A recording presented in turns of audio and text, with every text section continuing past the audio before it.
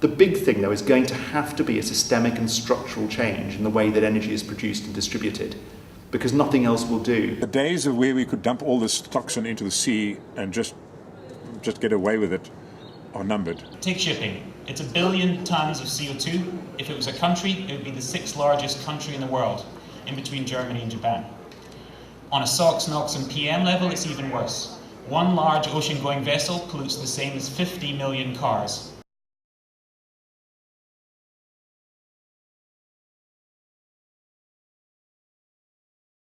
The issue of acting on climate change, on sustainable development, is not always portrayed as preventing people from doing something. First step is to do things more responsibly. Secondly, to look for more intelligent answers. And then you can, from there on, begin to develop a whole set of steps.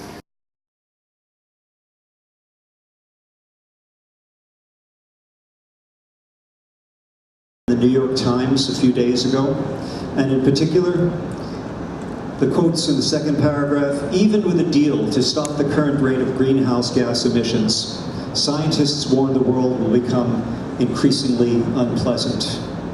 But then it goes on to say, without a deal, they say the world could eventually become uninhabitable for humans. The other thing that we need to push is the enormous economic opportunity for this generation of investing in energy, clean energy.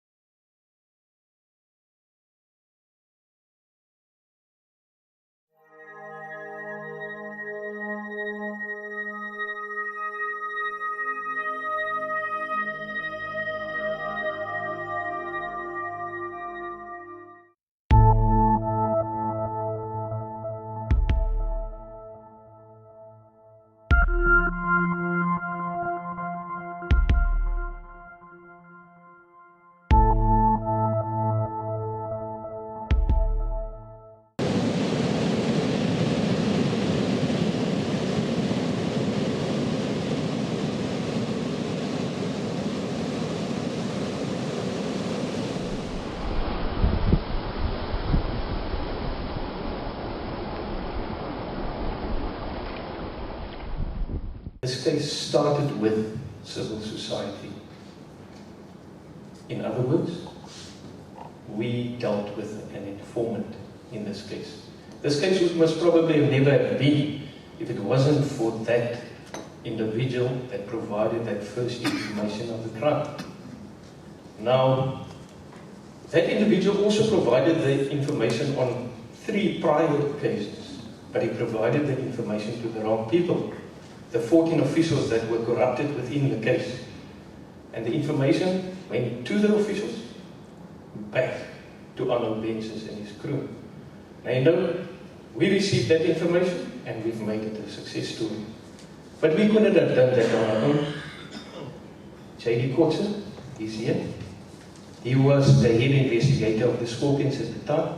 Brilliant, excellent investigative skills and capacity. They took the case to the next level. The Asset Forfeiture Unit, the National Prosecuting Authority, the Department of Justice in South Africa, the US attorneys, Marcus Asner, the first prosecutor prosecuting this case. He's present in this room. An honor and a privilege to have all the role players here today. He's here today. He played a crucial role. What I'm trying to illustrate is, it cannot be one person's work. One person, in 1990, I started in this work. Then you could work alone on the coast, everywhere. You could work alone then, not now. Fisheries crime is organized crime. Now, there's the US attorneys, the US customs. We went over. You couldn't believe it. We worked with NOAA in 2001. We're busy with a second case similar to Hot Bay. We cannot talk about it because the case is current. But the level of cooperation, unheard of. Both customs, I mean, you pick up a phone. There's no MLAT in place. We're still busy. It's taking us almost 2 years to get the MLAT, the Mutual Legal Assistance Treaty in place. But I pick up a phone, and believe you me, within a few hours from the US, the United States, we'll get a document, and we can start working on it. And that's a type of cooperation, and those are the agencies that cooperated to make this case a success. I've briefly touched on the successes. If you look at the case started, when we got that first information of the crime, there was Patagonian toothfish, South Coast rock lobster, West Coast rock lobster tails within the container. A second container was intercepted in the US. South Africa had a plea agreement with the accused in South Africa, only not for the entire period of destruction or mass illegal harvesting, but only for a 2-year period. And that is one of the lessons that we can learn from this case, is don't go back where they started their illicit activities. You start the last 2 years. We're busy now, I touched on a case, we're busy with a case where we went right back, you know. And yes, it's good to do that as well, to illustrate the extent of the damage done. But we only did, went back in this case for 2 years. And the outcome in South Africa was fines and forfeiture in excess of 44 million South African rand. It still remains the biggest case ever. But the US did an excellent job. And they put the main culprit in prison. If I may mention his name, Arnold Benzus. And you know, I always tell the new or the younger FCOs, fishery control officers, I always say, I saw Dennis Fredericks was here yesterday. I don't know if he's here today, but the two of us, and Dennis was our legal man at the time, and the two of us confronted Arnold Benzus. Now, he corrupted 14 officials in this case. And on this specific day, I stood in front of him. I can't recall what I said, but I can't recall the words that I said, but I think it must have been something like, this is it. This is your takedown. And it must have been something to that effect. But the success story about this, I've got 2 pictures in here. One of the photographs was taken in 2001. That is when Outway Fishing was surveilled by us, the department, trying to build a case at the time. And just below that, we've got a photograph just below that with the South African coat of arms on the same building. This needs to be our story. Our story where we converted a crime scene into a government building. You know, and every time when I walk into that building, I get almost emotional, and my colleagues don't understand. But there's a lot of history behind this building, and ironically, this is also the building. Today there's a Pakisa meeting. Now, Pakisa means hurry up. And the Pakisa Project, Initiative 5, Marine Protection Service and Governance, it's a new project, if I can put it like that, an initiative by government driven by the President of South Africa. We instructed government, you will work as one unit, fighting maritime crime, fisheries crime, and unlocking the economic potential of the ocean. Now that's the Hout Bay fishing case. What was also good, not illustrating the excellent operations, but what was also good was the South Coast rock lobster at the time was in threat, was under tremendous pressure because of this company overfishing. When we took them out, I believe still till today, that resource has turned around and has displayed a positive growth. And that is what we need to do, not only to abalone, rock lobster, but all the other resources as well. You know, within South Africa, there are multiple cases. Today, there are 3 cases within the High Court. Also another process of unheard of work, where there are 3 cases currently running within the High Court in South Africa. They are abalone cases, but they're syndicate-related organized crime cases where I cannot talk on it, they're current, but from the attorneys who represented the suspects or the accused in some of the cases, even them are charged, or at least one is charged in this case. And you know, we've got numerous successes, foreign vessels, foreign fishing vessels, we're closing illegal fish processing establishments, and at times seize in excess of 100 tons of abalone per annum. That's not good enough. And never have we ever, until 2006, addressed, although we've tried, but we just couldn't break through to the illegal consignment. And in 2006, we had this specific case, also with joint partners. We searched the cold storage, a stone throw from where we're gathering today, and we seized a number of abalone in these premises. We did a forensic investigation and we found, and a very fast one, because you cannot take months, you know, in the evening.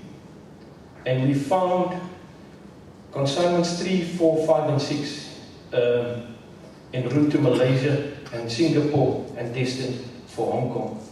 We returned all of them successfully, and this is one of the marked cases where we developed the process of getting those illegal consignments back to South Africa. You cannot turn that. It is the Cape Town Bridge. We were so excited that vessel came in Durban. We waited for that vessel to come in Durban because we were cautious of the syndicate members getting hold of the containers. But you cannot turn a ship like that around, a multi-million-dollar ship. But we've developed the method of getting the containers. But the value of it was 11 million rand South African value. If that had to be sold, it would have been sold for 66 million, between 66 and 100 million in the Far East. Same. We've consignment 7 and 8. A premises here in Table View was searched, also a legal abalone processing establishment. And we found abalone to the value of 5 million rand at this premises. And we did the same. We went through the documentation. We went through all. If there's a name, if there's a IP address or anything, we would go through, and we found these containers en route. It didn't reach its destination in Hong Kong, but we got it back, and the previous one that I mentioned was exported illegally as pilchards. Now, if somebody exports pilchards, it would have been fine at the time because you didn't need an export permit for the pilchards at the time. We've closed that gap that you needed a permit for any fish. But it was exported as pilchard. These consignments were exported as polypropylene pellets. And I'm not going to repeat the figures, you can actually see it up there. But there were a total of 18 of those bales, each bale weighing 1 ton, containing, so it was about 18, 19 tons of polypropylene pellets. Now you can imagine a normal FCO fishery control officer. How is he to inspect that container? If you do inspect it, you need a forklift to unpack it. If you unpack it, polypropylene pellets flows like water if you open that bag. You search, you find nothing. Only 8 of those bags had the abalone in. So it just shows you the extent that they actually go to. I'm only touching on a few cases, and this is also one of significance, is also through the information network. We've learned that the AFCD, the Agriculture and Fisheries Department of and Conservation Department of the Administrative Region in Hong Kong, seized the container, and that's all we had. And we picked up the phone. Marcus Bergner put us in contact with Charles Kuhn of the AFCD, and we got his phone number and we phoned him, and he said, no, it's not him, it's the Maritime and Customs Command. And we phoned and we never stopped. And we told them, listen here, do you have a container? Yes, we do. And but that container is illegal. It's people have been deprived of a livelihood, and we told them the truth. And they started cooperating with us. And through the information that we received from Hong Kong, we found that the same syndicate sent another container through. We intercepted that container and returned it successfully. What was interesting in this case, and I must mention it, is that we valued that abalone at about just over 2 million. No, excuse me, about 7 million South African rand. The Hong Kong authorities, they had an independent auditor, they valued the same container, which we returned successfully to South Africa at over 27 million South African rand. At that time, the Hong Kong dollar was almost similar to the South African rand. And the accused, they were going to fight this case. And we arrived at this court, the Chu Sen Magistrates Court in Hong Kong. And we thought, you know, you always hear of an official committed suicide flying out of a building in Hong Kong. And we thought of something like that, and we thought, no, we need to take state security, we need to take the police with it. And at the end, we were only 2 officials, and we went to fight that case, and we got a conviction. And yes, I think it was 2 weeks later, that same group that you're seeing there of the Ports and Maritime Command, they had a massive success of ivory and rhino horn imported illegally into Hong Kong. Somebody mentioned yesterday we need to extend the cooperation. Where is Hong Kong? Where's mainland China? Where's Taiwan? Anybody here? Anybody from the Far East? That's one of our challenges. A last case, same thing, same principles. Consignment exported premises identified in South Africa. 3 suspects arrested. Container on its way to Singapore. We applied the same principles, got it back. Malaysia, excellent cooperation at first, but we've lost that container. With regards to the foreign fishing fleet, there are some major cases underway. We cannot speak about them. They're current. But through the years, we've been working tirelessly. People have worked, has put in a tremendous amount of work. People like Dino Govender, I cannot mention all of them, but everybody that worked on this case, everybody, we are grateful to everybody that participated and brought these cases to the extent where they are. They're not finalized, they're still ongoing. But the success here is that 7 of those vessels, the Bahari Nusantara and the Bintan Sumudra Galantos and Makoti Abada, you know, Yves de Koning that opened the ceremony yesterday, we went to Alpay, and the picture below was taken last Friday. And South African owns 7 of those vessels now. And vessels that has been fully involved in IUU fishing, human rights violations, human trafficking, IUU fishing, fisheries crime. They are now owned by South African with the intention of providing a platform to disadvantaged coastal communities to focus not on abalone and rock lobster, but let's secure the offshore tuna resources, which are more sustainable, and focus on that. Instead of an IUU vessel benefiting from it, let a whole community like Paternoster or Houston or Hout Bay benefit from those resources through that action. 2 of those vessels, which makes it 9, have absconded right under our noses, but we're taking it with a pinch of salt, and those cases are currently being pursued as well. Tremendous work is being done, and I'll be hoping that in next year's symposium that we'll be able to report and to say similar like Mr. Benjes, here are the suspects, the convicted behind the case. Then the harmful case done by Polo, FCO within the department, brilliant work done, continuous hard work, and that case was also brought to the point where asset forfeiture seized or forfeited the vessel. The challenges, I've touched on some of them, but you know, on our notice board within the MCS offices, we've got a notice board there with this media clipping. And it states that the South African economy is losing 4 billion per annum as a result of illegal fishing. We sat with Marcus Bergner from Traffic now recently, and that figure is still modest. You know, if you take it the value, somebody mentioned, I think it's Gunnar mentioned yesterday, if somebody steals something, theft is theft.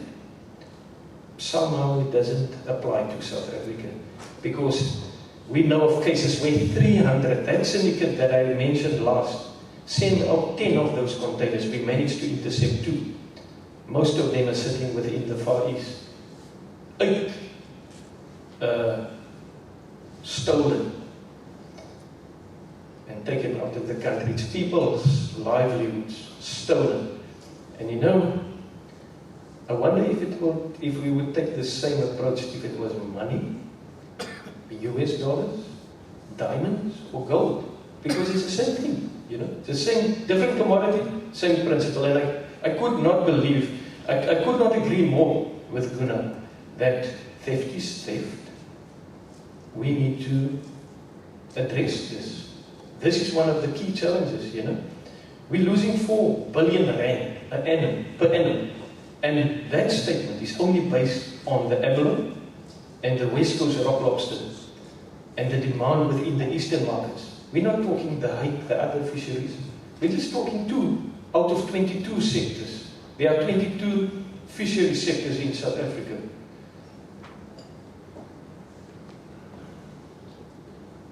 In the same article, UCT, a UCT study by Serge is also mentioned, where he confirms that about 3,000 tons of abalone is exported to the Asian markets illegally. Traffic confirms this by saying it's between 2,000 and 3,000 tons annually. If you convert that in a monetary value, it's tremendous. The One Earth Foundation of the Fisheries Crime Working Group of the Indian Ocean Forum on Maritime Crime estimates that 18% of the total fish harvest within the Western Indian Ocean and 32% of the total catch in the Eastern Indian Ocean are either illegal or unreported. This is about 50% just in the Indian Ocean alone. It's a challenge. What are we doing? We are the fisheries crime fighters. We are the international community. Similar to the Hout Bay fishing case, we need to bring that figure down. Despite the numerous successes, thousands of consignments with illegally harvested inshore South African resources still reach their destinies as we speak today undetected, and we need to change that. Fisheries crime syndicates, I've mentioned it, are well structured. It's challenging and difficult to identify these syndicates. They operate without boundaries, and no legitimate rules apply to them. They are organized crime. Stealing, robbing poor coastal in South Africa and other countries of a livelihood. We as a global community, the challenge is for us to fully cooperate with the global enforcement community, and we need to address IUU fishing and its related activities, not only within the South African exclusive economic zone, but on the high seas, both in a reactive and proactive manner. It remains challenging and costly. You know, the Thunder case was presented yesterday. South Africa is part of Interpol. We work tirelessly around trying to get, for 3 months, to get hold of that vessel. Sea Shepherd, Bob Barker, and the other vessel, brilliant work. My opinion, a challenge to us as fisheries crime fighters. Government needed to be there, even if we were just alongside. We wrote Nick Frey, we wrote submissions, and we tried our best. We couldn't get a vessel up there. Let that be a lesson for us. Let it be a lesson learned. That, yes, it's a brilliant success. South Kiln pursued that vessel, mainly pollution charges. Excellent. Yesterday, Alistair announced a guilty verdict. We should have jumped with joy. They charged him similar to the Al Capone strategy. Not for the fish, but for the pollution. You know, there will always be something to get these criminals. You know, and we don't do this for ourselves. We do it for the poor, for the needy. Flag states need to fully cooperate and share information. Flag states are doing a brilliant job, but there's some that's completely absent, you know. If we don't have the resources, other countries might have it. If we're a partner, we can do the enforcement. Are EU vessels remaining on the high seas for extended periods? That's a big challenge as well. And we need to shift the focus away from the vulnerable inshore fisheries resources like your abalone and lobster. I've touched on this. There are better resources, more sustainable resources, and get the communities. Yesterday it was mentioned, we need to focus on those resources, you know. Send the community, provide that platform, you know. We need to work, the biggest challenge, in a multi-agency, in an integrated global approach to address the real issues. Similar like we've done in our Hout Bay fishing case. Although the Hout Bay fishing case is still current, the restitution action is being appealed, and although the case started in 2001, it's still current. We need to be able to speak about all the other cases as well, in a multi-agency approach. You know, preserving our fish. And that way we can address poverty and the unemployment rate.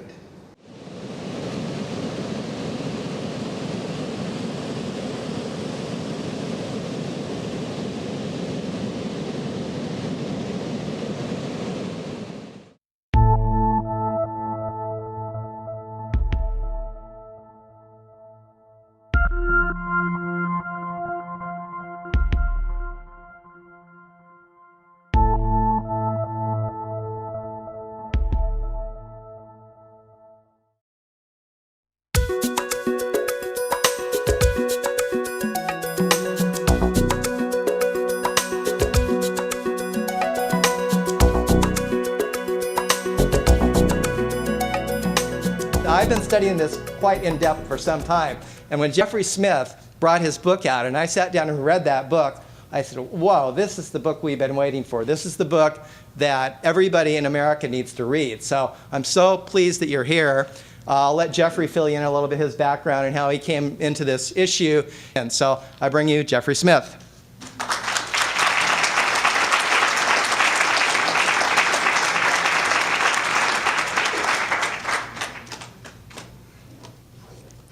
Hello, everyone. This is an amazing crowd. It's fantastic to see you all here. How many people are concerned about eating genetically modified foods? All right, so I'm preaching to the choir tonight. I say I'm arming the choir. How many people try to actively avoid eating genetically modified foods? Wow. Now keep your hands up for just a second. Now, keep your hands up if you know which foods are genetically modified. I find that amazing. So many people consciously try and avoid it, but they don't know which foods are. And that, by the way, Craig Winters is your champion. He is the man in charge of the labeling campaign, the big labeling campaign on Earth in the United States. Let's give Craig a big hand. He's a hero.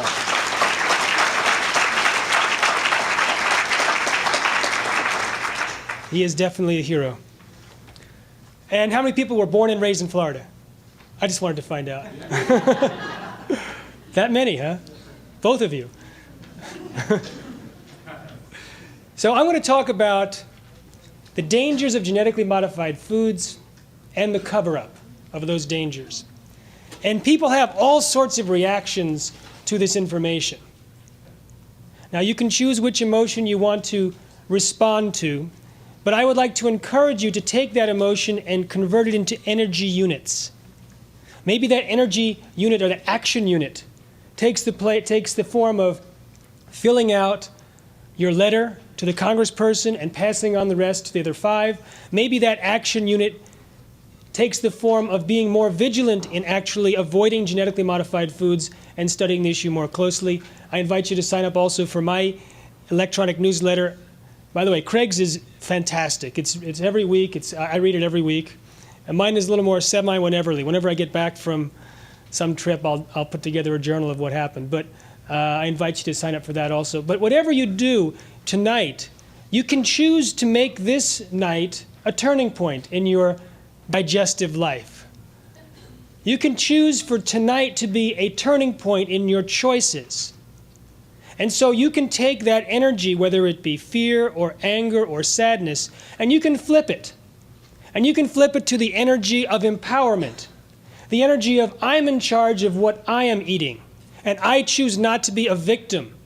I choose not to be told by the biotechnology companies or their Washington branch, the FDA, what I am supposed to eat. I can choose for myself. All right, let's begin and talk about a little history of, I'll tell you about a different history than Craig described. And this is the history of the genetically modified food and safety issues. I'll start in 1989. Individuals started going to doctors with all sorts of very severe symptoms. They had incredible pain, greater pain than the doctors had ever seen in their entire careers. Hair was falling out, there was memory loss, there was muscle weakness. Some people had their muscles tighten up and uncontrollably lock. The skin became leathery and painful. And the doctors were baffled. They had never seen this set of symptoms. Or maybe they thought it was something else like fibromyalgia because there was muscle pain involved. But they weren't sure. The doctors that did blood tests noticed an unusual signature of this disease. A white blood cell called the eosinophils, the count was huge. Some doctors had the initiative to look in the literature and said, who knew a lot about eosinophils? And a name kept coming up over and over again, Jerry Gleich. And Jerry Gleich was from the Mayo Clinic, and he was one of the national experts on eosinophils. So this one doctor who I interviewed from New Mexico, he called Phil Gleich, and Phil said, you know, you're not the first doctor that called me about this set of symptoms with elevated white blood cells. Call this other doctor in New Mexico and see if their patients have something that's similar in their histories. And sure enough, they had 3 different patients to deal with, and all 3 were taking the food supplement L-tryptophan. L-tryptophan, it's an essential amino acid. It's in turkey, it's in milk. In its pure form, it's necessary to take for our nutrition. But somehow, this was a common thread in their history. But Jerry Gleick and others were not too convinced yet that L-tryptophan, which had been sold over the counter safely for years, was the culprit. Until within 2 weeks, 3 more patients came to the Mayo Clinic, and Jerry saw for himself. One was rolled in, they had to breathe through with a respirator, and all 3 were taking L-tryptophan. He called the Center for Disease Control and said, "It's out there and it's deadly." What they found, once they put the news in the newspaper, once it was in the New York Times, all of a sudden these doctors started getting calls from all over the country. Hundreds, thousands of people in the United States had these symptoms, were taking L-tryptophan, but were not diagnosed. The doctors and the patients did not know there was a deadly epidemic throughout the United States. 5,000 to 10,000 people ultimately got this sickness. Some were permanently disabled. About 100 died.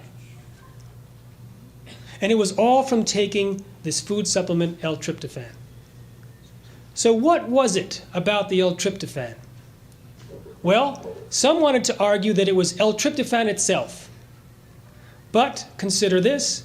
All the people that got sick were only consuming one of the 6 brands in the United States. They were all produced in Japan, but only the Showa brand was causing sickness, and it had some contaminants in it that the others didn't. So this concept that it was tryptophan itself, we'll throw that out. Then they found out that this company was genetically engineering the bacteria to produce the tryptophan more economically. And they had introduced a strain on December 24th, 1988. But 2 weeks later, they changed the filter method on their manufacturing process, reduced the amount of carbon, which could have allowed more contaminants to get through. This was the key for the biotechnology industry to jump on its excuse and say, aha, it wasn't genetic engineering, it was the change in the filter. And that's what got them off the hook. This sleight of hand saying, no, it wasn't. They didn't talk about how those contaminants could be in there. Originally just said there was a change in the filtration process. In my book, I bring out some research that was compiled from an 8-year investigation from a friend of mine. It couldn't have been, this was actually from the FDA representative to my friend Bill. The FDA representative said, it has to be something other than the genetic engineering of the strain, because we know of at least of a dozen cases that occurred before the epidemic, which surfaced in May of '89. So this raises the question.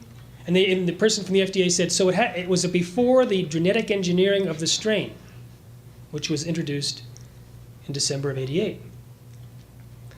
My friend found out from a confidential document from lawyers involved with the lawsuit, which was eventually settled for $2 billion, that this bacterial strain that was introduced on December 24th, 1988 was called strain 5. Strain 4, strain 3, and strain 2, since 1984, were genetically engineered. Moreover, it wasn't just a dozen individuals that got the disease before the outburst of the epidemic. It was hundreds. Hundreds got this disease between 1984 and the outbreak of this epidemic. So what does that do to the change in filter story? You can throw that out. Because for 4 years, people were getting sick before the filter was changed. But only from the genetically modified bacteria produced by Showa Denko. So it's almost certainly the genetic engineering of the strain which caused the problem. Now, my friend who discovered the fact that earlier strains were genetically modified was shocked that the FDA didn't know this information. They're the ones that told him in 1994 it must be something else besides the genetic engineering, because these incidences occurred before the engineering of the strain. But he was looking at that same document, this confidential document that a lawyer entrusted with him that described all of the stages of modification, and his eyes rose to the top of the page, and there was a fax imprint. Food and Drug Administration, 1990. They knew. They knew and kept silent about the fact that the earlier cases of this disease were from genetically modified bacteria from the same company. In fact, if you read the actual testimony before Congress by the FDA's representative describing supposedly the cause and ramifications of this epidemic, they never told Congress it was genetically modified. They never mentioned the word. They instead blamed the epidemic on health fraud schemes and got all L-tryptophan removed from the market. It's now only available by prescription. Now, it took a series of coincidences and good luck to track the fact that this epidemic came from L-tryptophan. Remember, there was that signature. The eosinophil count was very high. A rare set of very serious symptoms. Symptoms which came on soon after these individuals were taking the pill L-tryptophan. So there were three characteristics: acute, rare, and fast onset. Imagine if only one of these were not there. Let's say it took 10 years to develop this sickness. The L-tryptophan would still be on the market, right? Let's say it was mild symptoms, like frequent colds or memory loss, or memory loss. It would still be on the market. Let's say it were common ailments like cancer or heart disease or lymphoma or diabetes or obesity. You think they would rush people together and say, find out the history, find out what you're doing and someone else is doing?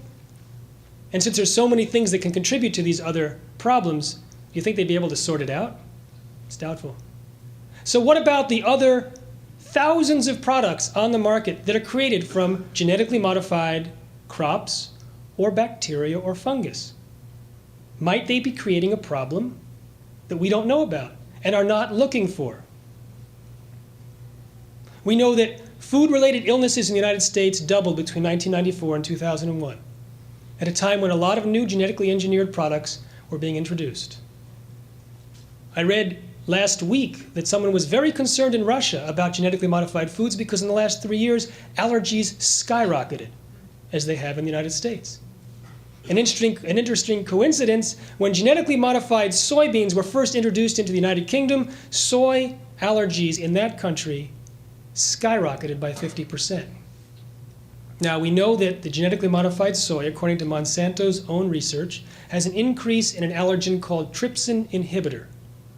So it has an increased allergen. But no one has done the tests to see if there are more allergic reactions to those taking genetically modified soy versus those taking conventional soy. So what's different between the genetically modified soy and the conventional soy? Why would it have increased trypsin inhibitor? It's only supposed to have one added trait. The added trait to 80% of the soybeans grown in the United States is called herbicide resistance. You see, Monsanto found a bacteria growing in a dump site behind their factory that was resisting death by their herbicide called Roundup. And they said, this is a great thing, let's put it in the food supply. So they found out what protein in the bacteria was causing this bacteria to survive. They found out which gene in the bacteria was creating that protein. They snipped it out.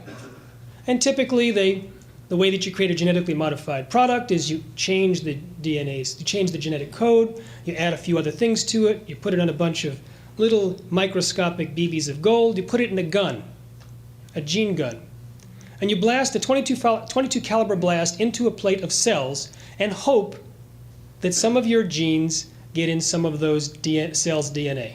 This is their precise method of insertion. And you don't know exactly where in the DNA it ends up. And the concept, the building foundation of genetically modified foods is that all you're doing is adding one trait, one gene to create one protein to create one trait, and everything else is fine. In reality, when you do that blasting, you can create all sorts of problems. There was a gene chip that monitored gene expression in the DNA at a time when the insertion occurred. Compared to prior to insertion, 5% of the host's genes were disrupted, meaning that they either increased, decreased, shut off entirely, or shut on entirely their production of protein. So if something is pumping out proteins at random that wasn't supposed to, what could that mean? This list will come up several times tonight. It could be allergenic, toxic, carcinogenic, anti-nutritional. If you shut down a gene, what could that mean? Some studies have found laboratory animals have died, etc. We don't really know all the potential ramifications, but we do know that the most common result of genetic modification is surprises. Surprise side effects.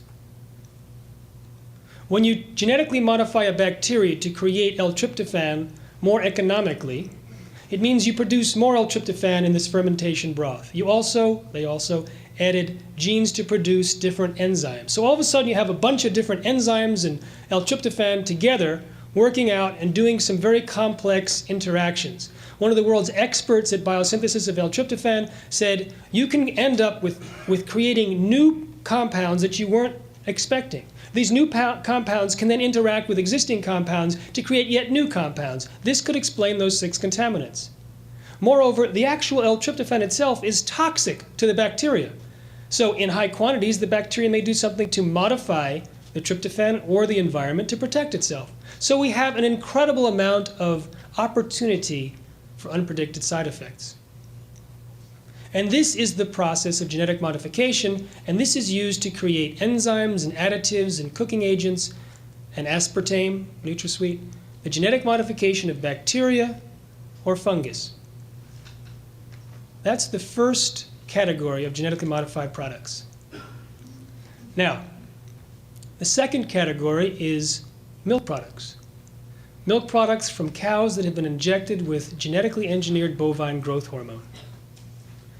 It's interesting that in the process of approving genetically modified bovine growth hormone, a number of scientists spoke out at the FDA. And one talked about how the process was putting the public at risk, and he had a supervisory role in the evaluation of RBGH until he made that comment in public, and then he was stripped of responsibilities and sent to work at a trailer at an experimental farm on a different project. A division director who said that the industry had too much control over what the FDA was doing, he was forced out. A veterinarian who was asking for too many tests, it was slowing the approval process down, he was fired. The remaining whistleblowers decided to be anonymous. They wrote an anonymous letter to Congress and said that there was conflict of interest and fraud going on at the agency. They talked about Margaret Miller, who, for Monsanto, created a bunch of experiments on RBGH, then moved to the FDA to evaluate her own research. She also, according to this letter, at random, changed the amount of allowable antibiotics in milk.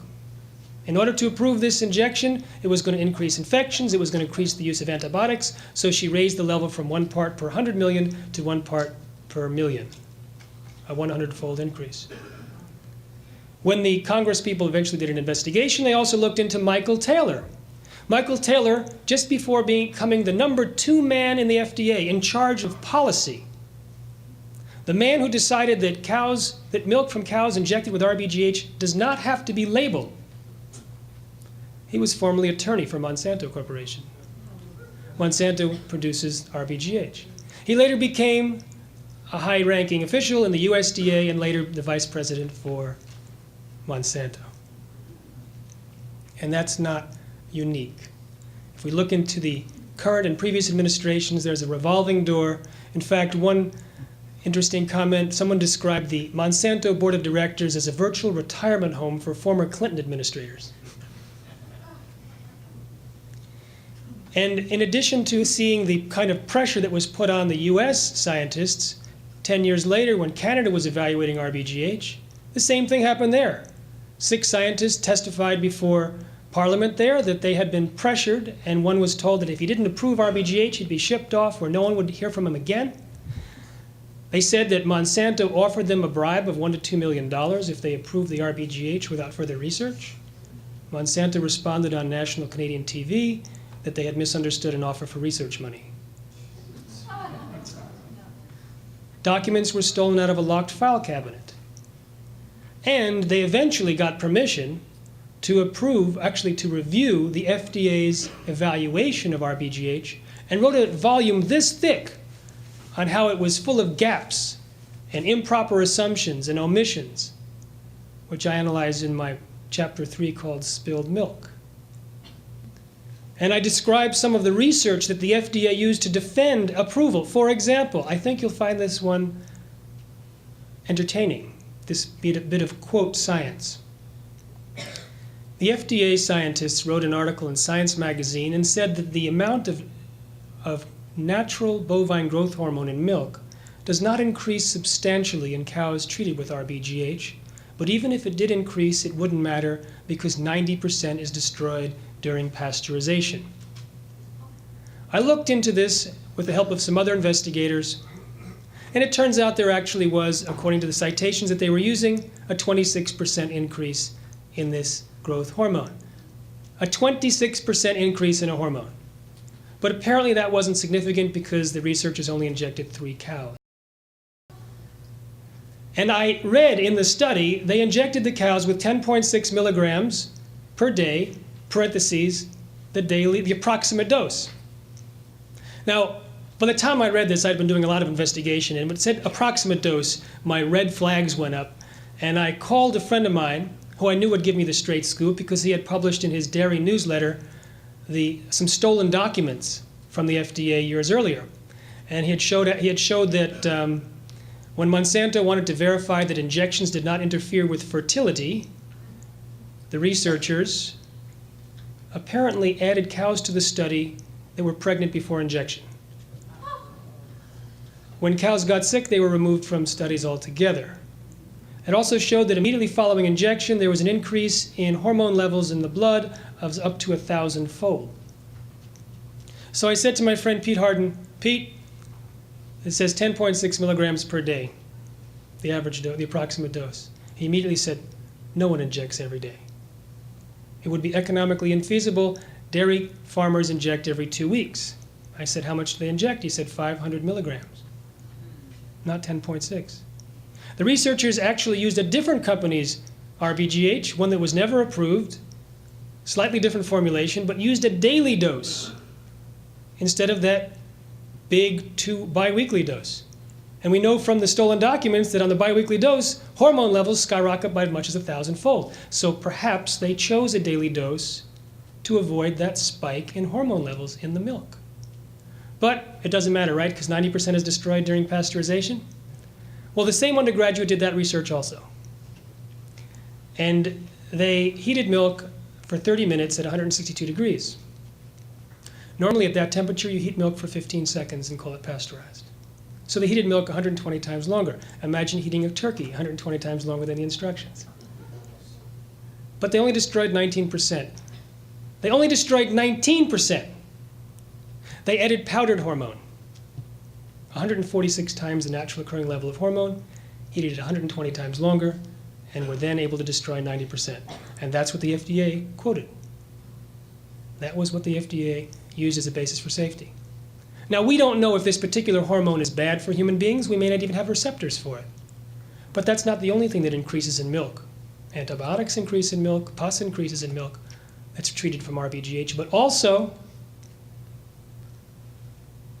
IGF-1, insulin-like growth factor 1.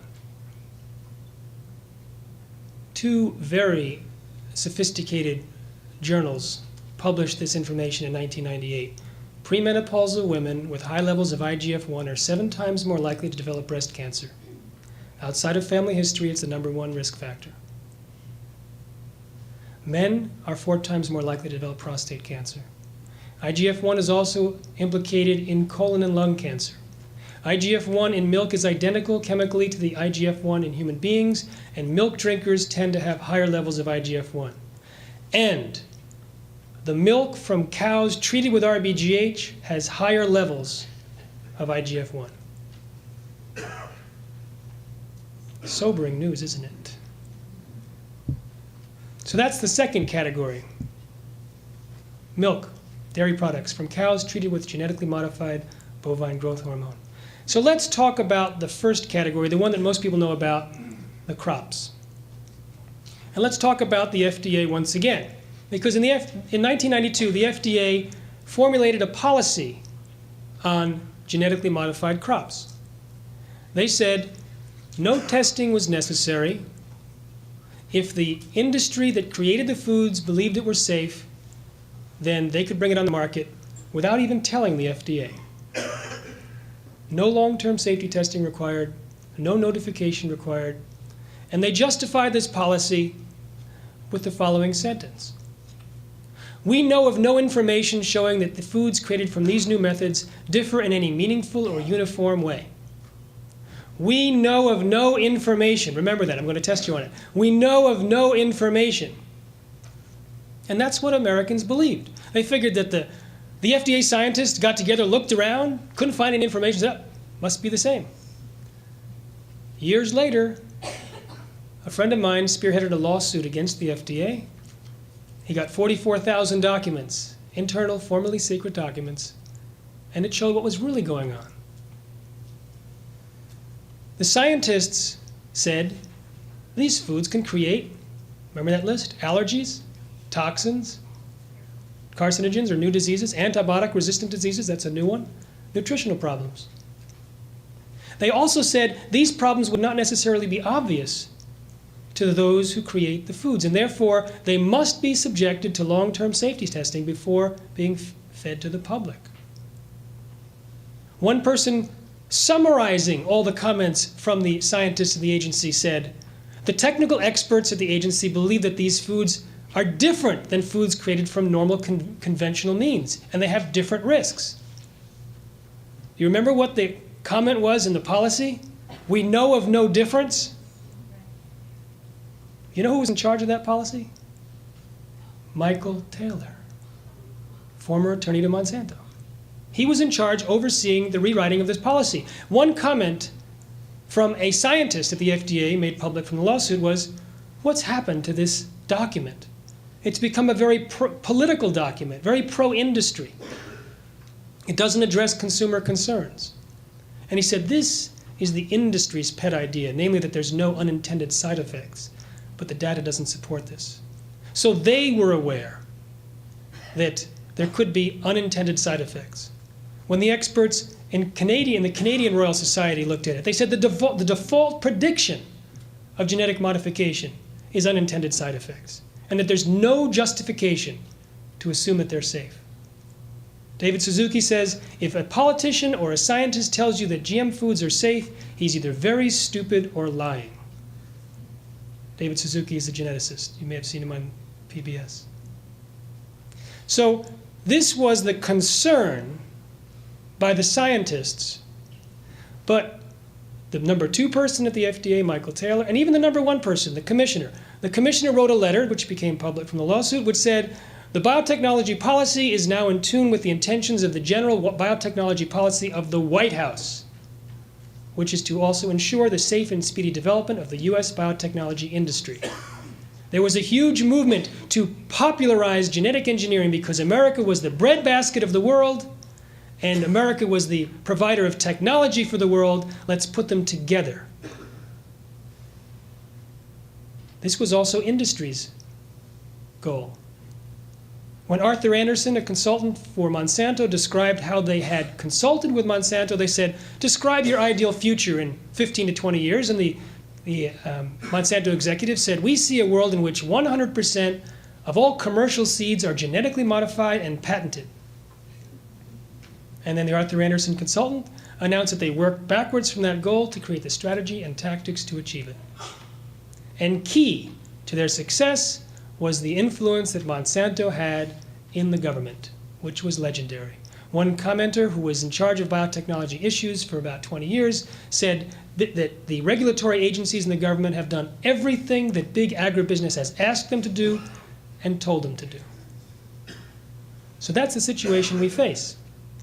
They recommended long-term safety testing, the scientists, but the policymakers did not. In fact, when that document was sent up to higher levels of political influence, someone from the Office of Management and Budget said, we should put a sentence in here which says the foods created from these new methods are safer because it's a more precise method of creating foods. So as the evaluation went up the political ladder, the foods got safer and safer. So what happens when you do submit these foods to long-term safety testing? I would like to know too. Do you know how many animal feeding studies have been done on genetically modified foods and published? Anyone? There's actually 10. 2 were done independently, 8 were done by industry, but several of those 8 were commercial feeding studies. They weren't really safety studies. Now I'll tell you about industry-sponsored versus independently sponsored studies. Aspartame, NutraSweet, it's created through genetic modification. It was responsible for 80% of complaints one year to the FDA about potential health side effects. Between 1985 and 1995, approximately 166 studies were done on aspartame, divided almost evenly between independently sponsored and company sponsored. 100% of the independently sponsored studies raised questions about aspartame.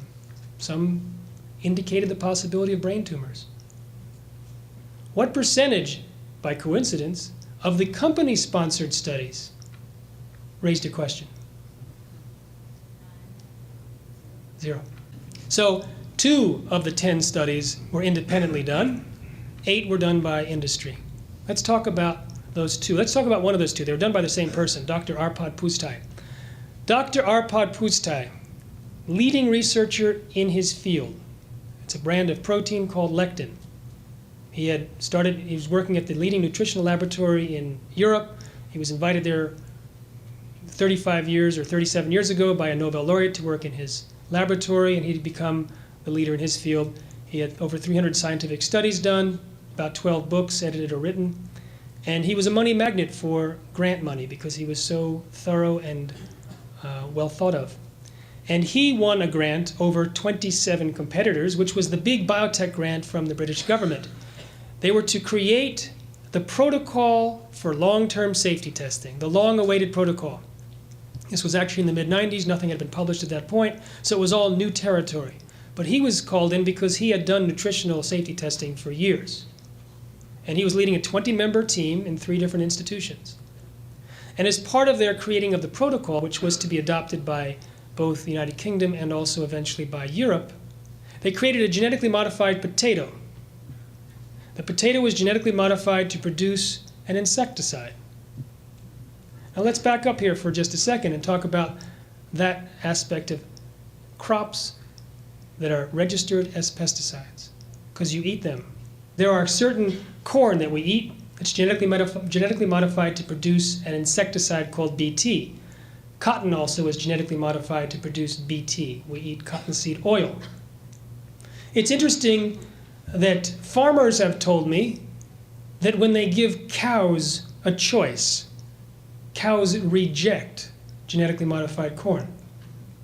Normally, cows will eat the corn to the end of the trough. Whatever's there, they'll continue eating till it's gone. The first farmer put in a trough, genetically modified on one side, conventional on the other. He let his 25 cows in, and they all congregated on one side of the trough and never ate the ones on the other side. When this was told to other farmers, they repeated this study over and over again with cows and hogs, letting 2 or 3 into a pen at once, and they had 2 different troughs. The first one, genetically modified corn, the second one, conventional corn, and the same thing happened over and over and over again. They'd go up to the first trough, they'd smell it, maybe they'd taste it, they'd go to the next trough, they'd finish it off. They'd go back to this one, they'd smell it, and then they'd walk away. Geese avoided eating genetically modified Roundup Ready soybeans from a field. They only ate the conventional on the side of the field. Rats were fed a tomato, and they didn't eat it. I think this is a great selling point. Are rats eating your tomatoes? Well, you can have this tomato which survives longer on your shelf, and rats reject it. Well, they force-fed the rats. This was a study that was actually reviewed by the FDA, and they developed stomach lesions 7 of 40 died within 2 weeks. They were replaced in the study. The tomatoes were approved. Anyway, let's get back to Arpad Pusztai's potatoes. He was genetically engineering a potato to produce an insecticide. The insecticide was a lectin. That was what he was an expert in. And this lectin he knew most about. He had studied it for 6.5 years and was sure that it was harmless to humans and rats. So he was surprised to discover that the rats that were fed the genetically modified potato developed problems.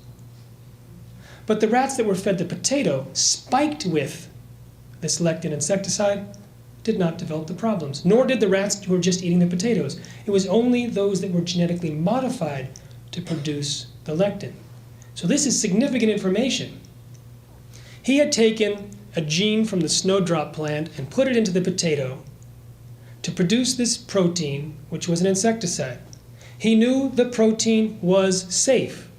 So why did his rats develop potentially precancerous cell growth in the intestines and stomach, smaller brains, livers, and testicles, partial atrophy of the liver, damaged immune system?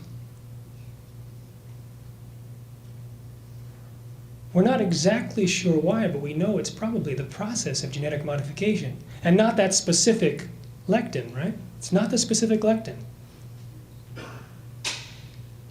I spend a lot of time in the first chapter of my book describing the events around Dr. Arpad Pusztai, and I'll leave the good stuff for the read.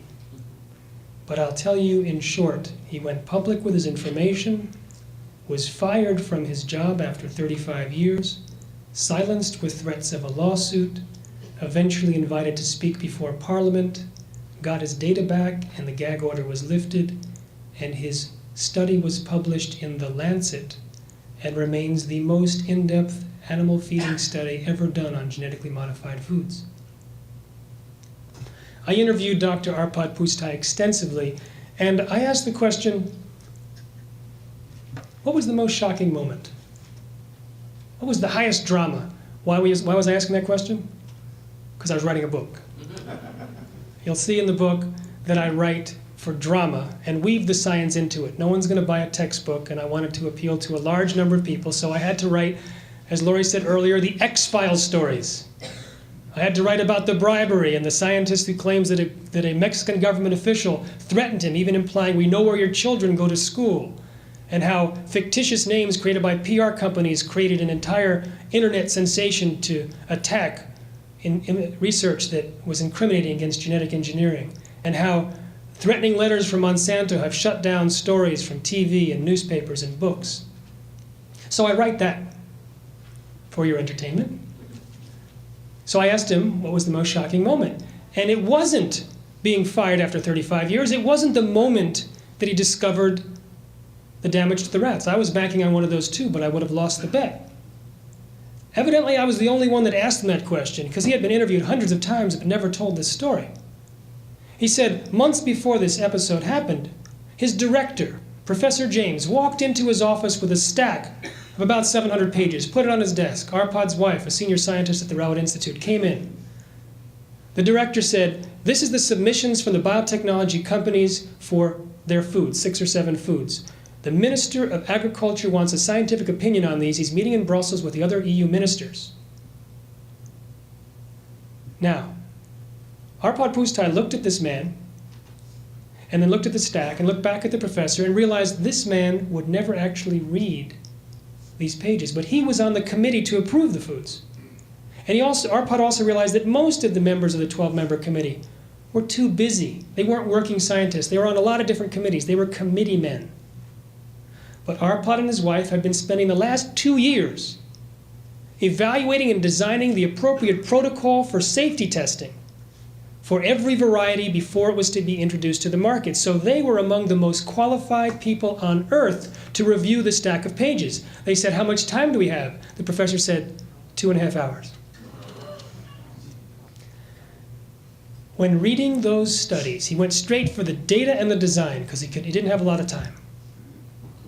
He said reading those studies was the most shocking moment, because he was appalled at how bad the science was, how poor the research was, and how little industry was prepared to do in order to get its foods on the market as quickly as possible and expose them to human beings.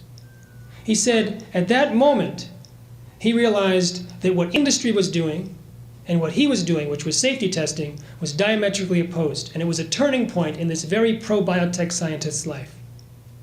He called up the minister and said, I wasn't planning to give you a strong recommendation at this point, after only 2.5 hours, but I have to say, there is definitely not enough information here to allow these foods to be fed to human beings or to animals. The minister said, I don't know why you're telling me this. Your professor's committee approved these 2 years ago. They were already on the market. Now here is the catch. 1, the potatoes would have made it to the market.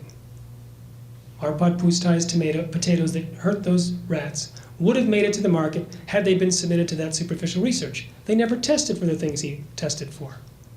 Here's the second one. The soy and the corn and the tomatoes that were approved were never tested for that, which means they could be creating the same thing in rats, if they're willing to eat it, and in human beings. So that's the sobering point about long-term safety testing. There's only been one real, and it was only preliminary. I mean, when he found out the results, he contacted the very pro-biotech British government and said, we need to have more money to investigate the cause. But they didn't give him any more money. In fact, when they fired him, they dismantled the team, stopped doing the work, and there is no independent long-term safety testing program.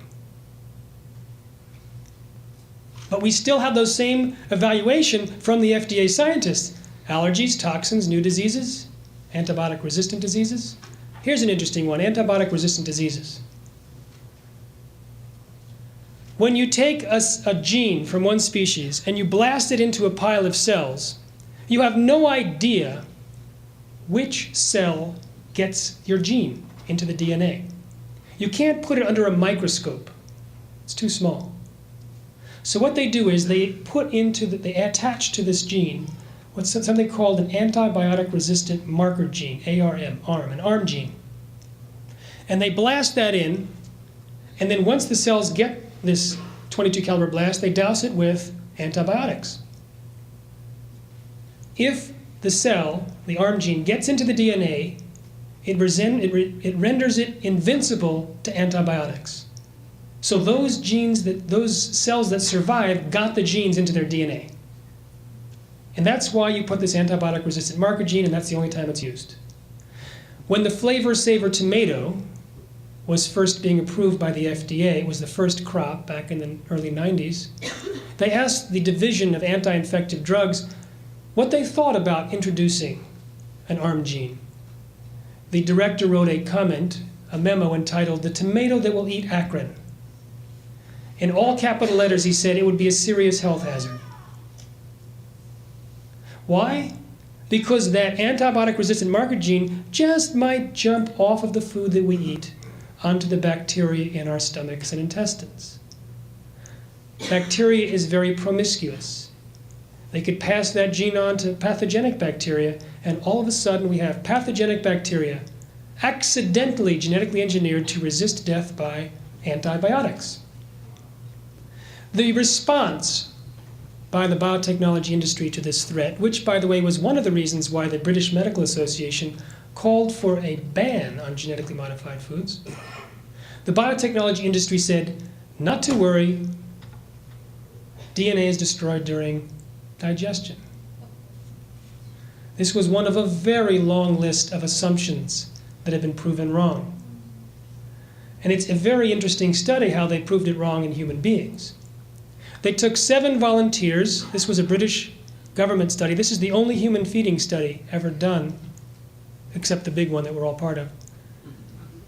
Which, by the way, the same British government agency wanted to monitor. They contacted the Safeway and other executives from the big retail chains in England and said, you have a loyalty card program, and so you have the records of 30 million consumers. We've got the medical records. We want to see if those eating genetically modified foods have higher levels of cancer, childhood allergies, and birth defects. Since they had previously announced that they were that GMOs were safe, when this information was leaked to the public, the embarrassed government decided not to do the follow-up. So we actually don't have any monitoring of that sort. But they did do this study where they took 7 human volunteers, and these volunteers had colostomy bags. They had their lower intestines removed, not for the study. And they fed these volunteers soy burgers and a soy milkshake. The soy is genetically modified. Remember, it's herbicide resistant. It doesn't die when herbicide is applied. So the first thing they did is they looked in the colostomy bag and found that they were totally surprised at how much intact DNA made it through past the small intestine. Then they took the bacteria out of the colostomy bag and they put it in different dishes and they added herbicide. And lo and behold, for 3 of the 7 volunteers, their bacteria survived. It's also possible that another genetic construct that they put in with the gene before they do the blasting, that also jumps. Now this construct is called a promoter. Let me explain why they use promoters. If you take a gene out of bacteria and you blast it into a soybean, that gene will just sit there. Even if it gets into the DNA, it will do nothing. Because, as you all know, there's a little man behind the DNA that controls all the genes. And it pushes some up and pushes some down, but has no idea what to do with this new gene. So, they take a piece of a virus, which is known to overpower this guy's control, and it turns on the gene 24/7 high volume. And it's attached to the gene, and it gets blasted in together. The theory was, this is another one of those assumptions that have been proven wrong, the theory was that the promoter will only turn on the gene to which it's attached. But guess what? Sometimes it turns on genes down the DNA, even on a different chromosome. And it can pump out proteins 24/7 high volume in spite of this man's objection. So what could possibly be the results of pumping out a protein 24/7? We've been through this list: allergens, toxins, carcinogens, new diseases, nutritional problems. It could be great. It could end up turning on the master gene, or it could be worse. Now, there are some scientists that believe that if this promoter gene jumps onto our internal organs, it might create unregulated cell growth, which could lead to, cancer. Now, this particular scientist that I quote, Dr. Stanley Ewan, he was the one that actually examined the inside of Arpad Pusztai's rats and found extra cell growth. Those are a couple of the 21 ways in which genetically modified foods can create unpredicted side effects, which is in my second chapter. So let's change modes here. We've kind of worked our way down into the depths of possible problems. I can also mention some other things. For example, the corn currently on the market would certainly not pass the World Health Organization's recommended tests for keeping allergens off the market that are genetically modified. There's a lot of implications that it should never have been approved. And we won't talk about some of the other ways in which studies were rigged to avoid finding problems, some of the 8 out of the 10. But let's talk about what we can do. Now, I personally believe that genetically modified foods are one of the most serious threats to health and the environment. I also think it's one of the easiest battles to win. We don't have to convince the Bush administration of anything. They pretty much have bought the biotech line, as did the administration before them. Dan Glickman, former Secretary of Agriculture for the Clinton administration, a big pro-GMO guy, a big cheerleader, went around Europe trying to sell American GMOs to Europe. He said before stepping down in an interview, "What I saw generically on the pro-biotech side was that the technology was good and that it was almost immoral to say that it wasn't good, because it was going to solve the problems of the human race and feed the hungry and clothe the naked. And if you're against it, you're Luddites, you're stupid." And that, frankly, was the side our government was on. And you felt like you're almost disloyal and alien by trying to present an open-minded view. So this is an indication of the thinking of the government. which means maybe they're not liars, maybe they're just bought into mythology, which is what I believe. So how do we combat that thinking, which was paid for by a $50 million yearly budget for advertising, $142 million spent in 2001 for lobbying Washington, and all sorts of revolving door of people that go from biotech to the administration? I don't want to fight that battle, but I don't have to. There's two other ways. One is through labeling, and Craig is the champion for labeling. 94% of people said that they want the foods labeled. More than half said they wouldn't eat it if it were labeled. Which raises the point about consumer purchasing power. Consider this. Unilever, Britain's largest food manufacturer, in April of 1999, declared and committed to remove genetically modified foods from all of its ingredients. Within 1 week, there was an avalanche. Every single major food manufacturer said the same thing. McDonald's, Burger King, Safeway, Nestle's, for their European brands. And you know who won that battle? The top of the food chain, consumers. And you know why the consumers in Europe are concerned? If you listen to the biotechnology industry, they'll tell you it was an illegal trade barrier, or cultural, or anti-Americanism, or something other than food safety concerns.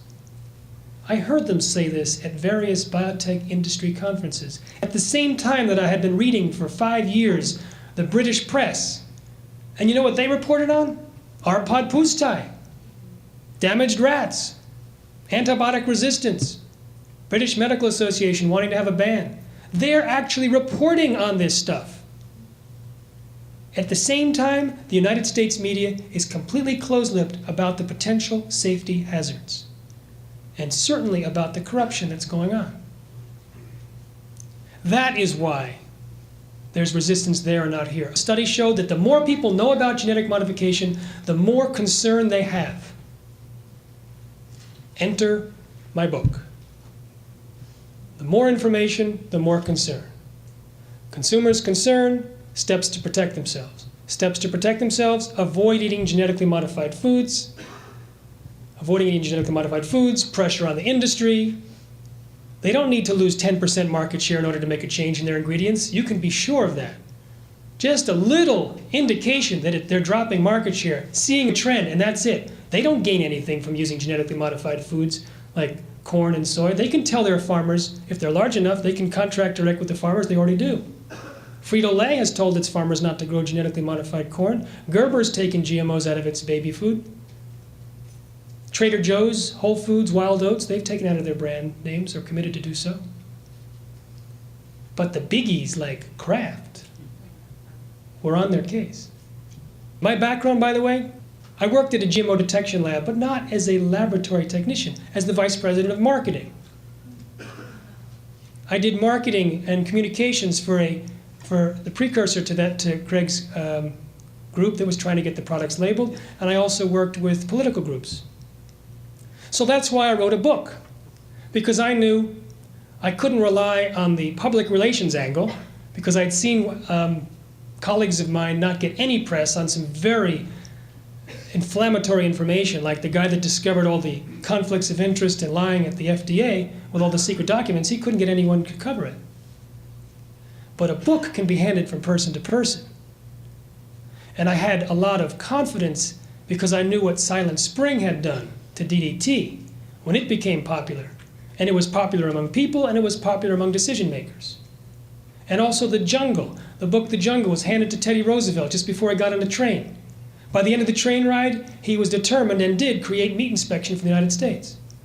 So in addition to getting the book popular, I have a second proposal, or a second plan, and that is to hand the book to as many world leaders as possible, just before they get on trains.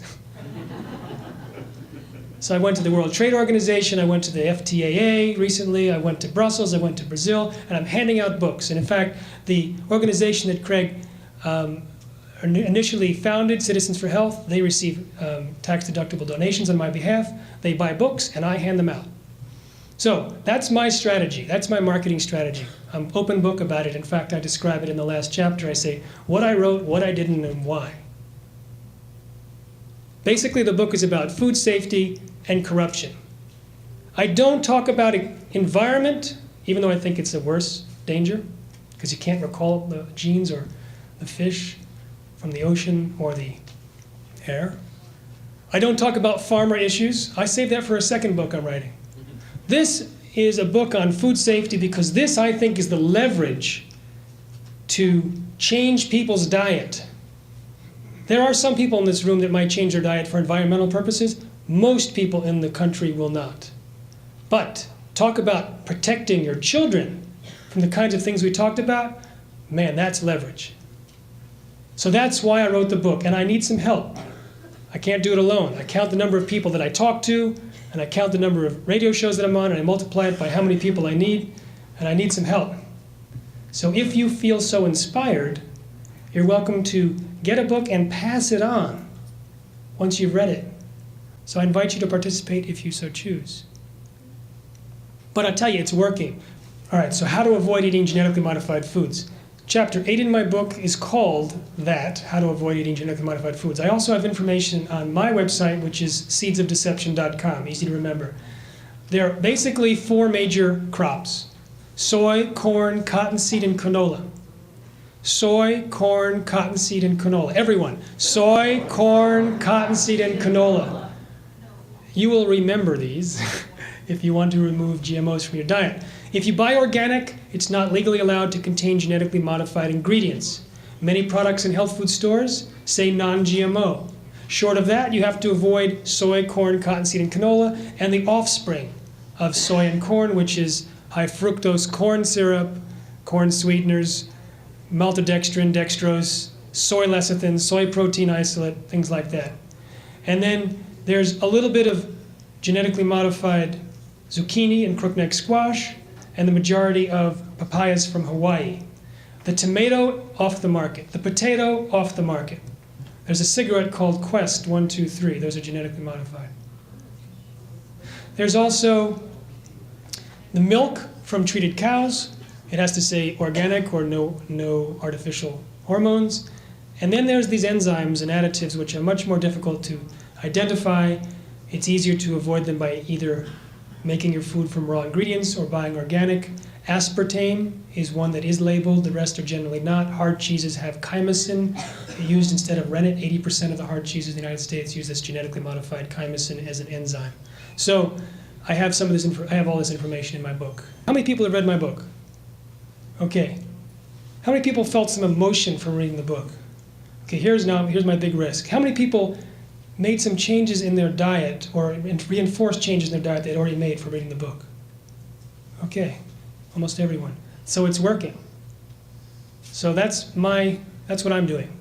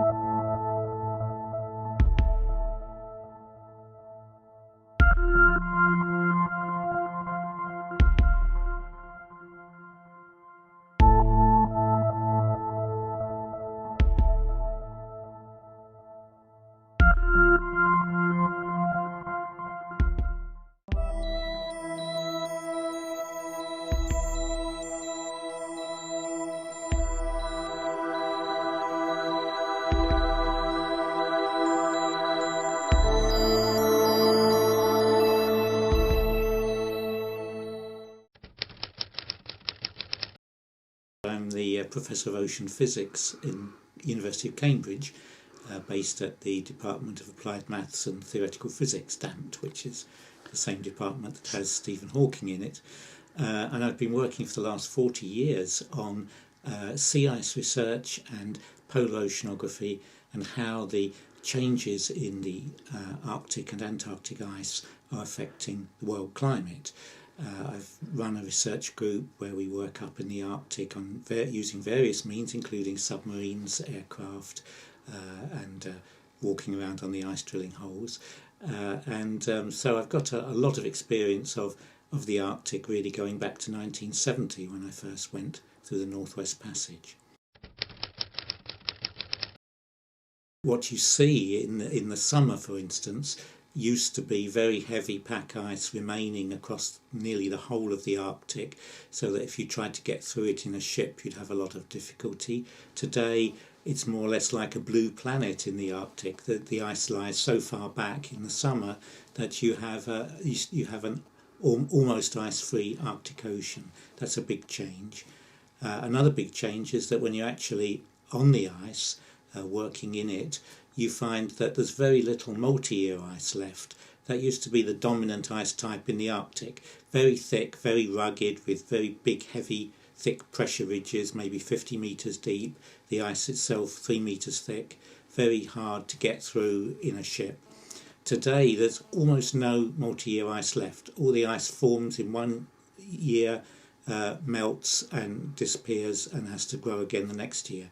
So that's called first year ice. It's only a metre or so thick, and it looks completely different. It's the actual landscape of the Arctic Ocean has changed completely over the last 30 years. People are concerned about it because what it's preceding is actual disappearance of the ice, and that's something which could easily happen this year or maybe in the next couple of years. That's disappearance of the ice in the middle of summer, that's in September. That the volume of ice that remains in the summer is now only a quarter of what it was in the 1980s.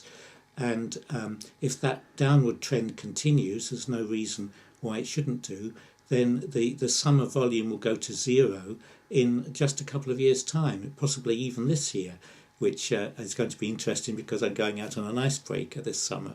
There may not be any ice to break. But that ice-free season, which will start off as being 1 month, will gradually grow until after a few years you'll have about 4 months ice-free, just like we have in the Antarctic at the moment. That's going to be the Arctic of the future, a seasonal ice cover with completely open water during the summer months. And that will have enormous impacts on the various other aspects of global climate.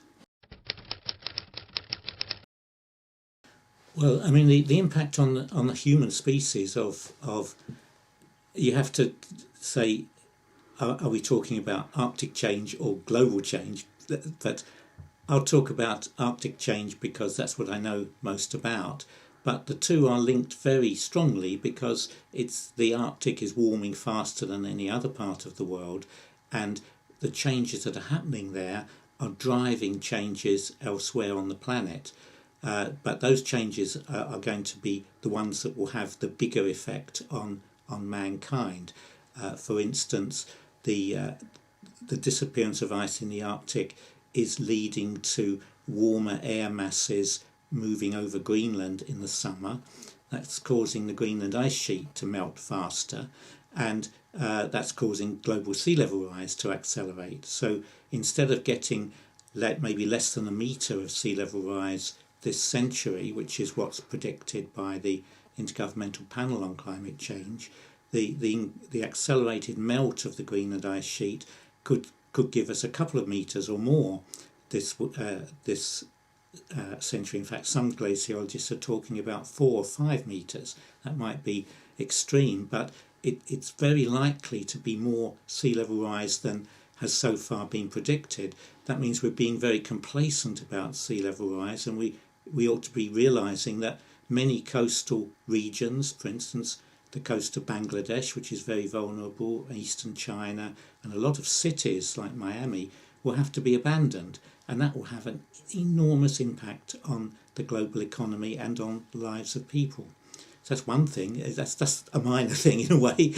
then the other thing is that global warming itself is being accelerated by the fact that as the sea ice retreats, that reduces the global average albedo, the amount of radiation that's reflected straight back into space, and that means that the rate of warming will go up, so that again this attempt to pretend that we can keep global warming below 2 degrees, which was already a pretense, is even more ridiculous. It's certainly going to get to 4 or 5 degrees by the end of this century, which will then have quite catastrophic impacts on agricultural production, for instance, and being able to support the population that we have now, let alone an increasing population.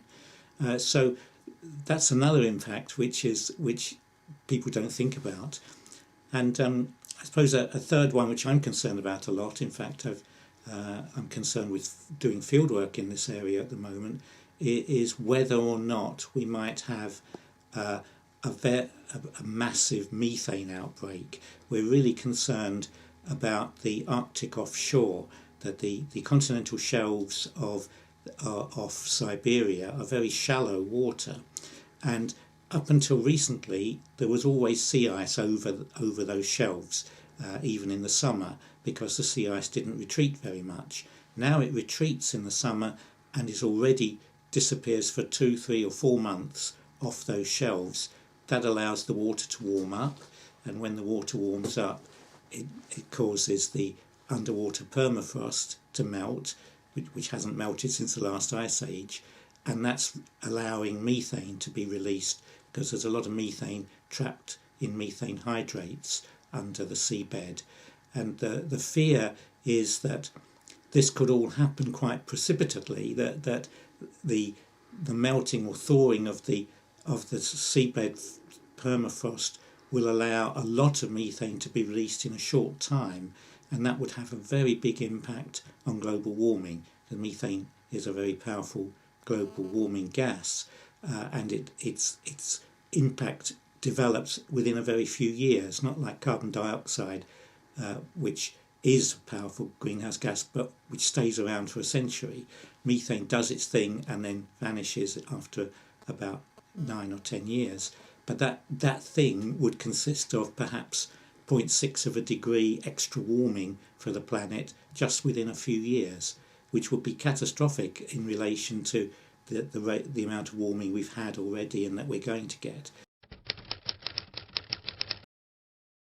The field workers who are studying the emissions of methane from the Arctic shelves are already seeing big increases in the emission rate. We're seeing big plumes of methane coming out of the seabed in the summer, just like an oil blowout, and gas coming up from an oil blowout. But it's big fields of methane gas being released from the seabed, forming big bubble plumes that are being detected. Now, until recently, all that happened was there was one Russian ship went out there every summer, and the people on that have been seeing more methane being emitted each summer, but only in the East Siberian Sea. And so that we need to know how much methane there is and how fast it'll come out. So that ought to be one of the biggest research projects that man is doing, because it's a massive risk. You could justify spending a certain amount of money on detecting asteroids, because if an asteroid hit the Earth, the result will be complete catastrophe. But the probability of an asteroid hitting the Earth in any given year is several million to 1. You multiply the two, you get a number which some people would say justifies having an asteroid detection system. But with offshore methane, the effect if it's released on the planet would be equally catastrophic, or almost as catastrophic, because the amount of warming will be immediate and large. but the probability that it will happen is quite large, and we're seeing the methane already being released. So it's not a low probability, high catastrophe risk. It's a high catastrophe, high probability risk, which means we should be studying that intensively and trying to find ways in which we could tap off that methane, for instance, and prevent it from being emitted. Some kind of it's a dirty word, but fracking is a technique that, if you apply it in this context to actually horizontal drilling underneath the methane hydrate sediments, it might be a way of preventing methane from being released. So we should be, on Earth, we should be making one of our highest scientific priorities studying and trying to do something about the possibility of a methane outbreak from the Arctic. And unfortunately we're not, because that's scarcely mentioned by IPCC in its assessment, because I think it's being criminally kind of complacent in not wanting to stress or even talk about the possibility of some major catastrophes. The only way, as far as offshore methane is concerned, for instance, would be bring back Arctic sea ice. And some people are saying, let's try and do that. But the trouble is, you can't really bring back Arctic sea ice without cooling the planet. I mean, nobody's thought of a targeted method that will simply cause sea ice to grow or not retreat around the edges of the Arctic Ocean. That the sea ice growth and decay is governed by global temperatures. So finding a way to bring back sea ice won't work unless you can cool the entire planet. But the only way that I can think of, or that anybody has thought of, is this method that curiously the oil industry has come up with, which is a modification of the fracking method to have offshore wells, offshore platforms along the Arctic coastline, just in shallow water, and then drill down and have a network of horizontal drilling into cavities or creation of cavities to try to suck in the methane and then pump it out through the well without it actually breaking through the seabed and rising to the atmosphere.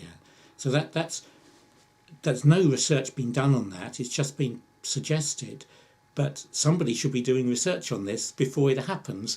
Otherwise, we've really had it. It is about 27 times as powerful. So every molecule of methane causes 23, I think, times as much warming as one molecule of carbon dioxide. But after about 7 years in the atmosphere, a molecule of methane is likely to be oxidized in the atmosphere, and it turns into a molecule of carbon dioxide. It loses its power, really, because its warming power is reduced to 1/27th of what it used to be. So it's when the methane is in the form of methane that it's most dangerous, and when it gets oxidized to carbon dioxide, it's much less dangerous. It's less than 20th as dangerous. Our children have a future only if we take action now. And my fear is that the current generation of world leaders, politicians, I won't call them statesmen because they're not, is too cowardly to take any action now, because any action would involve such a large disruption of our present way of life that they don't want to take it because they might not get re-elected. So there's a conspiracy of complacency throughout the world in which they still imagine that if we do a few minor things and a few minor adjustments and reduce our carbon dioxide emissions, then all will be well. But it won't, because we've already got too much carbon dioxide in the atmosphere. We're already going to have more than 2 degrees warming, even if we don't emit any more because of the already existing carbon dioxide in the atmosphere. So we've got to not only stop emitting it or reduce the emissions, but find ways to take it out of the atmosphere. And that's a technology that hasn't been developed. Would be a massive research program to develop, but we should be doing it. It's a bit like the Manhattan Project. We should be doing it from the point of view of our own survival, and that's the sort of thing that the present generation should be concentrating all our attention on. And if we can do that, then our children have got a future. So my fear is that nobody will do anything because of cowardice and inertia and all the normal human attributes. They'll sort of say, well, let's wait until it really hits us and then we'll act. But by the time it really hits us, by the time weather changes have made it impossible to feed everybody in the world, for instance, and we have worldwide famine, by the time those sort of changes of that scale have happened, it's too late to do anything. We will by then have too much carbon dioxide in the atmosphere to prevent a kind of runaway global climate catastrophe. So my fear is that it's that our own inertia will lead us to not take action until it's actually too late to save ourselves. Well, I would say focus the whole, stop spending all of the world's scientific money on military research, which at the moment about 90% of research funds in the world are spent on military research. Take all the scientists in the world and all the funds that are presently spent on military research and switch into studying, first of all, how do we take carbon dioxide out of the atmosphere to reduce, because that's the only way ultimately that will save us, is to bring the CO2 level down. And we can only do that by some drastic method of actually removing CO2 from the atmosphere. We can't do it by messing around with reducing our emissions. We can't even do it by stopping our emissions because things have gone too far. We've got to actually take it out the atmosphere. So I would order the world scientists to make that the biggest research program in the world, and forget military research, forget NASA and so on. Do that. We've got a research cruise in the Arctic Ocean in September with a new US icebreaker at University of Alaska. And we're looking at one particular thing, which may not be the most important thing, but it's that the retreat of the sea ice is in summer is going much faster than computer models predict. And we think that one factor there is the fact that as the sea ice retreats, it opens up this huge area of open water in the Arctic Ocean, which is then becomes like an ocean with lots of waves and storms and swell, and the waves themselves break the remaining ice up and cause it to retreat faster, so that there's a kind of collaborative effect there that the remaining ice is vanishing faster. There are very few politicians that have any credibility these days. This is an era of really poor quality politicians. It's a bad time for the planet. But the only person who really retains enormous respect and has a huge power base in the world is the Pope. And the fact is that he's extremely concerned about climate change. Last year, he had a conference at the Vatican, which I went to and gave a talk at, which was a bunch of climate scientists were invited to talk about how rapidly things are changing in the planet, what can we do about it. That was the Pontifical Academy of Sciences. So that meeting and the aftermath, the continued interactions between the scientists and the Vatican has led to the Pope really developing a very powerful encyclical about climate change, what we're doing to the planet, how bad this is and that we should be doing something about it urgently. And that's about to come out this week, and I think that will have a lot of power, because already it's producing kind of anguished expressions of denial from Republican presidential candidates in America who are Catholics. That they could previously reconcile being a Catholic with being super keen on oil and all the nasty things that pay for them being politicians. But now they've got to have a real difficulty when this encyclical comes out. They have to decide whether what comes first. So I think it's already, before it's even published, it's having a beneficial effect. Well, if it's really drastic, then I think we can. We won't be able to avoid 2 degrees of warming, but we can maybe stop it if we can develop CO2 removal. We can stop it before it gets to, say, 3 or 4, so we can gradually bring things under control, or at least reduce the rate of warming to the point where it is possible to adapt to it. At the moment, it's accelerating to the point where we can't adapt. But so I think if we take really serious action, and it has to be really serious now, that we can sort of survive.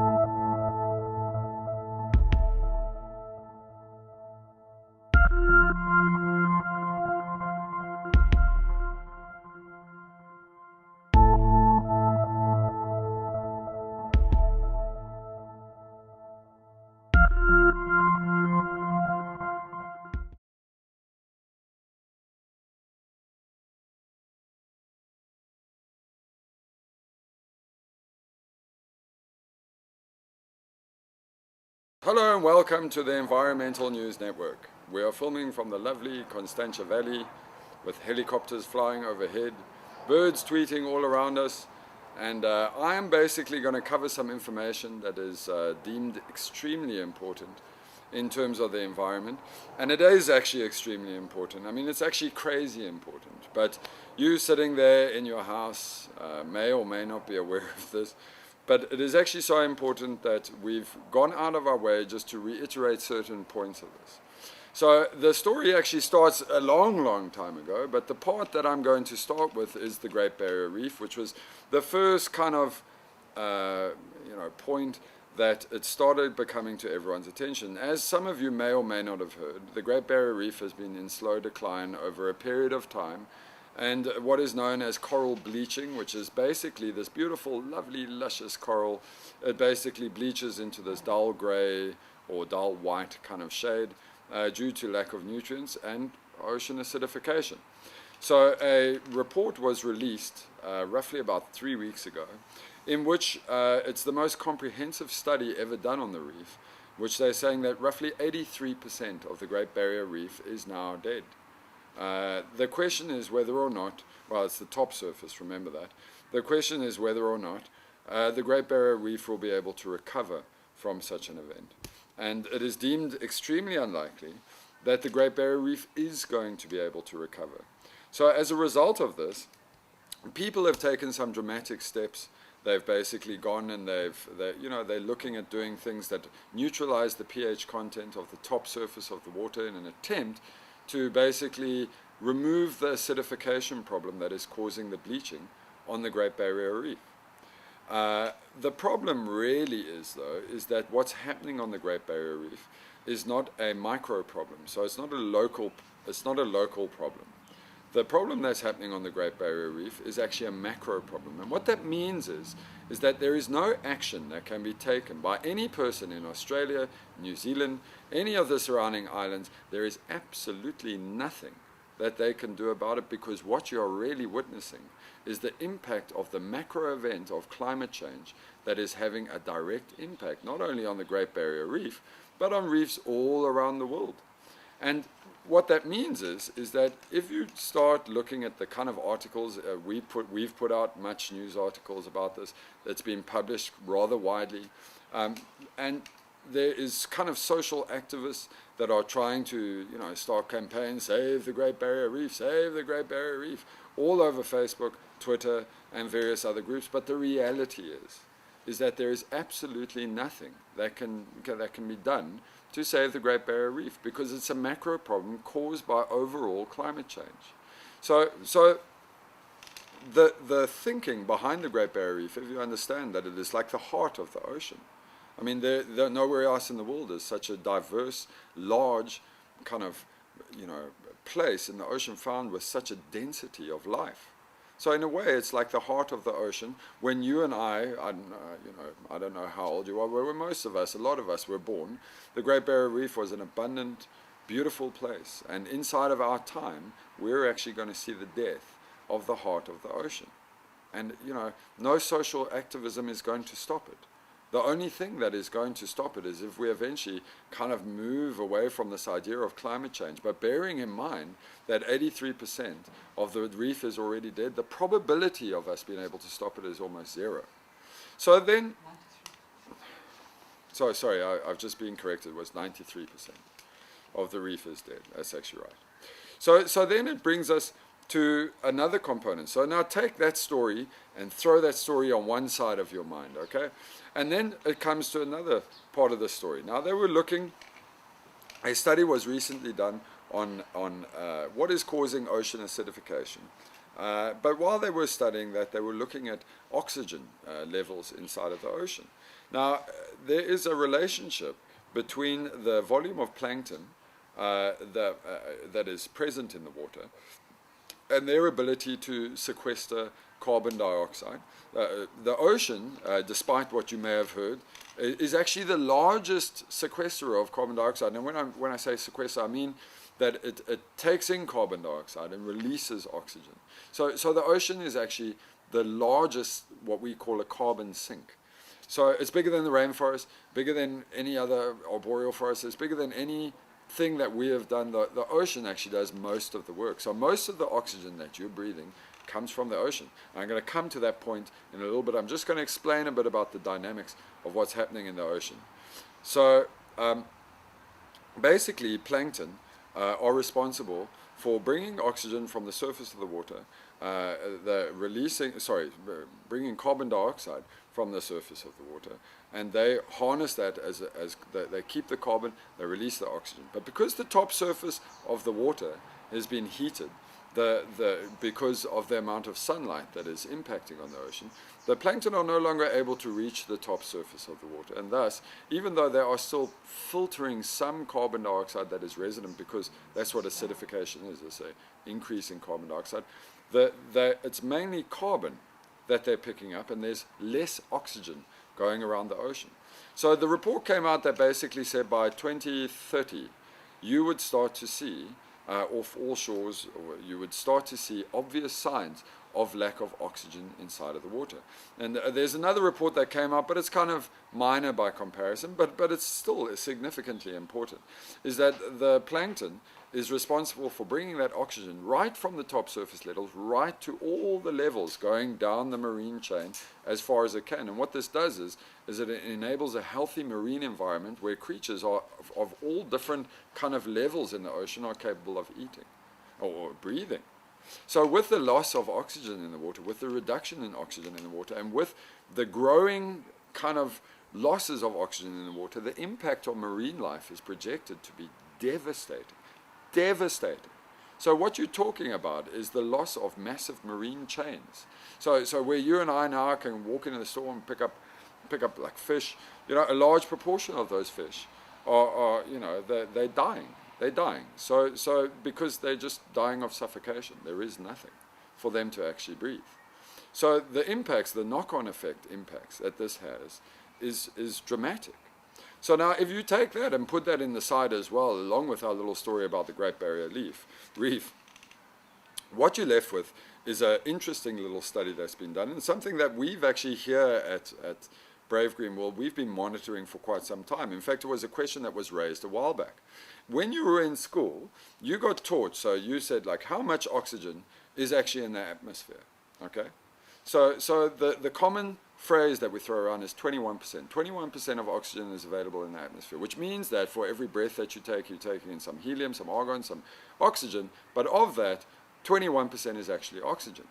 Now, if you understand the fundamentals of climate change, what they're saying is that there's an increase in carbon dioxide.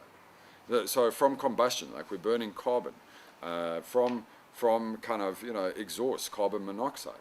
So from all of these things, there's a combustion process that's taking. It's what's called oxidization, which means that in order to release carbon in the form of smoke or byproduct, it has to attach itself to an oxygen so that it becomes lighter and it floats up. So that's how you get carbon dioxide, which means that there's a direct mathematical relationship between the volume of carbon dioxide versus the volume of oxygen.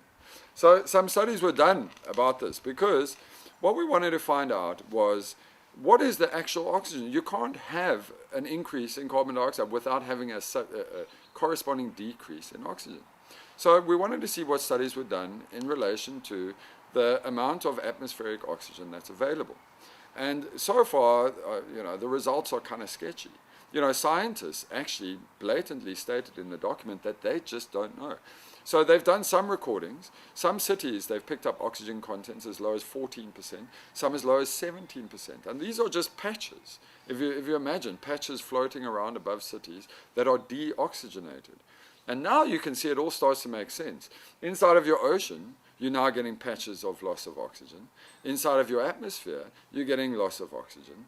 And those same losses of oxygen are starting to have an impact on the marine ecosystem, which is in turn having an impact on what you're seeing in the Great Barrier Reef. And so, for the first time, actually, all the little pieces of a puzzle are starting to coalesce into one big story. And that story is happening right now. Right now, as I say this, it's happening. And what are you and I really capable of doing about it? Nothing. What are you and I capable of bringing about some kind of change that will affect it? We are powerful. But this has got to be bigger than some social media campaign. This has got to be a fundamental change in the way that we're going about doing business. What it means is that there's greater level of sunlight that is hitting the ocean. The ocean is absorbing more heat because all it is really energy transfer. So there is more energy inside of our atmospheric system than there is outside of our atmospheric system. And what that does is it starts to heat up the top surface of the water. And because the top surface of water begins to heat up, what it really does is anything. It's the same thing that happens with any water. If you heat up water, it expands. As there's more energy absorbed by the ocean, there's lower oxygen inside of the ocean. There's greater ocean acidification, which is reducing plankton. And ultimately, it is now starting to have an impact not only on marine-based kind of oxygen levels, but also on atmospheric-based oxygen levels. And this is a story that is actually more serious than anything you're going to hear. It's more serious than anything that you're going to read. It's more serious than anything that you're actually going to uncover this week. And you can put it in your head, you can do what you like with it. But the fact is that if you take a look, and I'm just going to reiterate why ENN is actually important. If you look at what the news was covering inside of this week, we covered things on CNN like Trump. We covered a whole lot of rubbish that's related to events on the field. But why is nobody talking about this? Because this, in your lifetime, no longer is it 2100, the fame, this is when we'll see the effects of climate change. We're talking something that is only 14 years away before you are going to see significant changes in the oxygen content of the surface of the ocean, and thus it's going to impact those that eat seafood. It's going to impact the entire marine chain, and it's going to impact oxygen levels. And when scientists were asked, what happens if the oxygen levels get to a low point? What is the net effect? What is the safety level for human beings? You know what they said? They don't know. They don't know. Now think about that. Just put that in the back of your head. Remember, for all of you that are going to be watching Donald Trump go on and attack Hillary Clinton, and you're going to watch Bernie Sanders try to climb all over Clinton and how important that is, the reality is that day by day, the oxygen content of this atmosphere that you're relying on to watch those things is actually running out. So I want to thank you for your time in watching ENN. Remember that this is the channel that is going to bring you actual news, real news, that's actually important to you and actually has meaning to not only you but everybody else on Earth. ENN is the one channel where you're going to actually find out the things that are important. So thank you for watching and enjoy the rest of your day.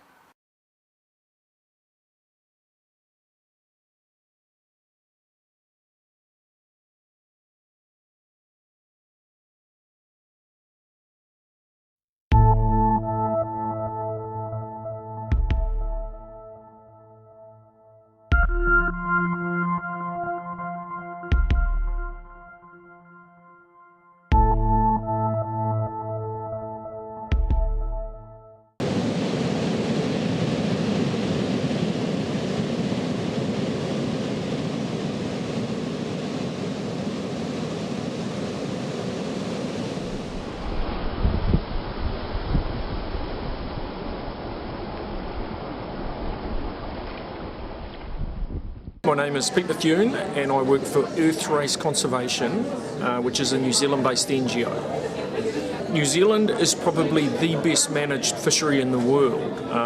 We have a lot of focus there from the Navy and the Air Force, and the Ministry of Fisheries work very closely with them, and of all the countries that I visited and looked at their fisheries, New Zealand is arguably the best managed, and one of the reasons is they have a total focus on the maximum sustainable catch, and so they base it on numbers, they base it on science, and they develop what is the maximum you can take out of this resource without letting it get depleted. And every year the quotas are managed and adjusted depending on what's been caught over the last year and how healthy the fish stock is. And you may have, for example, through climatic conditions, you might have a fish species takes a big hit and is dropped not because of fishing but because of climatic conditions. In most countries their quota remains the same. In New Zealand they adjust it down or up as the need be, and I think it's where a lot of countries can make big inroads in terms of their fisheries management is by focusing on a maximum sustainable catch rather than simply a quota. Some fisheries in New Zealand have been suspended and some have been dropped drastically, and it tended to be a long time ago. Like now with the fisheries management as it is, it's adjusted annually, and I don't know of it happening recently because they've gotten on top of it, but in the early days of the quota management some fish stocks were suspended. In fact I know of one. They stopped commercial fishing of blue cod in the Marlborough Sounds where it got hit too hard, and part of that was also recreational catch where there was a significant recreational catch inside the area. So it does happen from time to time. That's part of managing a good fishery. The trouble you have with just a straight percentage of pristine is if you're trying to manage it most effectively, you want to base it on the maximum sustainable catch. The percentage of pristine is a measure you can use, but I think at the end of the day you really want to be focusing on what is the most we can take from this resource with it remaining at a sustainable level. And as soon as you start dropping down below that, you need to adjust your quota. The only fishery we have that's at risk are the pelagic species, so especially the tuna that migrate from Tonga, Fiji, Samoa down through our waters, and that fishery has been hit enormously hard, and it's largely out of our control. You know, those fish are taken in international waters and in the waters of island nations who maybe don't have the resource that New Zealand does to go policing it. But all of our other fish species, I believe, are sustainably managed. Maybe one exception, the toothfish, which New Zealand and Australia have kind of claimed as their own, and they issue permits for vessels to go fishing in Antarctic waters when really New Zealand and Australia has no jurisdiction over them, and there's not a lot of science to say that that is sustainable. But outside of the toothfish, I think all the rest of our fisheries are reasonably managed, with the exception, I say, of the tuna, which are a pelagic, and we don't have control of those species. I think you've kind of got two issues here. One is the management of your own fishery, with the fishery within your reef system and around your coastline. The second one is these pelagic species, and that is much harder to go managing. And you know, how do you control fishing in international waters? There's really nobody that has jurisdiction to go out there and do enforcement. And I do fear for the the pelagic fisheries, that they will be largely wiped out. You've already seen it, for example, the northern bluefin tuna. I think in a few years it will be all but gone. And you're seeing that now with the yellowfin tuna, the big-eyed tuna. There's many of those tuna species. They are being hit way too hard. A lot of it in international waters, and nothing's being done about it. There is talk, and I've heard in the year 2040 and 2050 of the ocean being entirely jellyfish, and I don't think that's quite true. But there will be large sections of ocean and coastline where I believe that will be the case. You'll find that there will be an increased amount of local extinction, so given species will be fished out locally, and it takes those areas a long time to ever come back. If ever, sometimes there's irreversible change. If you fish a fish stock out completely, is it going to regenerate from it? Can't. And so long term, there will be areas that become jellyfish only, most definitely. I think fish will be on our menu, but I do see it becoming more exclusive for the wealthy. At the moment, if you look at coastal Africa, such a large percentage of their animal protein intake in coastal Africa is fish, and I think that will change with time. You are seeing it already. There's a push towards having more animal protein from land animals, so things like kudu and reptiles and all sorts. And I think that trend will continue until Africa gets on top of its coastal fishery.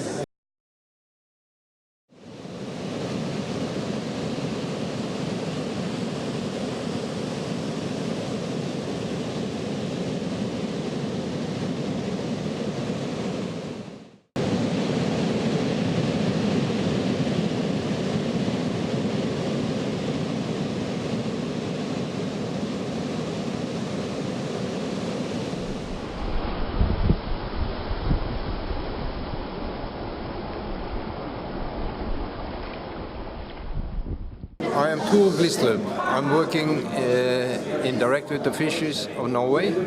I also work with the Interpol Fish Crime Working Group. This seminar is an important happening to start the work where we can also use the Interpol tool to hit the top target organized crime in fisheries and related crimes. What I could wish is that we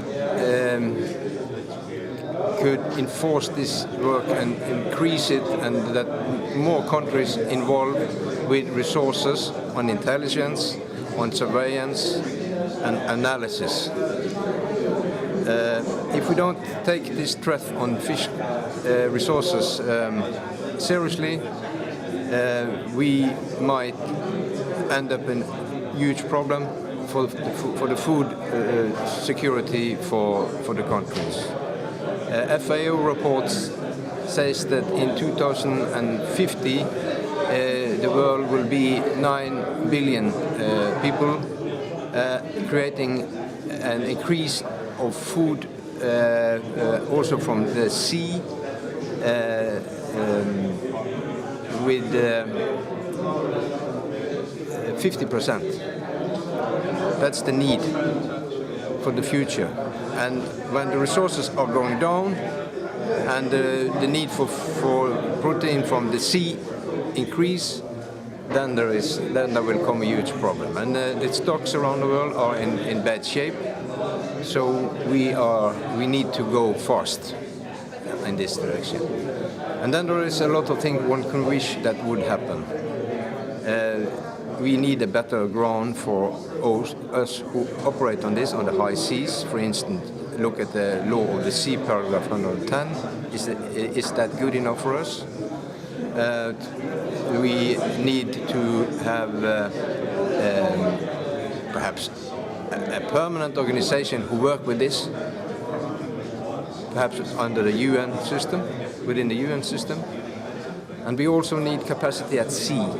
Why cannot Marine and Coast Guards also be involved here and help us to build capacity at sea, on the high seas?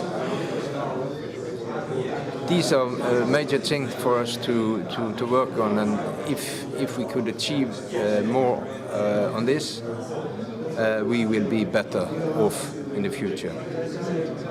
This seminar is the first on fish crime, and from before we have the IUU regulations and systems around the world,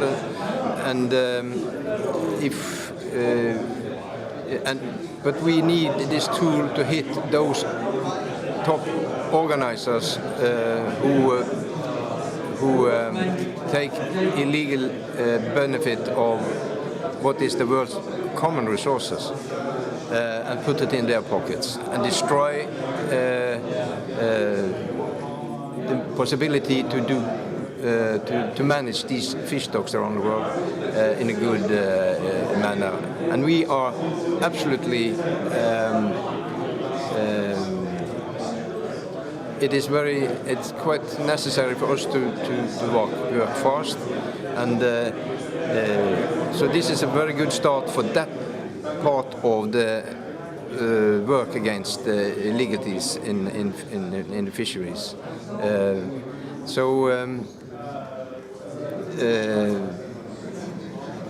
We should have started this perhaps years ago, and we need to improve very fast, and we need more countries to involve. So if we are not able to improve and have more resources into work on this, that will be bad for the resources.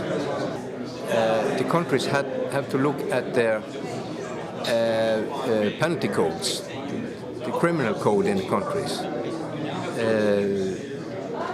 because these actions, these violations we see here, they are about fish, but nobody's in this for the fish, they are in this for the money.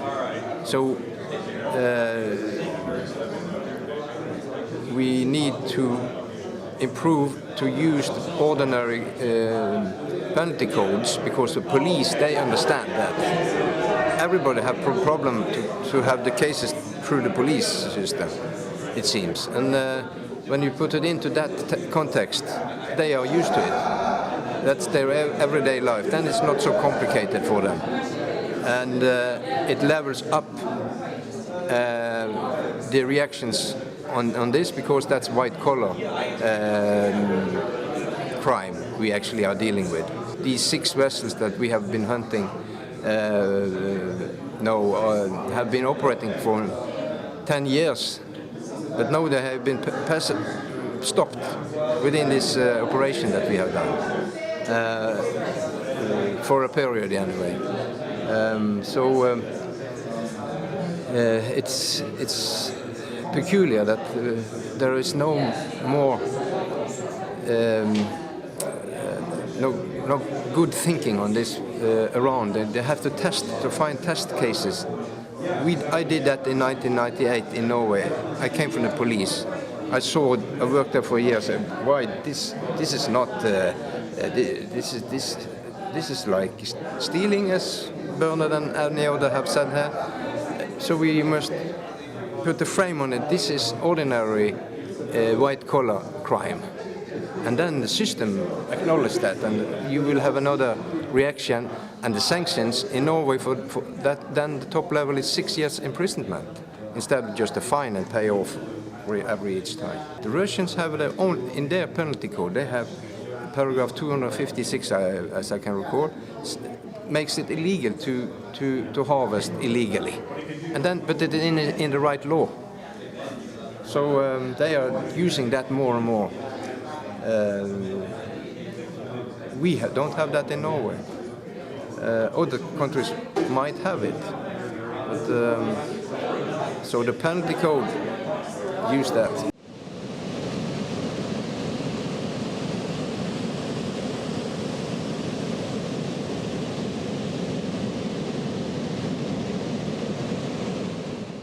I think at least the next generation of the children, they still will have the future.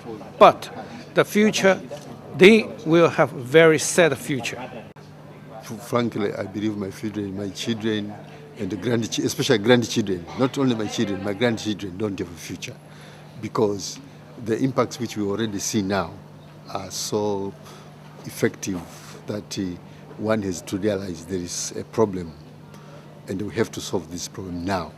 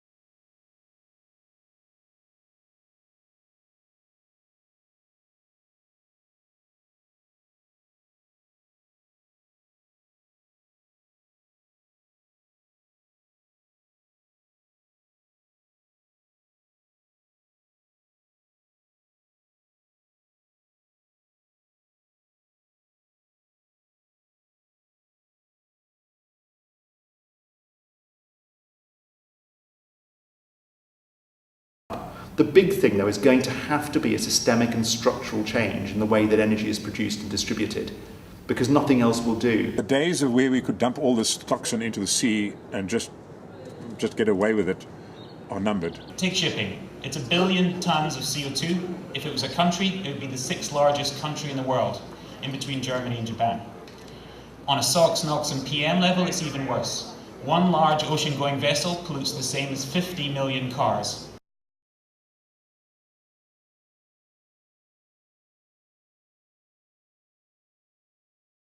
The issue of acting on climate change, on sustainable development, is not always portrayed as preventing people from doing something. First step is to do things more responsibly. Secondly, to look for more intelligent answers. And then you can, from there on, begin to develop a whole set of steps.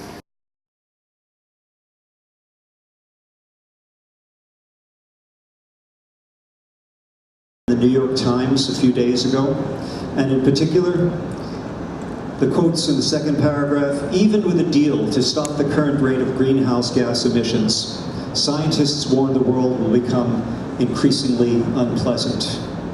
But then it goes on to say, without a deal, they say the world could eventually become uninhabitable for humans. The other thing that we need to push is the enormous economic opportunity for this generation of investing in energy, clean energy.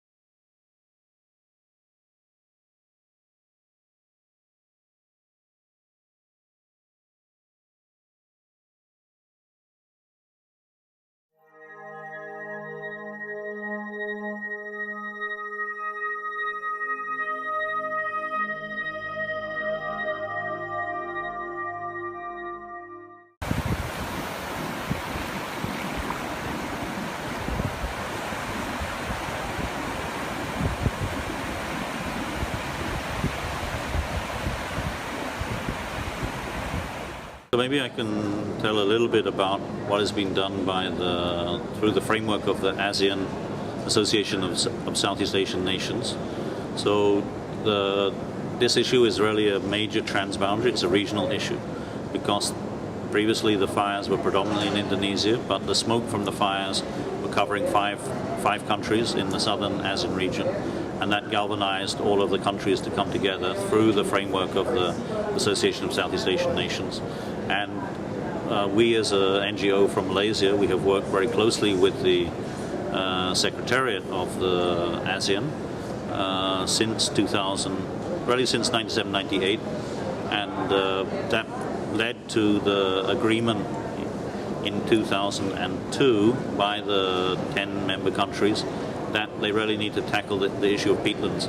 Initially they were just saying smoke, forest fire, in general we need to organize aeroplanes, we need to organize firefighters to go from the countries. But we pointed out that majority, like 90% of the smoke is coming from these particular peat fires. The fires on peatland were only 15 or 20% of the area burned, but produce 90% of the smoke because the fires persist and burn much longer, produce so much more smoke, as well as so much more greenhouse gas emissions. So we really highlighted to the countries the need that they need to focus on peatlands, and that was basically agreed by the governments collectively in 2002, led to the creation of an ASEAN Peatland Management Initiative. Subsequently, the countries agreed to a strategy, a roadmap up to 2020, identified the main elements within that, and we have been progressively working through those mechanisms, basically by saying that rather than Indonesia alone trying to solve the problem, let's harness the knowledge and skills and approaches of the other countries in the region as well. ASEAN has a policy of consensus, not direct intervention, but working together, the concept of working together. And in fact, it's not only Indonesia that has this problem. We have 5 of the ASEAN member states that do have fires in peatlands, but not to the extent of the Indonesian fires. So we have had a very effective program bringing everyone from top officials to local government, to local communities, to indigenous people together and sharing and seeing what other countries are doing and learning from what's going on. And we have found that there's a lot of learning from countries like Thailand, which have one of the smallest area of peatland, but they have treasured the peatland because they have lost and degraded it in the past, and so they have protected the small amount remaining, and they have 25 years of how to restore degraded peatlands. Indonesia have never tried at the time how to restore them. They said we have so many, so why bother? And so the exchange from Indonesia and Malaysia to Thailand helped everyone learn, okay, that we can restore these back.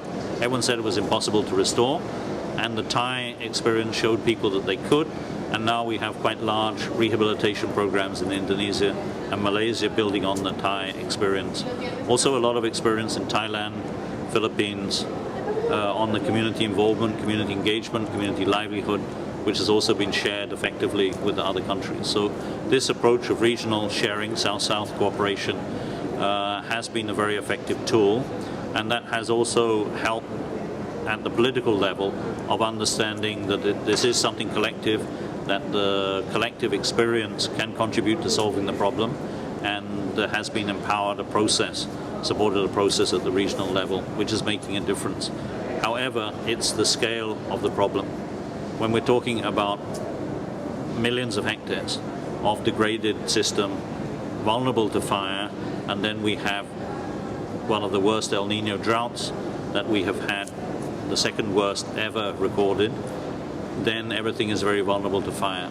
Then we only need a limited number of irresponsible people to start fires, and then they can spread well and not be controlled. It was not helped this year because of the change of the government. The government in Indonesia changed president in October last year. In his wisdom, he reorganized all of the government ministries responsible for environment and forestry, merged many units together to create a more integrated approach, which was positive, but inadvertently that led to so much reorganization that there was no clear prevention strategy put in place before the fire started in the middle of the year.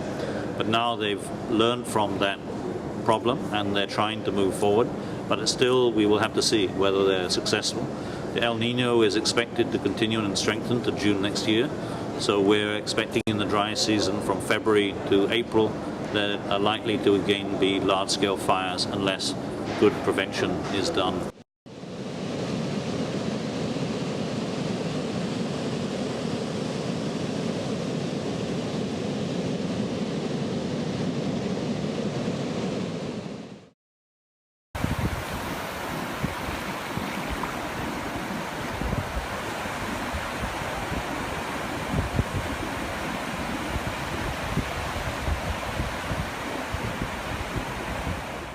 Steve Johnson, and I'm Professor of Biology at the University of KwaZulu-Natal. The field of research is pollination biology, so I look at the interactions between plants and animals with respect to pollination. So most of the world's plants depend on animals to pollinate their flowers, and pollination in turn is the process that gives rise to seeds.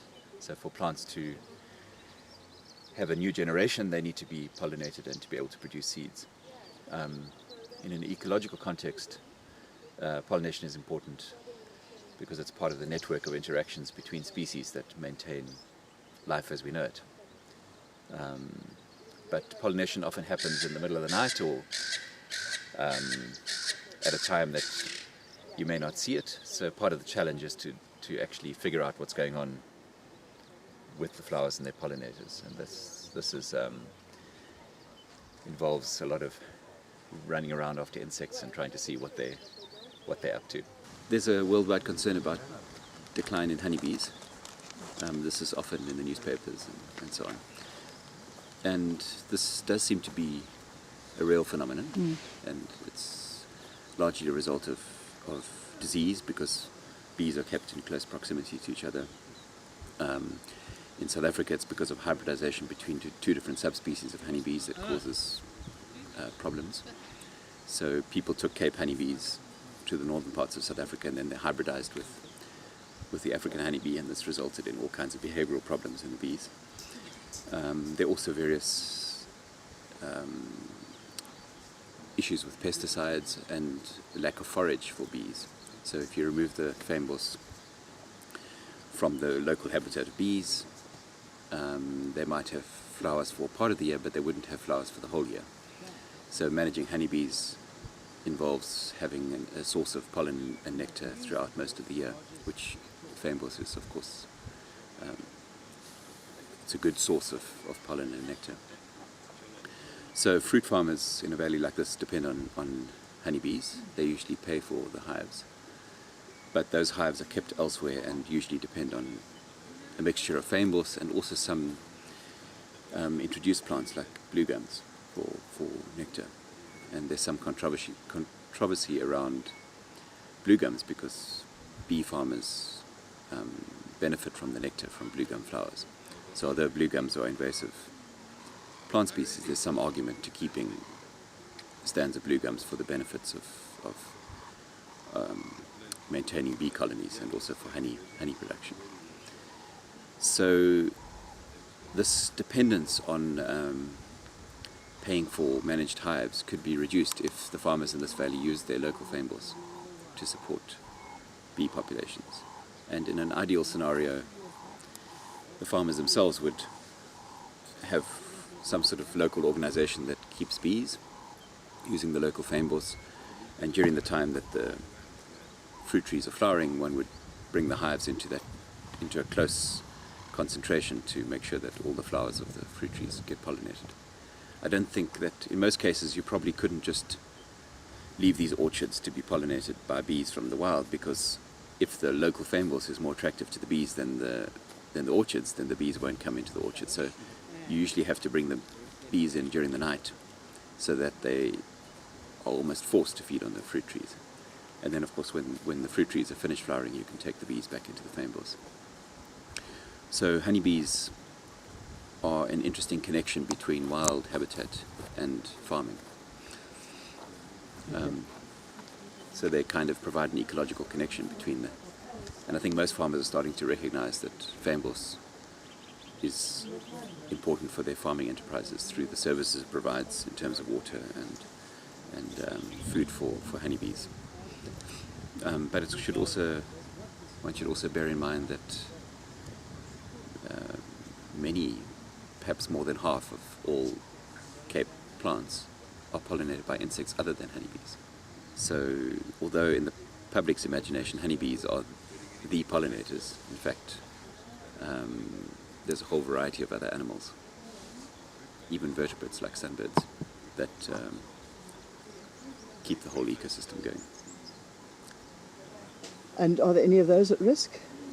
Yes, so yesterday we noticed that many of the plants that we expected to be pollinated by long proboscis flies were not getting pollinated, and we struggle to find any of these flies, which suggests that there may be something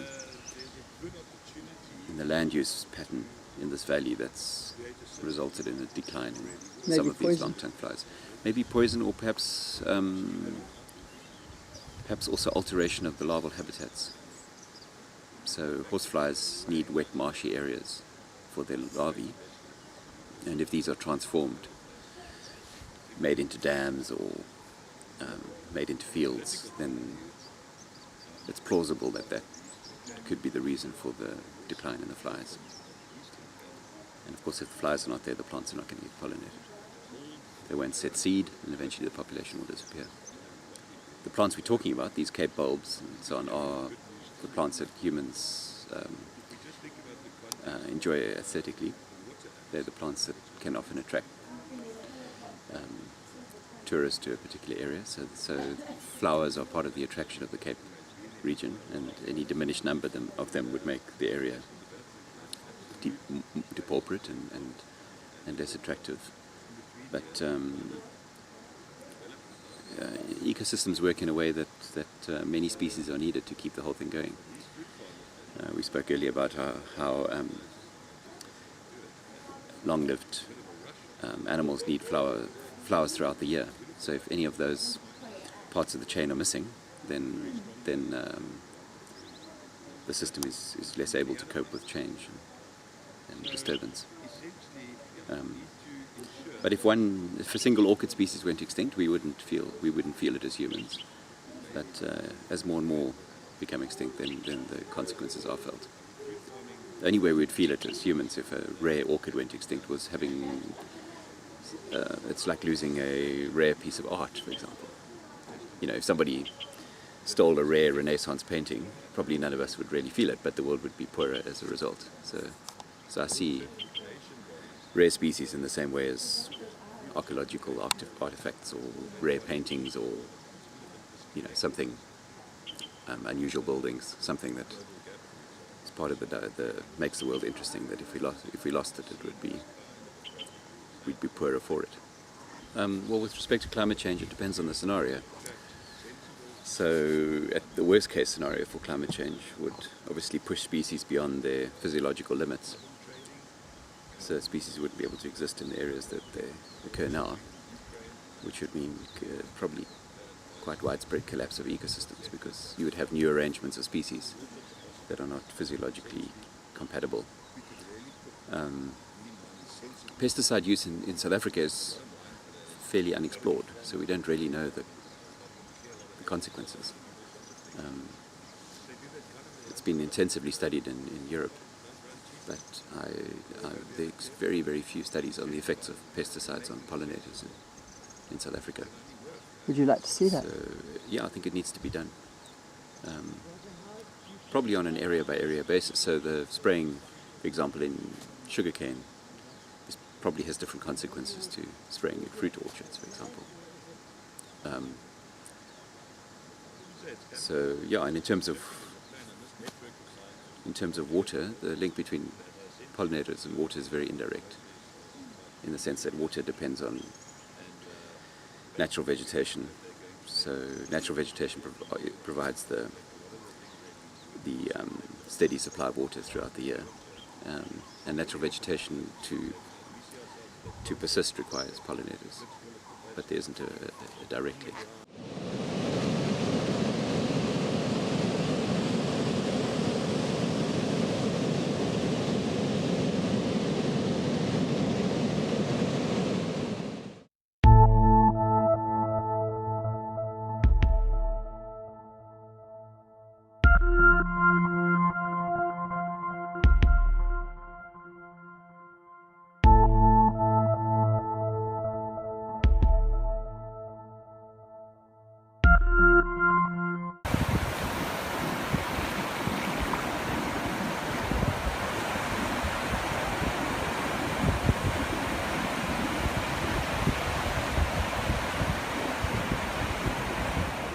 As you see pictured here, this is a volcanic carbon dioxide vent, and it's a naturally high carbon dioxide system.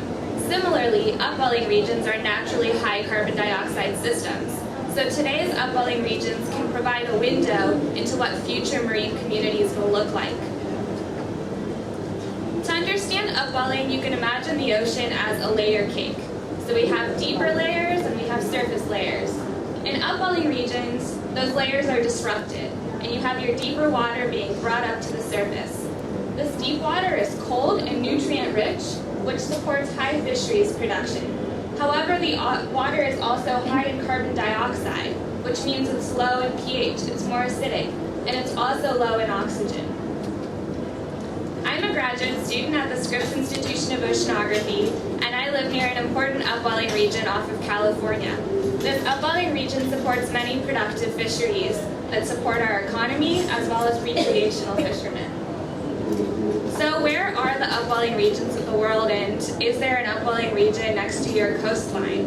The ones that I'll be focusing on today are the eastern boundary current regions and the equatorial upwelling region, and you see those circled on the map. And these upwelling regions support productive fisheries around the world, for example, on things like sardines and anchovies. And we see fishermen in Mexico, here in Peru, in Chile, in Namibia, in India, and then also in the US, depending on these productive fisheries in these upwelling regions. So we need to focus on upwelling regions because they both provide a window into what future marine communities will look like if the ocean becomes more acidic and less oxygenated, but also because right now they're very important economic areas, and because they may be vulnerable to changes in ocean acidification because they're already naturally low pH areas. From ocean acidification experiments, we know that there are certain marine organisms that are vulnerable to ocean acidification. These are calcifying mollusks and corals, and they have a harder time building their calcium carbonate shells under these lower pH conditions. In modern-day upwelling ecosystems, we do see calcifying mollusks such as oysters and mussels. However, reef-building corals are found in very few upwelling systems today.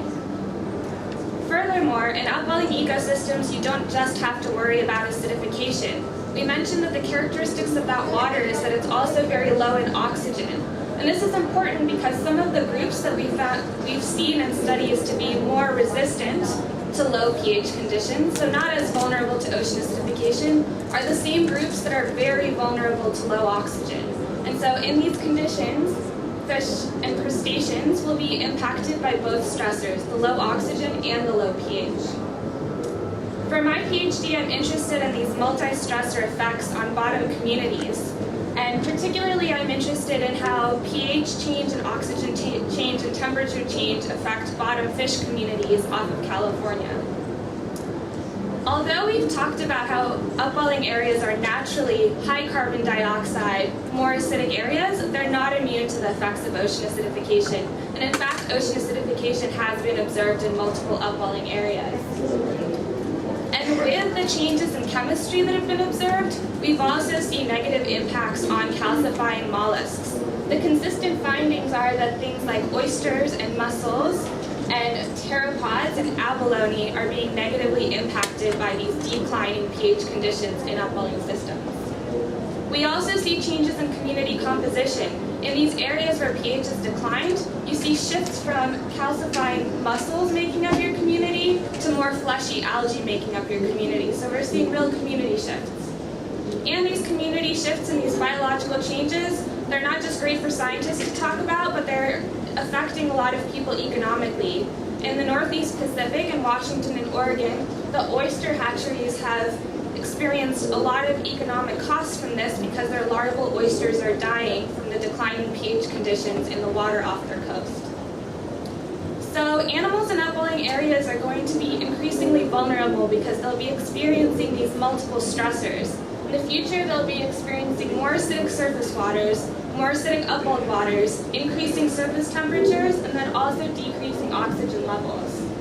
And we really need to think about the impacts of ocean acidification from the cellular and organismal physiology to the greater level of populations and communities of marine organisms, and then to the food web, because it's a healthy food web that sustains our fisheries. And the US is doing a great job monitoring ocean acidification off of our coasts. What about other developing countries like Mexico and Namibia and India that just don't have those same resources but are in these really important upwelling regions? Since upwelling regions are so economically important, we have to think about how ocean acidification is interacting with other climate stressors to affect these marine communities.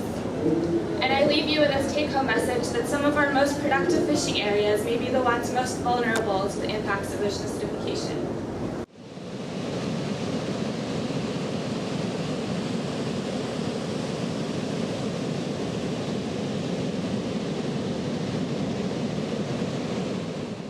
It's very clear that every single decade has been warmer than the previous. Within each of those decades, of course, you have peaks and valleys, because nature is nature. But every single decade is warmer than the previous. Point number one. And point number two, the information that has just been shared is very, very critical. The heat is being absorbed by the oceans. There is no doubt that the ocean continues to warm, and that on a very, very consistent basis. And what it is doing, frankly, is doing us a little favor. They are absorbing the heat that could have gone to the land and paying the price. The acidification of the oceans is really not to be underestimated. And the price that we're paying in the oceans is something that we perhaps don't notice because we don't pay as much attention there because we as humans live on the land. But those beings that live in the ocean are certainly noticing this, and the ocean is giving us a tiny little bit of respite at the cost of those who are living in the ocean to those who live on land. This is a situation that we can no longer afford.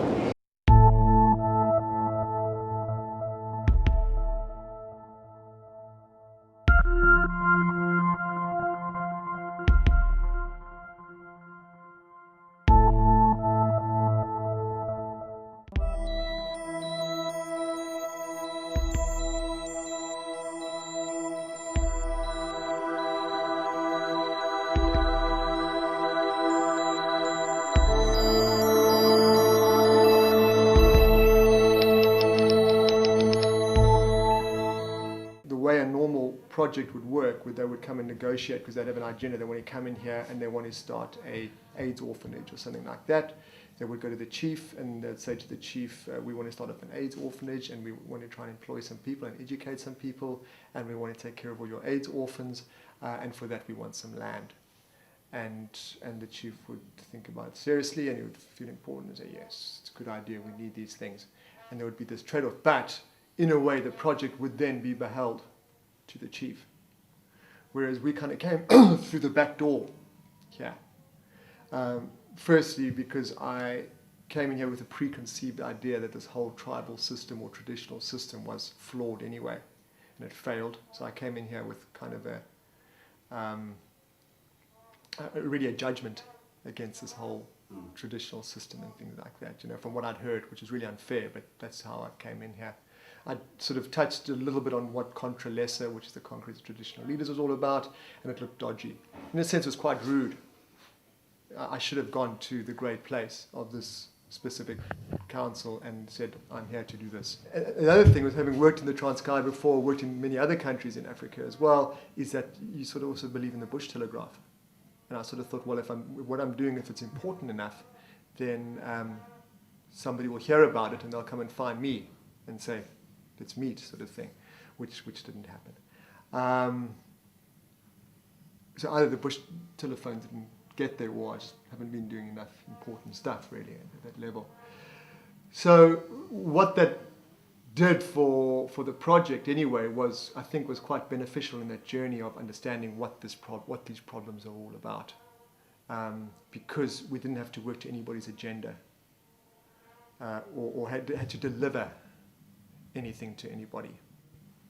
While I was busy, not sure what I was really doing, just building this island in the middle of this place that I wasn't familiar with, having never been as close to the coast. I'd worked up in Ngcobo and places like that several years before. to put in a relatively self-sustainable place and hoping that people would just be flocked and would just feel there's some kind of magnetic pull to this place, and we could teach people how to eat and to respect water and soil, and building and things like that, and get their houses stronger, which was really naive of me, I think, in hindsight. I think people are used to being herded in a way, and they just didn't. So they thought in order to engage with me, they'd have to pay me. In other words, if they want to come and make bricks, they'd have to pay me to do that, which was never in my mind, but I didn't articulate that very well, I think. So all this time, I'm busy developing these gardens, I'm busy building these buildings, and sorting out these water issues and things like that. And at the same time, I'm watching it collapse around me on the greater scale. The municipality falling to pieces, the water systems falling to pieces, understanding how that's affected the whole dynamics of the community. Because I'm living inside this place and I'm seeing, and I've done this before in other places in other parts of Africa, but never with such a social dysfunctionality, which is what we've got here. So watching people's buildings fall down, and not jumping in these things and trying to save everybody, but just saying, well, tough. You know, you don't, until you decide to integrate, it's what's going to happen. Of course, because what then, whether it was a good thing or a bad thing, but this main chief who was head of Controlesa, who I was working with, died, and left this huge void suddenly that we had started, which was about leadership. And he completely saw things the way that I saw things, of understanding that present leadership was flawed, and had to be nurtured, and then to start focusing on the next leadership, the children, and to create leadership schools for these guys to come through so we can start to shift the whole thing around. Everything is based on oil. Yeah. Our monetary system, our judicial system, our education systems, everything on this table. Well, this is now second generation, so that's now no longer oil required. But that's our existence. Oil comes crash. I mean, we see it. I mean, yesterday, the Dow Jones fell another 3.5% yesterday. You know, you look across the board, the American markets, it's just red. They just crashed. Oil organizations went down 4 to 5%. They're just coming crashing down, and it's happening every day. They're totally overinflated because they're based on where they think the oil reserves are, not where the oil, because everybody's overselling their oil. They're saying, oh no, we've got loads of it still, because they don't want to create panic. We're into these long wars now. I mean, when you've got a country like America that's a net importer of oil, when they produce, I think about 2 to 3, not even 2% probably anymore, of the world's oil. But they use 25% of the world's oil. I mean, they have to control the world. The economy is based on it. They have to control the world's oil, which means they have to be in war. So that's what's going to go on. I mean, it's not going to stop. The only thing that's going to stop it, when there's no more oil to put in the ship, the HSS Indomitable or whatever it's called, to get it across the ocean anymore, that's when it's all going to come grinding to a halt. So we go back to this governance you're talking about. It's all based on central control. But what happens when that central control is broken? The most recent example of that happening was when Katrina went into New Orleans. And it cut off, in a first world country, okay, it cut off Washington, D.C. And within hours, people turned on people. Shops were pillaged. Next thing, people just turned on people. Okay, and that's what happens when there's chaos, when there's no more control, there's no one. So now, in a third world or developing country, when suddenly that power line is cut, it's going to be mayhem. Unless we can shift it, and we can get people and communities, let's call them transition, whatever we want to call them, all these words have been banning around, where they are taking care of themselves. Where they're not reliant upon the central system of control, which is money. And so there's something that's gone. You see, in our conditioning, and we are so conditioned, we have become codependent, where we depend upon each other. And this is really it's a disease. If we use which I do often, I use an analogy of a forest. And we see these forests where they're codependent, where the trees cross over each other and they stop the flow of air through each other, and they stop the growth. And we've seen it here. There's so much evasive stuff comes in. But if you look at a forest that stands, each tree stands strong on its own, and then as a collective, it's incredibly strong. It's a strong, healthy environment. And it's a three-dimensional living thing then. And if we can create that where people can stand strong on their own as individuals, and then as a community, they're really, really strong. And they do things out of free will. Then we can shift the consciousness. But that goes against the religious beliefs, because that's all about codependency. I mean, goodness, it's so disempowering. It's very, there's this fellow who died for my sins. For goodness sakes, I'll die for my own sins. It's very disempowering, and that's where it starts. And it's been so successful. It's indoctrinated in this. In these areas that I am in. This religion that's used here now, several versions of Christianity that are all over these areas that I'm in here. Unbelievable, the fear and the obsession with death and the amount of resources that get put into death and this dignity in death, but where's the dignity in life? And that's what we need to be focusing on, is that every moment that we have this gift of living, and let's make it count. Let's be authentic. But we're all put our belief in old mutual and funeral schemes for our death so we can be remembered. But these guys who have they throw these huge parties. They spent their life beating their wives, abusing their children. But they had this incredible funeral, man. It was huge. You should have seen it. Strong Muti there. No. It's disgraceful.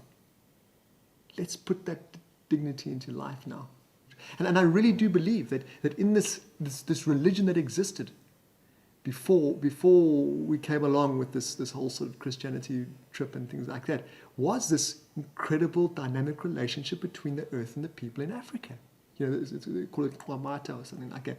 And it's brilliant. It's so naive. It's brilliant. It's got counterbalance. It's just based in love and respect. And if you respect the sun for rising, for setting, you respect the seasons, you show respect to the animal you kill to nurture yourself. You respect your spouse or your kids, Suddenly, here come these guys and saying, "Oh, hold on, you guys are savages unless you bow down to this figure here. That's it. You're going to go and die a miserable death in hell and things like it." And how could people come here with anything but love anyway? Because that's all we believe in is love.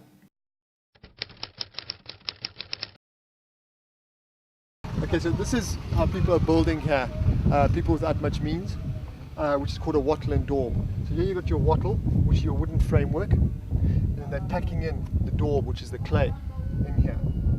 Now, historically, this is a brilliant way to build. A lot of your Tudor houses in the United Kingdom, which have quite adverse weather, use this system. Okay, and they've lasted for hundreds and hundreds of years. This house won't last a year. Okay, and they have to redo it. What I'd like to propose that the way that this has been mixed, the way it's been mixed in, there's not much intention going into this. It shows a victim mentality within the people, because if this clay was worked through properly, in other words, it was kneaded like you knead bread, and they put a bit of some dry grass in it, or some millie husks and things like that into it, it would create a stronger integrity in the bond, and it would last for years and years and years. But this has really just been put together very loosely, and there's not much love goes into this wall. And that's why we're using cements and things like that, because it's practical and it gives it longevity. Now, if you go into some of your sort of Central American, Santa Fe, those sort of areas, for them, which they use the adobe blocks, which is also just sort of sun-dried bricks, clay bricks. For them to come once a year, and the woman would come and they would repair the cracks, because they're also in very adverse dry conditions, where the bricks create wonderful insulation for their homes. It works really nicely for them. But for them, it's part of their cultural heritage. They celebrate the renewal every year, where they would fix up their cracks that make big clay pits and create a render. That's part of who they are, and their yearly existence, their yearly rebirthing. Yeah, this is clay which we've got locally here. Now, it's quite a strong clay actually, prone to cracking, but it could be worked through a lot better.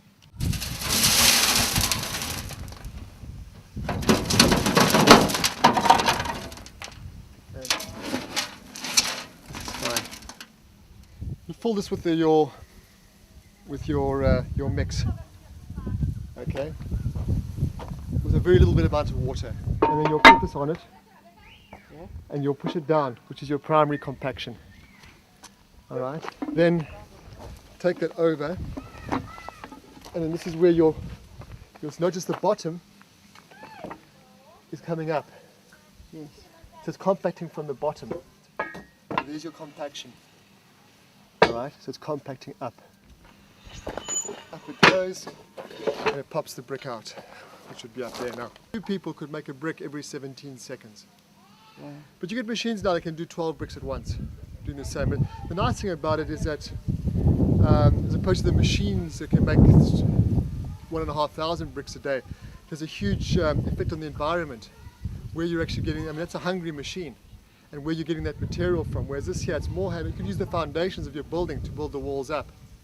It doesn't have to have such a negative effect on the environment. They're not fully set yet, so I don't want to mess with them too much. So it's 240 mils long, and it's 100 high, and it's 140 wide, which from an engineering perspective is perfect for a wall. You can support a roof with this, lightweight roof, and it'll be fine.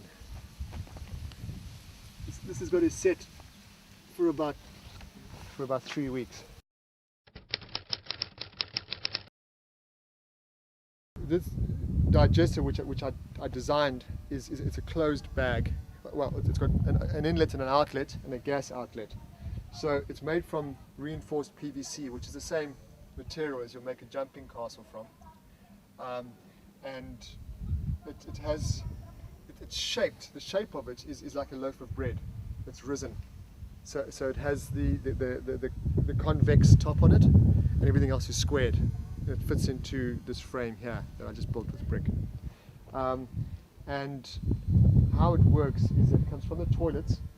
The waste comes into the. I can also feed it with green material, which produces most of. If I really want to get a lot of push my my methane levels up, I'll feed it with some bananas or stuff like that, which boosts it. Comes in here, and inside here I have a live culture which is anaerobic, which means that it exists without oxygen. Okay, so it's the digestion process is anaerobic as opposed to aerobic, which is like your composting loos and things like this.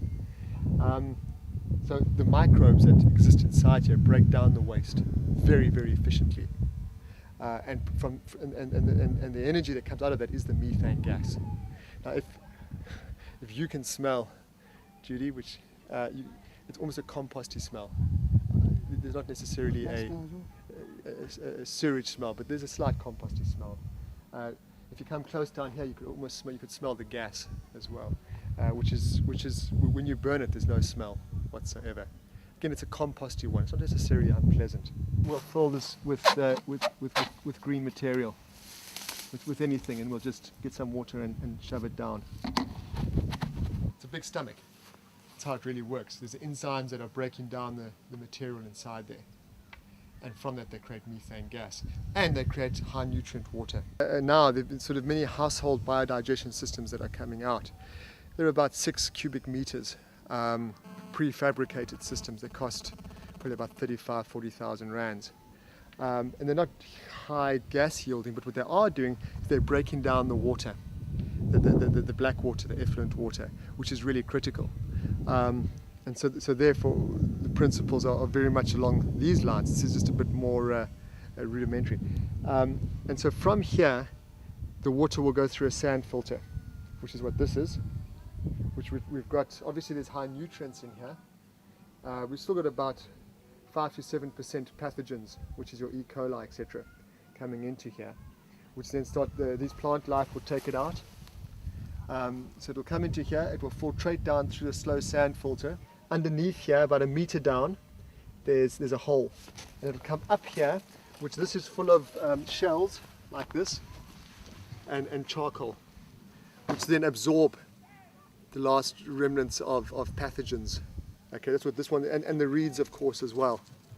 Take out anything. So it's, we really have removed as much, I mean, if there's anything left, it's absolute trace elements. The water will gather in here and settle, and then will slowly gravitate down through our trees and our orchards, which are down that side, which is high nutrient water, which you can drink. It'll give you a bit of a stomach ache because it's high in nutrients, but certainly nothing poisonous. And but it's very good for growth of the trees and plants. We've got coffee trees down there and a loquat tree, and we're definitely seeing pronounced growth as to the other trees that we have around here that are not enjoying these high nutrients that we're getting out of here. So ultimately what you'd like to have is say 3 or 4 houses together, all the waste leading into a digester, which then would lead into an orchard, oranges or whatever, which would then go to provide food for that house, provide the energy for the gas, as well as, most importantly in my mind, is processing the black water and not getting it into the waterways, which is critical. So we've got our dam over there where the water collects. All right, it's about 120,000 litres of water. We've got our fish inside there as well, which is a source of protein. And we feed the garden with that water as well, which then all slopes back into the dam slowly. From there the water is pumped up through to the storage tank, but it goes through a filtration process first, and then we can put in a solar pump to pump it up to it's a 5,000 litre storage tank. The water is then, there's pipes going around, down into the kitchen. From the kitchen it's processed through the food. The food is then processed through our bodies, which is then into the toilet, which then comes down through the digester, through the filtration, back into the gardens, and ultimately back into the dam. And it's a closed cycle, which we have now interrupted. We've taken from it, but now we've also put back the byproduct, which has helped our plant life growth, and it's given us energy. We're obviously going through transition now into winter, so we're getting our celeries going, our beetroots, carrots, things like that, lettuces, which this is quite a warm climate, so the lettuces don't always do that well in the hotter climates. We also do have some shade houses here as well to protect them through the summer. And what we're trying to do here is create a food forest where we've got our trees going, we've got bananas trees there, citrus trees going, we've got nut trees, avocado trees, pawpaws, as well as guava and coffee. We've got about 350 coffee trees in this space as well, which is about another 3 years to go before they start producing.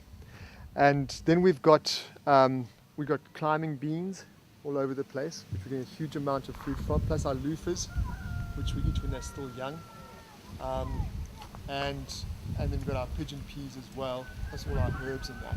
And then we go all the way down where we've got our ground covers. This is what we can call an aerated bed. It's off the ground. We've got green material at the very bottom, which is composting, and then we've got which is a long nutrient release bed, which is like a double dug bed, and then above it we've got layers where we've got decomposing materials at various stages, plus cow manure. That's very rich if you look at that. If we look around here, of course, sod's law, we won't find any, but there's worms everywhere as well that are working away. Perhaps if we look in one of the other ones. And then we cover that all up. Right now, because it's winter, we have quite a bit of dew, and this mulch here is holding that water, because we're in drought now, is holding that water on the ground. Plus the kind of growth here, we've got corianders and cresses, which are low onto the ground and not using up too much of the the precious nutrients. But this is where we have problems, where we have invasive plants like this guavadilla, which just comes on and takes over. But it does produce fruit that you eat. It produces fruit, but it stops the oxygen from getting to these plants. So this needs to be managed a bit. In this garden here, we've got not just fruit that's for eating, but it's to attract other insects that eat aphids and things like that, like the marigold, which the scent.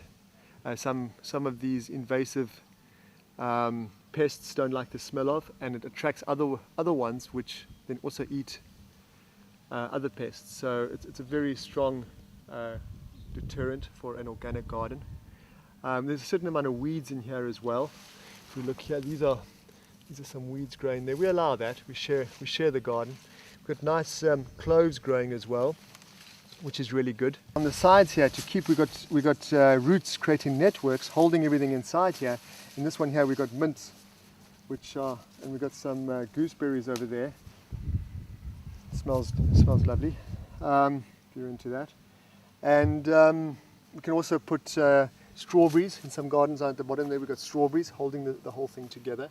So we've got garden and garden. Yeah, peanuts here, which are coming good soon. In about 2 weeks' time we can harvest these. And carrots are coming right as well now. The seeds there, the marigolds are now going to seed, which I'll just distribute.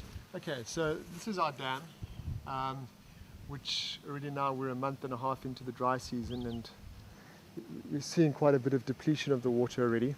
But last year we just managed to survive with it, but this year we've got more fish in it, so it's going to be interesting to see. Some of the fish are already at edible size. Just haven't worked out to catch the buggers yet. We've got some turtles in here as well, frogs. So it's quite diverse. Turtles take out the small fish to try and keep the population down a bit. You can see that each rice has its own little, each grain of rice has a little sheath that exists in. Here's your grain of rice. Our food production has been up about 20 to 30% since we've had the bees here. We were getting some bees still before we put the hive here from the forest, but this hive is about 6-7 months old now and is very, very active. We've already put the second super on the top. So the super is where our honey lives. So the big box at the bottom is the bees' honey, where the queen lives, and then above there is where when that's full, they move up, and that's when we harvest our honey. So the middle one is now full, and the top one is half full now. And what we'll do is, as we go into winter now, the activity will be less and less, and we'll put on one more super, I think, and then we'll harvest the honey probably in the springtime. So now we're not just looking at some kind of one-dimensional garden. We're taking it to all different, and we're utilizing all of it, and we're rotating them all the time, and then also protecting them through the winter months. So it's just being conscious, but certainly there's a lot less energy put into this garden as it develops more and more and more, and nature is allowed to do her thing, which is what's really exciting about it. And it truly, I do believe in about 2 years' time, it will be a food forest. And if we can get more and more of these into these communities, and people can understand them and nurture them, and yes, take, but then also put back and feed, then we can start to create community around these sources of food.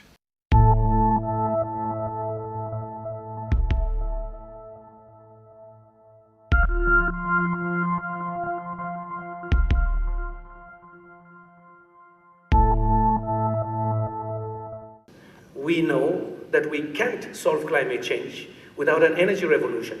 64 to 70% of the greenhouse gas emissions come from power generation or uses of energy. You've got to fix energy if you're going to solve climate change. In addition, this intersection of energy security, food security, and water security is becoming real. And therefore, to answer your question directly, the markets, we can deal with the market issues, for sure we need to do that. But we need to go down a little bit more if we're going to address energy poverty and its linkages to the other Millennium Development Goals. So what do we need to do? It is clear we need clear For every country, we need energy plans. We're not talking about pilot projects now. You don't need an energy strategy over 10, 20 years to do a pilot project. But we're beyond pilots. We need to scale up. We need to move fast. The emissions are great. So for that speed, you need to bring in the private sector without a plan. They will not come. Energy investments are big. They're costly. Private sector needs confidence that there is a strategy over 10, 20 years, because these investments are supposed to last 50 or more years. So you need a plan in a country. You need stable, predictable policies, because these are long-term investments. We also need to do renewable resource mapping. We're trying to sell clean energy to countries. Some don't even know what the concrete potential is that they have. How much solar radiation? What is the wind map? Some countries don't have as yet. We need those elements if, in fact, we're really going to have a scaled-up deployment of clean technology. Of course, the money issue is important. You need good financing. Which countries is this working? As we speak, South Africa is making a big statement here. It is not in the negotiating room, but it's right outside. They're launching SARI, the South African Renewable Energy Initiative. Clear plan, clear map. Just a few weeks ago, they launched a request for proposals for 3,750 megawatts for clean energy. That's real. That's not imagined. And there's innovative financing, using donor money to de-risk private capital that they need. Morocco, brilliant example, almost approaching 100% energy access, but at the same time, they're planning to sell energy to Europe using clean technologies. The Desertec initiative is real. You have leading companies in Germany, Siemens, leading financial institutions, KfW, Munich Re, all part of it. Brazil, the new president has her initiative, Electricity for All. Because for her, before becoming president, she was leading the social programs to reduce poverty. She knows, as a former energy minister, without access to energy, people remain poor. They cannot produce, they cannot store food, they cannot pump water, and it's mainly the women who suffer. Finally, the same comment that Corrado made about China. Thanks to China, the cost of solar panels have dropped 30–40% in 5 years. Thanks to China, we see ambitious investment programs in China for clean energy in their 12th five-year development plan. I met a delegation of investors in Kenya that were looking at the potential for wind power. And the interesting thing that they have found is that for many parts of Kenya, wind conditions actually for utilization in terms of wind energy production are superior to those of North Sea offshore wind conditions in Europe, which is a remarkable fact, and also remarkable that it is only one that has been discovered really in the last few years, and it has led, as you know, under your government also to the construction now underway very soon of the largest wind power farm on the African continent, 350 megawatts. In Kenya, we have a high potential for natural energy which remains unexploited. The geothermal capacity in Kenya has now been estimated at 17,000 megawatts. We are already exploiting it in Okaria. We are sinking wells in Menengai Crater near Nakuru. And we invite the world to come and invest in Kenya. Indeed, the balance, the spreadsheet which have been prepared indicates that the return, the internal rate of return is 22%, probably more. And I think it is a visible expression of what we are all striving for, which is Kenya taking the lead in terms of feed-in tariffs, in terms of national legislation, standards for buildings, constitutional paragraph, constitutional element defining a 10% forest cover for the nation.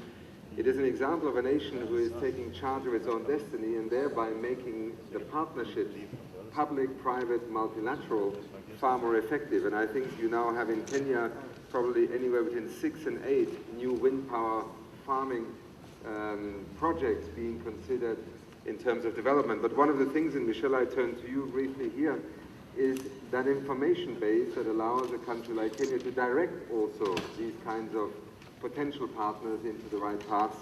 And part of that is the observation system that the continent has available. So to you for a few remarks on this. Thank you very much and welcome very much, Secretary. How many people here know that in Kenya you can see the sun 300 days out of the 365?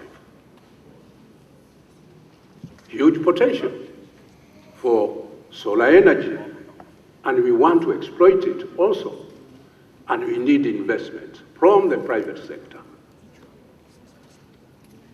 We want to create a middle class in Kenya that possesses. We do not praise poverty in Kenya, and our effort is to eliminate that poverty. We have planted millions of seeds in minds and hearts that are sprouting consciousness around what we are doing, what we need to do, and how we can save ourselves from, as my good friend Kumi Naidoo, one of my heroes and the first African head of Greenpeace, says, we are sleepwalking into a disaster of unmitigated proportion, where our children and theirs will pay the price of our greed, our ignorance, and our inability to change. Yet people around the world are realizing this. If William Kamkwamba, a 14-year-old Malawian, can build a working wind turbine, first to power his own house and then eventually his whole village, then surely the rest of us can find some solutions. There's a fabulous book on this young man called The Boy Who Harnessed the Wind. He's now an MIT student. China leading the way in the manufacture and installation of wind turbines. Nearly 3/4 of all of their clean energy investments are now wind. And in the United States, wind power has been the largest source of renewable electricity for the last several years. But there's also an incredible future for solar. The market is now growing at about 7 times the predicted pace. Did you know that every single hour, enough solar energy hits the Earth to meet the world's energy demands for a year? And here in South Africa, we have all of this available to us. And in North Africa, this ambitious supergrid hopes to take solar energy not just down to sub-Saharan Africa, but into Europe as well. Geothermal power plants, amazing. They harness the heat of the earth to provide clean energy. And here, Iceland's leading the way. In China, every single person has to plant 3 trees every single year.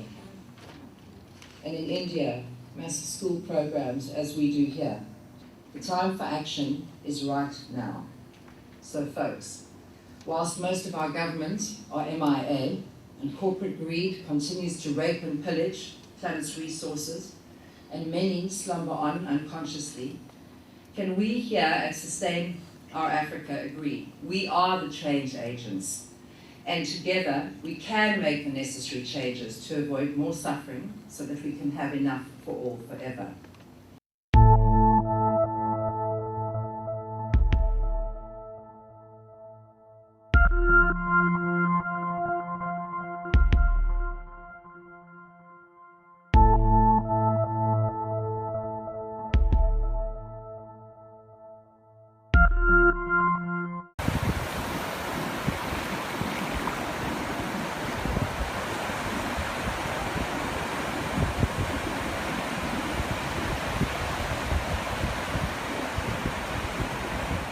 So I fell in love with Planet Earth back in the 60s with the Apollo missions, and I saw these fantastic photographs from outer space.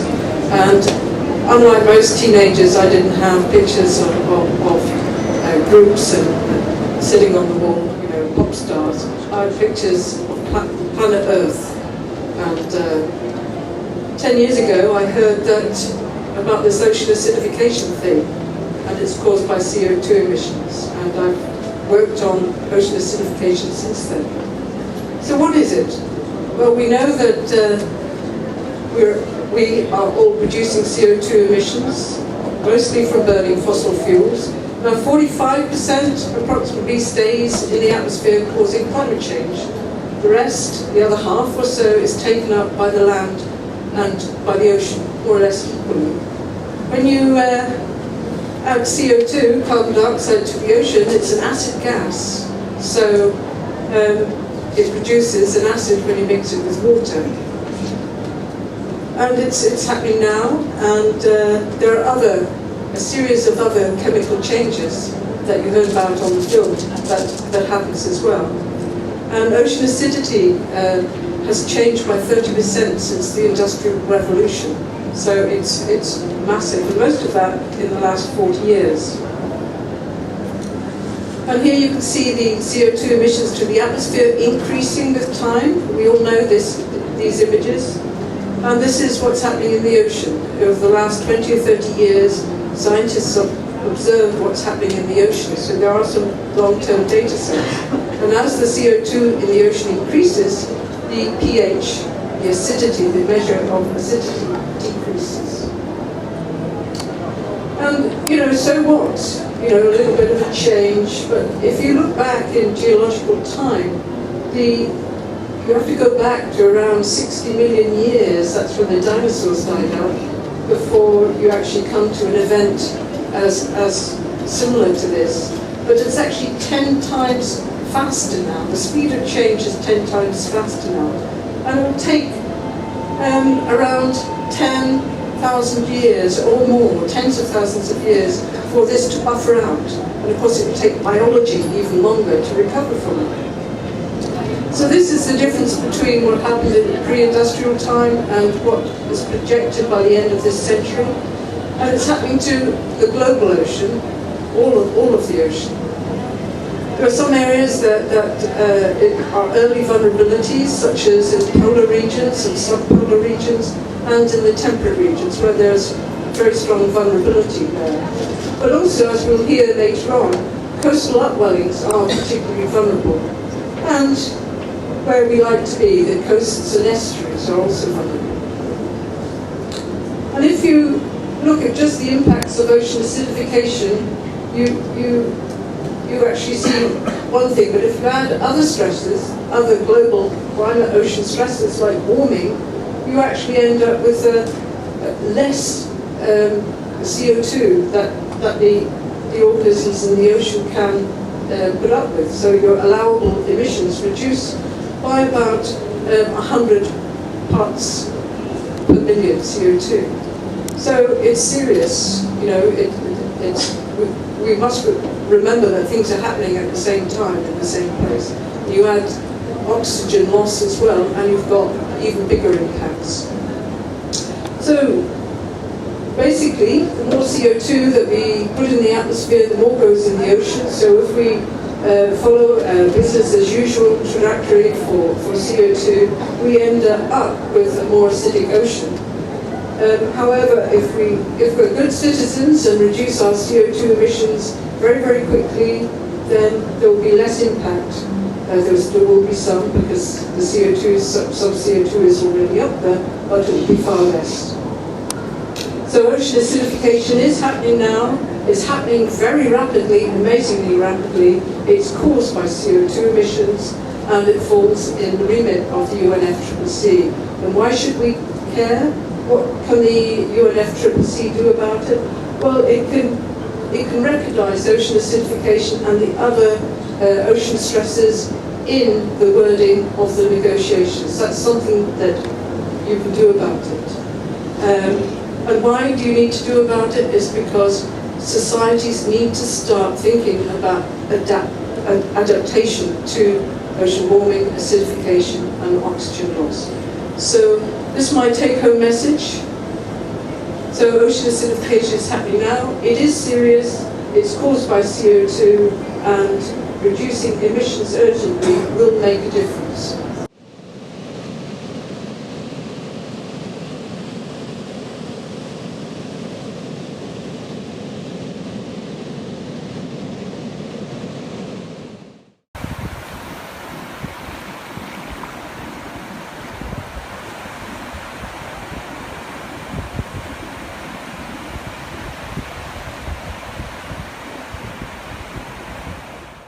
My name is David Osborne, and the task that's left to me is to explore whether or not there is anything we can do to avert this train wreck of ocean acidification. Is there a role for the UN?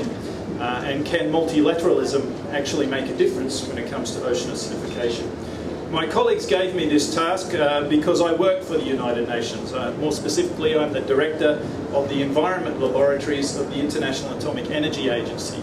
Located in Monaco, our laboratories are unique within the UN for two reasons. The first of all is that we work in a really cool place. This is the view from my office, not to gloat at all. But more importantly, we operate functioning laboratories doing really cool stuff. We monitor the oceans for pollutants, both radioactive and non-radioactive, as well as for changes in chemistry, such as is occurring with ocean acidification. We provide hands-on training for scientists from around the world, and we conduct targeted research using radio tracers, such as calcium-45, and other isotopes to better understand ocean acidification. While there is localized variability in terms of the pH of seawater, the process of ocean acidification is threatening ocean ecology everywhere. This is a very important statement. Ocean acidification is a global problem. It therefore demands a global response. So, what is the science telling us about ocean acidification?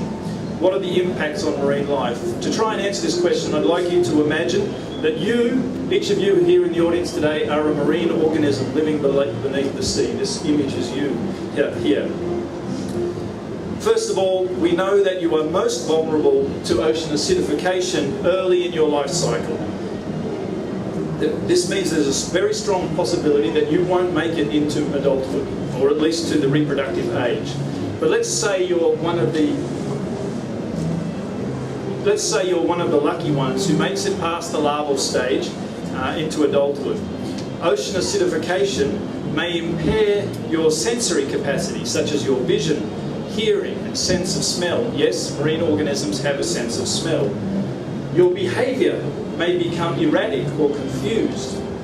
Your reproductive functions may be considerably diminished. Not a good sign for ensuring the next generation. Your skeleton or your shell will most likely be substantially weakened, making you increasingly vulnerable to injury or predation. And your immunity to disease will be diminished. Finally, your growth rate will also become diminished. So in short, you have become smaller, sicker, weaker, and stranger. You are less able to make sense of the world around you, and your partner is less impressed with your capacity in the bedroom. Let's just say it's not bright for your future.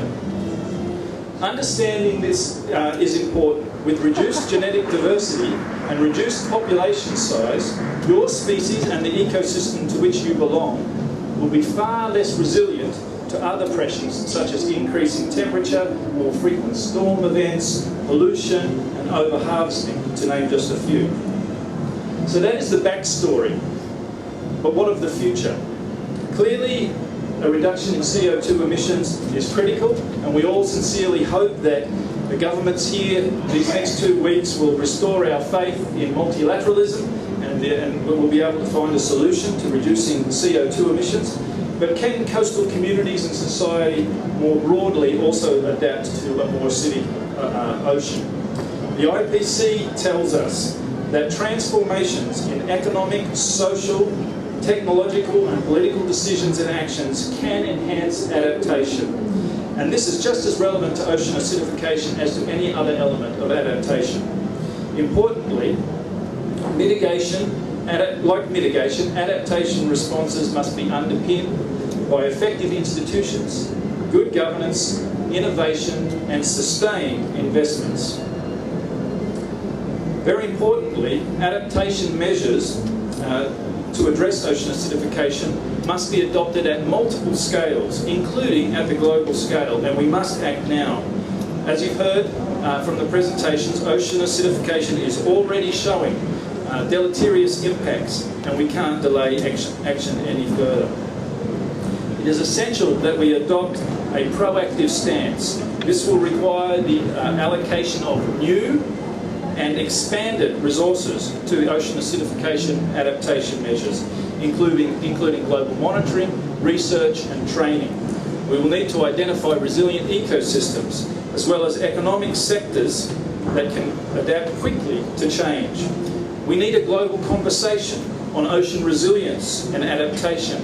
And finally, governments may want to explore a new mechanism under the UNFCCC addressing global oceanic change driven by anthropogenic CO2 emissions. Perhaps this could be launched in 12 months from now in Paris. Just a suggestion to the governments in the room. I began by asking whether we can make a difference by working collaboratively. I contend that this is the only way that we can make a difference to ocean acidification. In conclusion,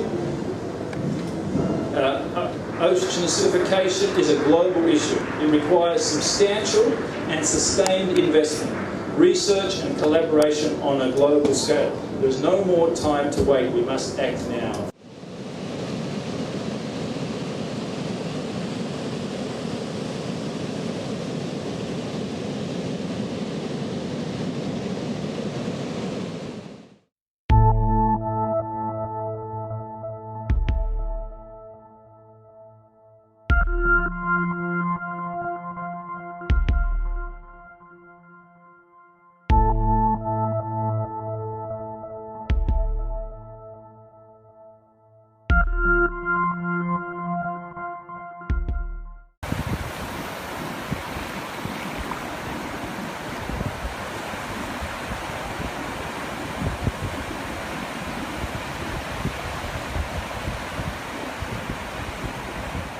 My area of research and work is on the impacts of climate change and adaptation amongst the poorest people on the planet, poor communities and poor countries.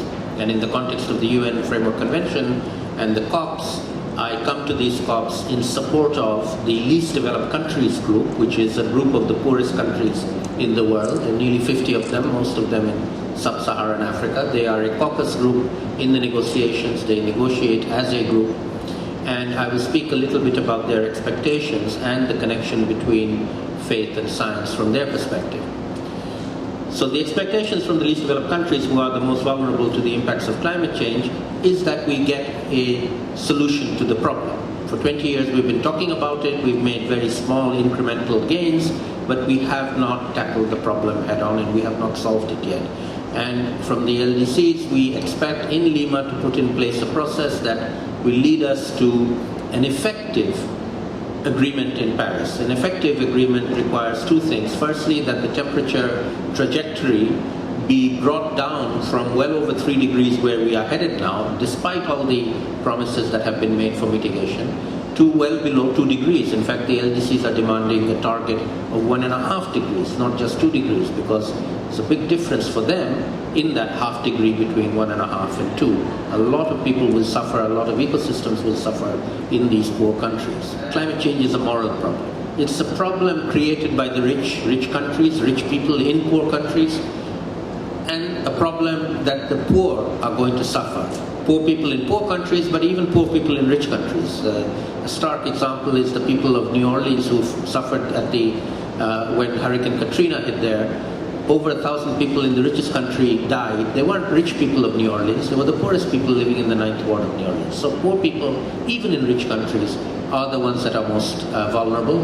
That's not right. That's a morally unacceptable situation where the rich cause suffering to the poor without taking responsibility for it. And I think that that's something that all religions will abhor, will tell us not to do that, will teach us that that is morally unacceptable, and that whatever faith we all belong to, we should take this issue seriously and get our leaders to take the right actions, because the leader so far has let us down.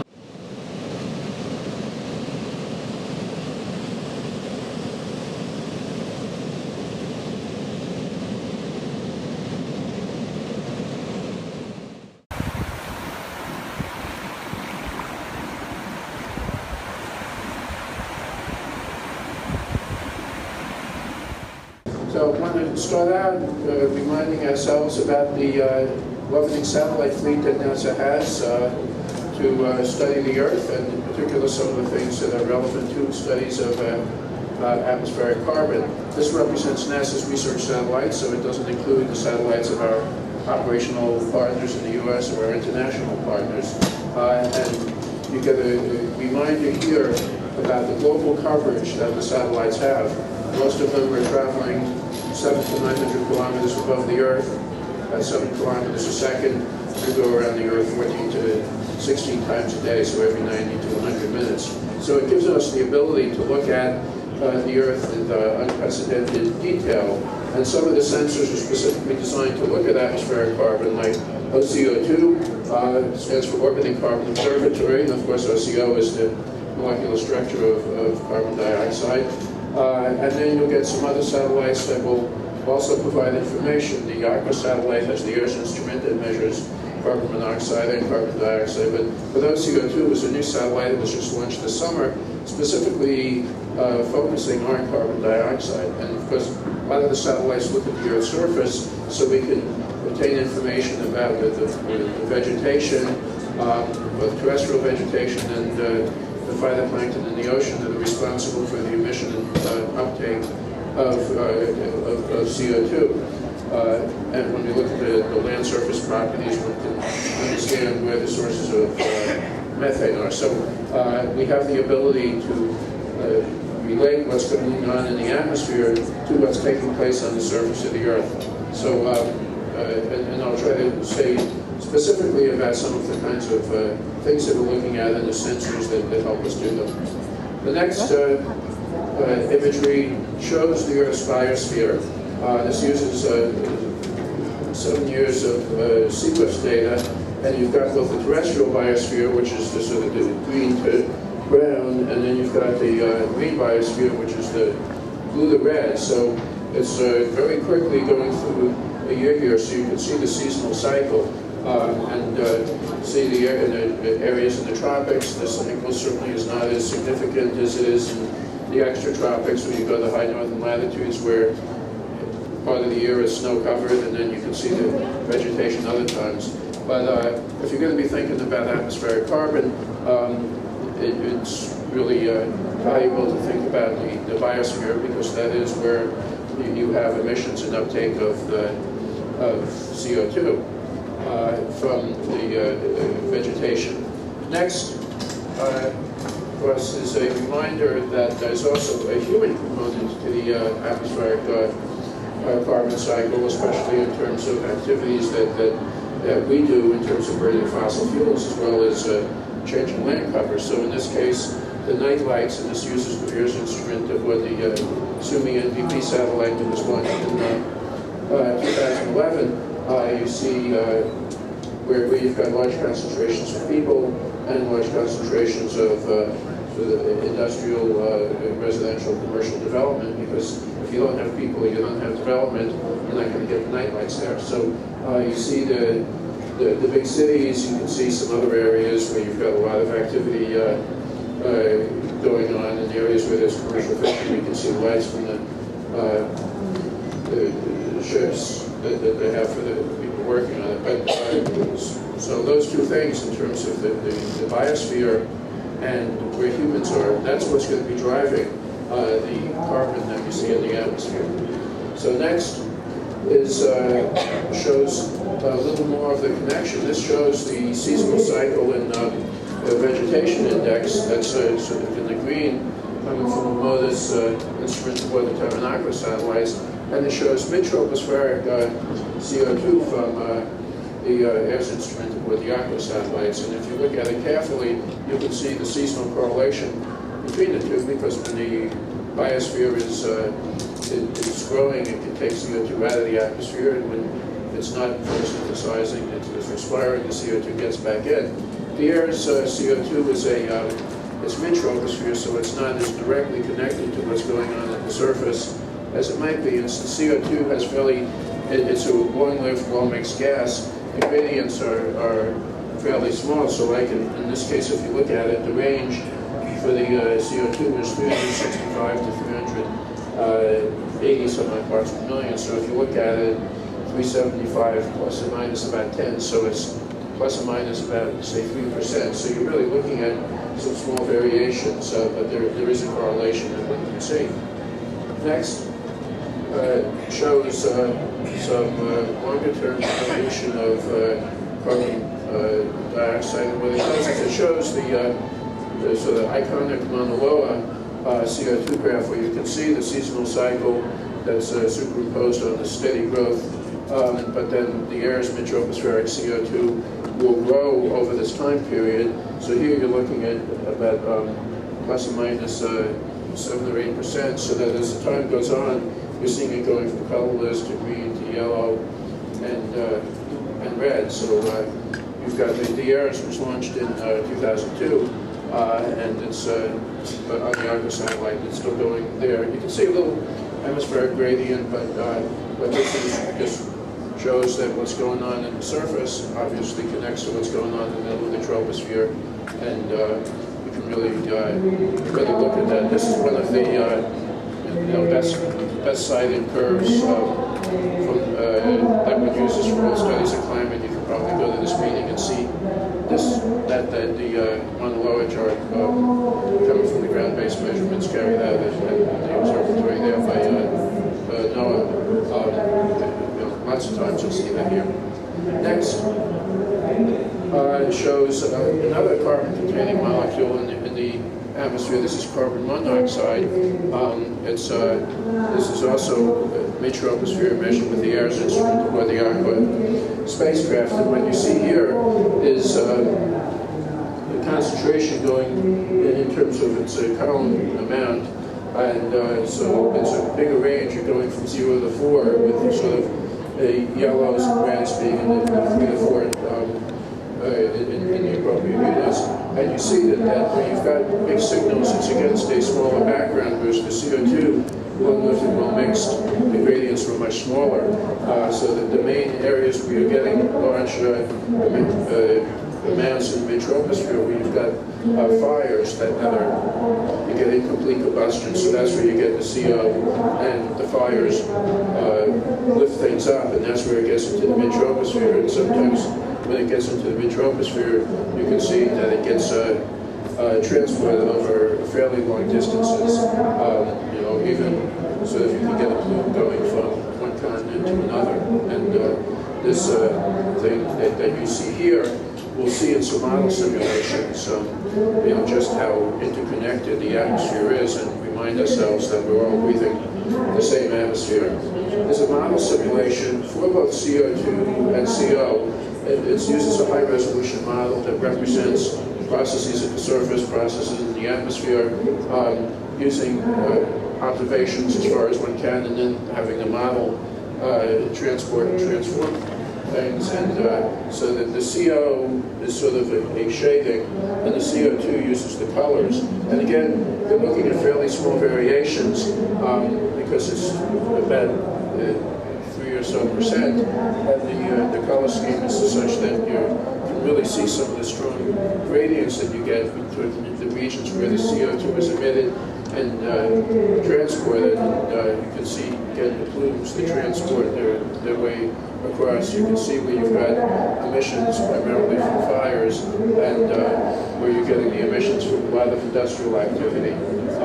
So you do see with this kind of color scheme, the interhemispheric gradient is clearer, and then the CO is a little bit harder to see, but CO especially is a product of the incomplete combustion comes from the fire. So we're now at the stage where we're getting to do the models with a high enough resolution that we can really look at some of the structures that are there in the atmosphere, and we work hard to try to find ways to relate the observations to the models. So at NASA, we can use the observations for initializing models to help represent the processes in the models for quantitative evaluation, where we actually have observations to compare with models. We do that, and in some cases to produce reanalyses of assimilated data sets. Another model simulation, high-resolution model, and this shows some of the atmospheric aerosols, as well as shows where fires are, because fires are responsible for putting particles into the atmosphere and putting trace gases like the carbon dioxide and carbon monoxide that one said. And then you can also get carbon-containing particulates in the atmosphere, primarily from the areas where you've got a lot of burning. But the aerosols are different kinds. So orange is the minimal desert dust that blows off the large deserts. Blue, that you'll see more in the southern hemisphere, is sea salt. White represents the sulfate aerosols, that's especially comes from burning of coal. And then the green represents black carbon, or organic carbon that comes from areas of biomass burning or other fires, and then you get the sense of the fires where they are here.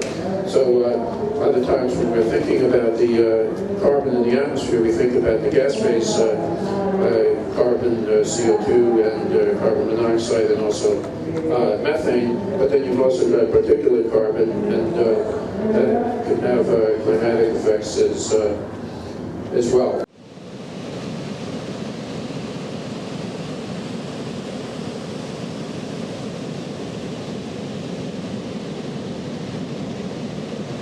I think at least the next generation of the children, they still will have the future. But the future, they will have a very sad future. Frankly, I believe my children, and the grandchildren, especially grandchildren, not only my children, my grandchildren don't have a future, because the impacts which we already see now are so effective that one has to realize there is a problem, and we have to solve this problem now.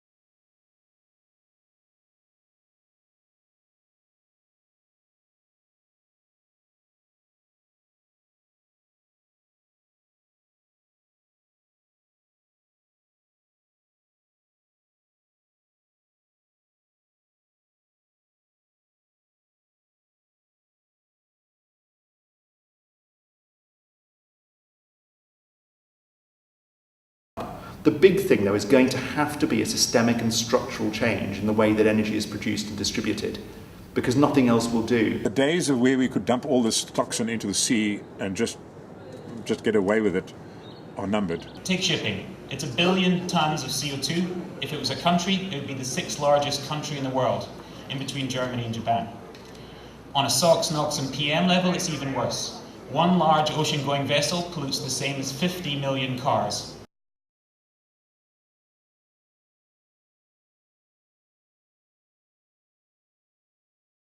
The issue of acting on climate change, on sustainable development, is not always portrayed as preventing people from doing something. First step is to do things more responsibly. Secondly, to look for more intelligent answers. And then you can, from there on, begin to develop a whole set of steps.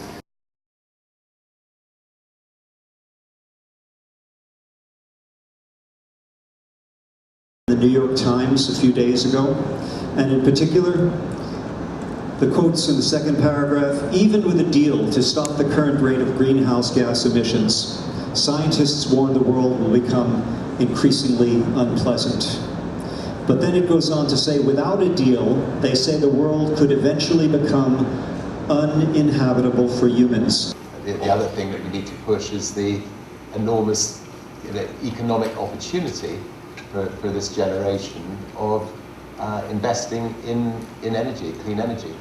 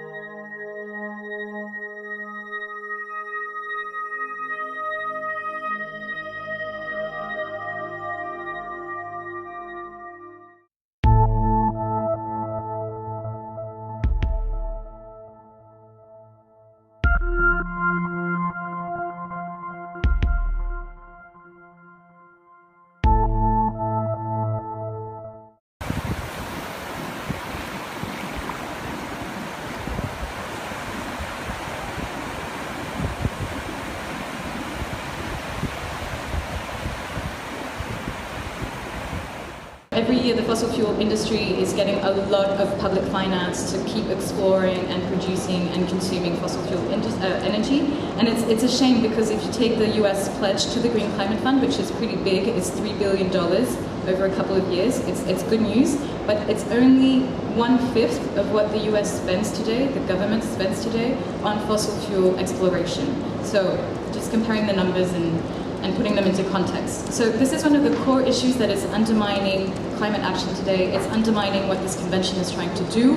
I think it's the elephant in the room for the past 20 years, and it needs to come out of the room now. And the worst part is, it's money that we could be spending on the good stuff, on the renewable energy, on the energy efficiency, on getting energy access to the poorest people across the world, and that we're not spending on them today. Governments know that they are investing in the wrong, they're investing in the wrong places. They know this very well because in 2009, the G20 countries committed to phase out inefficient fossil fuel subsidies, but they know it so well that they're not doing it.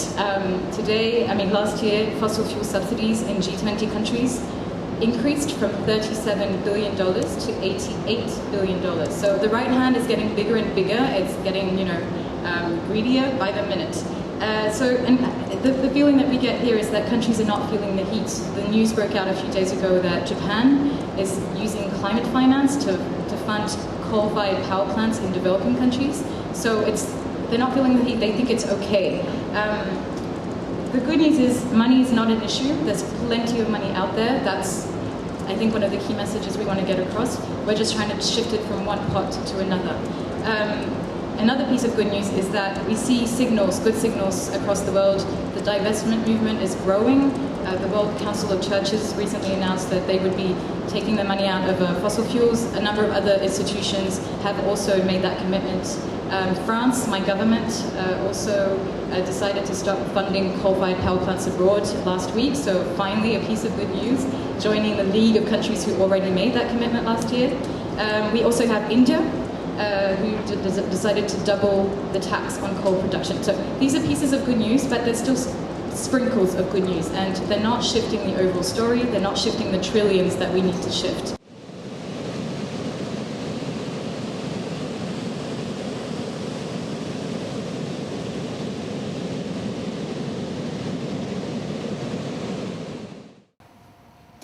I was fascinated to read on page 6 of the Cape Times that wind is now the cheapest form of electricity generation, with an average price of 89 cents a kilowatt hour compared to 97 cents per kilowatt hour for Eskom's new coal-fired power stations. And this comes from Mr. Roger Price, who is the Chief Executive Officer of WindLab, an international wind energy company that is investing in wind energy in South Africa. And he says it's a false comparison to compare the cost of generating wind energy with the old coal-fired power plants, because their capital costs have been paid off. He said what you need to do is add the new ones, like Medupi and Kusile, and then average that out and see just how expensive it is. And in the context of Eskom's recent announcement that they're going to increase the price of electricity 16% per year, I think it was for 3 or 4 years, 5 years, I didn't want to make things sound worse than they actually are. This particular gentleman, Mr. Price, who has a very fortuitous name, Mr. Price said the cost of wind energy is far more competitive and increasingly becoming so. And he says it won't be long before we can have wind as a base load. Then he attacks this myth that I've also heard often before, that you can't use wind as a base load for electricity because wind blows erratically. Today you would think that the wind never blows in Cape Town. Yesterday you could hardly stand on your feet outside. And we do know about erratic wind, but he says that's not a problem because the wind is always blowing somewhere in South Africa. The wind is always blowing somewhere in South Africa. And he says when you look at a wind map and you see the strategic locations of all the places that wind is blowing, you will see that there is never a time when wind isn't blowing somewhere.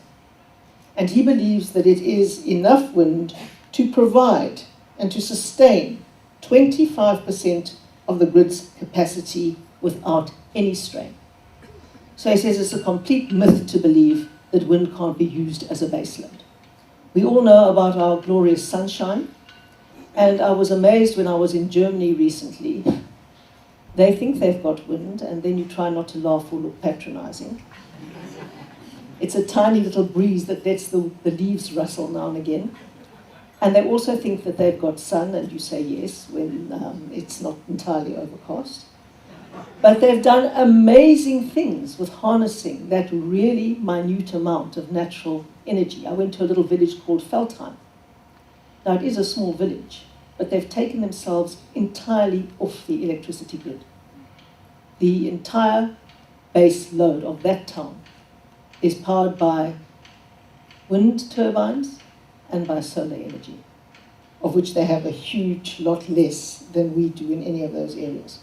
So I thought this was a fascinating article. And I think much sooner than any of us expect, we will find that green energies are highly competitive. And that is why we have to make sure that they can compete from here.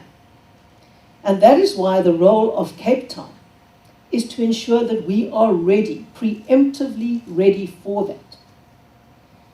And that is why Cape Town is looking at a green hub and a green industrial hub around the entire area of Atlantis, running up in the new industrial development zone around Saldanha, so that we can be at the forefront of manufacturing the technology required to harvest green energy sources and in generating them and in reticulating them. And Alderman Walker has a very crucial role to play in that, because Alderman Walker is the MACO member for Economic, Developmental and Environmental Planning. And you will see that for the very first time, Cape Town has understood that you can't have separate planning lines for the environment, for development, and for economic growth. They have to come together. Otherwise, you end up with an unresolvable tension between them, between the developers and the environmentalists. And I must say that there is always that tension, but we have to understand that unless development happens, we won't have jobs, and unless development is environmentally sustainable, we will undermine what we think is progress, and we will create more problems than we resolve. So all of those things have to come together. But every planner in this room knows how frustrated I get by the obstacles that I believe that planning often puts in the way of progress. And it doesn't help knowing all the things that we know if we can't act on them and can't get ahead of the wave. We know that we have the very best potential sources of wind, sun, and wave energy in the world. We've got what I call the oil wells of the green economy, right here. We've got abundant natural gas, which is much more environmentally friendly, and it's offshore, it's not under the Karoo, so let's not start a big fight about that. It's offshore, and we can use enormous amounts of that and get a much bigger component of that into our baseload. But if we're going to do that, we've got to see that that's necessary. We've got to release the land, we've got to get it zoned properly, we've got to make the environment attractive to investors, we've got to make them think that we want them because we do, and we have to remove every single bit of red tape that we possibly can to make that possible. And every planner must understand that they have a nice, comfortable job, but when they sit behind their desk, they've got to think of the hundreds of jobs that become possible with green development and make it happen. You know the problem of corruption all of these years from governments, NGOs, companies. So what do you think is quite realistic to organize such a campaign? Anybody, groups in rural areas, so in order to have a real sustainable development and to fix the problem of poverty and to get clean community energy, if we insisting that these funds to be given as loans without interest. What do you think? Thank you. I think we must not forget historical responsibility when it comes to issues of climate change. So here we are looking at the concept of climate debt. This is a debt that must be paid. And the issue of loans may have its relevance, but not in this context. So it's very clear that this is an issue that requires subsidies. It's an issue that requires taking away public financing, away from dirty energy, and putting it in renewable sources of energy.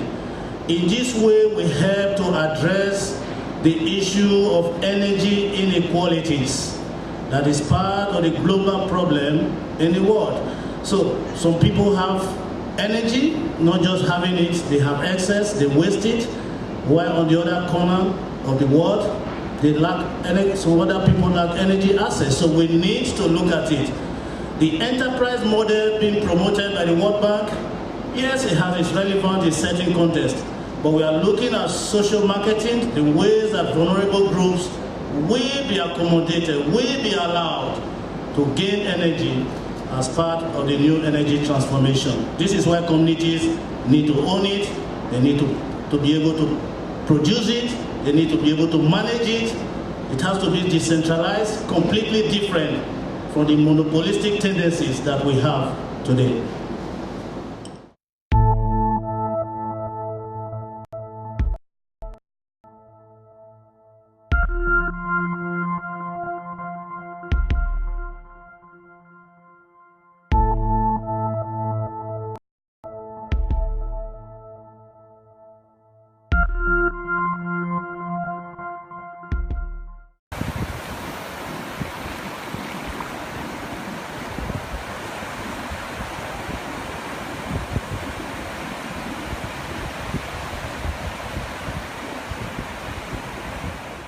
Climate change is happening now. It's the weird weather that you've been exhibited all over the northern hemisphere. And it's about to get far worse. The abrupt climate change the world has been observing recently is due to Arctic warming. The Arctic has been warming much faster than the rest of the planet. If the Arctic continues to warm, things will get worse and worse, and we'll end up with that situation described in the New York Times here, when the planet will become uninhabitable, I'm afraid. So that's happening, and we've got to stop it. So what's going on? Well, the Arctic has started a vicious cycle of warming and melting. This is the start of a runaway meltdown of the whole of the Arctic ice cap. It has to be stopped. AMEC believes that it can be stopped by cooling the Arctic quickly, and we have some top engineers advising us on how that can be done. The public is not being told the truth about Arctic meltdown. Governments are doing nothing to stop Arctic meltdown. This is why I'm giving this press conference. We need action. I'm a scientist and I'm an engineer. I'm educated as a scientist and did engineering and went into computer systems. And I look at the planet and I marvel at how the Earth system has kept the planet suitable for around 2 billion years, but with a few major extinction events to force evolution along. Then, for the past 2.5 million years, the Earth has been the Earth system has caused temperature, climate, and sea levels to go up and down like a yo-yo during the ice ages, and that was a rapid evolution of Homo sapiens. Then, for the last 8,000 years, we've had amazing stability with constant temperature, sea level, weather, and apart from a few blips like the medieval cold period. So this stability has allowed the development of agriculture, civilization, industrialization and population of 7 billion and rising. This apparent stability is entirely a fluke. It is by amazing good luck that we are here today looking back on the past. The sea ice is disappearing in a vicious spiral of warming and melting, which a lot of experts will are hesitant about admitting. But Peter Wadhams and I are convinced about it. We've done the engineering calculations to show that this is actually what's happening. As the sea ice retreats, open water is exposed. Sunshine penetrates through fresh water on the surface into the heavy saline water below. The heat is stored through the Arctic winter with the ice above like a night storage heater. Then the next year, this heat melts the ice a bit faster. And this explains why we have a vicious spiral of warming and melting. Peter Wadhams agrees. He's made careful measurements of sea ice thickness in a number of submarine journeys spanning several decades. He observed a remarkable decline in sea ice thickness, and it seemed to be an accelerating decline. At a recent Royal Society event, he presented an analysis of all the measurements showing an exponential decline. This is the reality. Don't believe the models. This is the reality. You can see it from this graph. Even a child can understand that that is plunging, that curve of the observation. And this is not from this year, but it's showing that next year might be September when it gets to zero. And what does that mean when it gets to zero? It means there's no sea ice cover over the Arctic Ocean. And we call that a blue ocean event. That's quite a nice image, isn't it? You look out over the ocean and it's all open water. Now this blue event is coming fast. It could even be next year. Let's hope it isn't. There's already an escalation in lots of things as a result of the warming that's going on. And that's an exponential effect. There's rapid emission of methane, which you could see on the right there. There's substantial loss in Greenland with exponential rise in sea level, which you can see on the left. And there's a disruption of jet stream behaviour with abrupt climate change. This is the weird weather, and it's leading to crop failures. It's leading to rising food prices. That's a graph showing the rising food prices, and it's showing conflict. And the conflict are all those unrest in Egypt and Syria and Uganda, Mozambique. There's a whole list of them on there. And it's very significant. Nobody's promoting effective action to prevent the Arctic tipping into a new ice-free state. Nobody's slamming on the reverse gear or whatever to avoid disaster. We are busy arranging the chairs on the deck. So we dread this. We all, in our group, we all dread this blue ocean event. And it could be as early as September 2015. So Peter Wadhams and I believe that soon after this event there will be big changes in the atmospheric circulation and ocean currents, locking the Arctic into a sea ice-free state. So it will say it's sea ice, freest sea ice. And then all hell will let loose.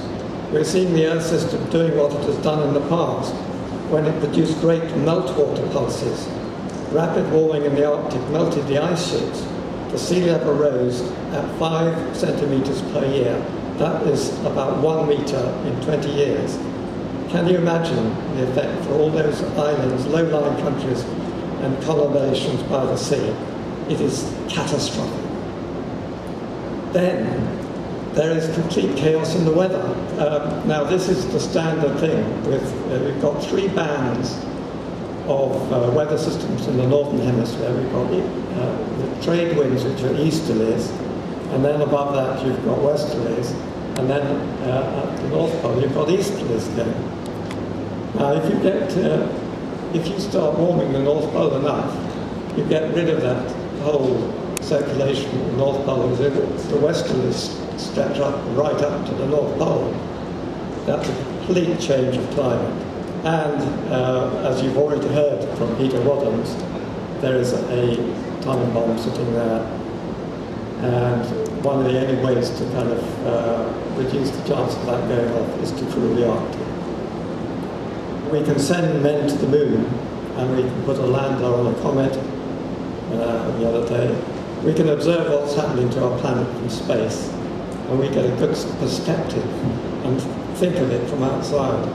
Now it is up to us humans to use our intelligence and technology to restore the old norm of constant climate and sea level to our planet. We can do it, of course we can do it, but only if we act quickly and decisively. In the words of Winston Churchill, I'm sure you recognise him, Owing to past neglect, in the face of plainest warnings, we have entered upon a period of danger. The era of procrastination is coming to its close. In its place, we are entering a period of consequences. We cannot avoid this period. We're in it now, and we are in it now. Well, fortunately, AMEC has one of the most reassuring people I know. He's a brilliant, absolutely brilliant engineer called Stephen Salter. And he's invented a system for spraying salt into the atmosphere. And the droplets evaporate to produce microscopic salt crystals which are wafted into the sky through natural circulation of the air. These crystals then act to brighten the clouds, cloud condensation nuclei, for those of you with the science. When you brighten the cloud, the surface underneath the cloud is darkened and cooled. So the Atlantic Ocean, where we put these things, is cooled by having these clouds. And he reckons that with 200 ships, he could produce enough cooling power to counter the warming effect that's going on in the Arctic. And he's just brilliant, simply brilliant. The idea is to put these ships in the Arctic, because the Arctic was warmed originally from the Gulf Stream, warming and global warming the Gulf Stream even more. So if we can cool that, how will that be? We've done the engineering calculation, it can be done. Now the fossil fuel companies don't really want the Arctic cooled, so they're very happy when people say, oh, geoengineering is dangerous. Actually, there's very little dangerous about this at all. It's very benign, it's like spray from the seashore. What we need is international leadership and the setting up of an international task force specifically mandated to ensure that the Arctic is cooled as quickly and safely as possible.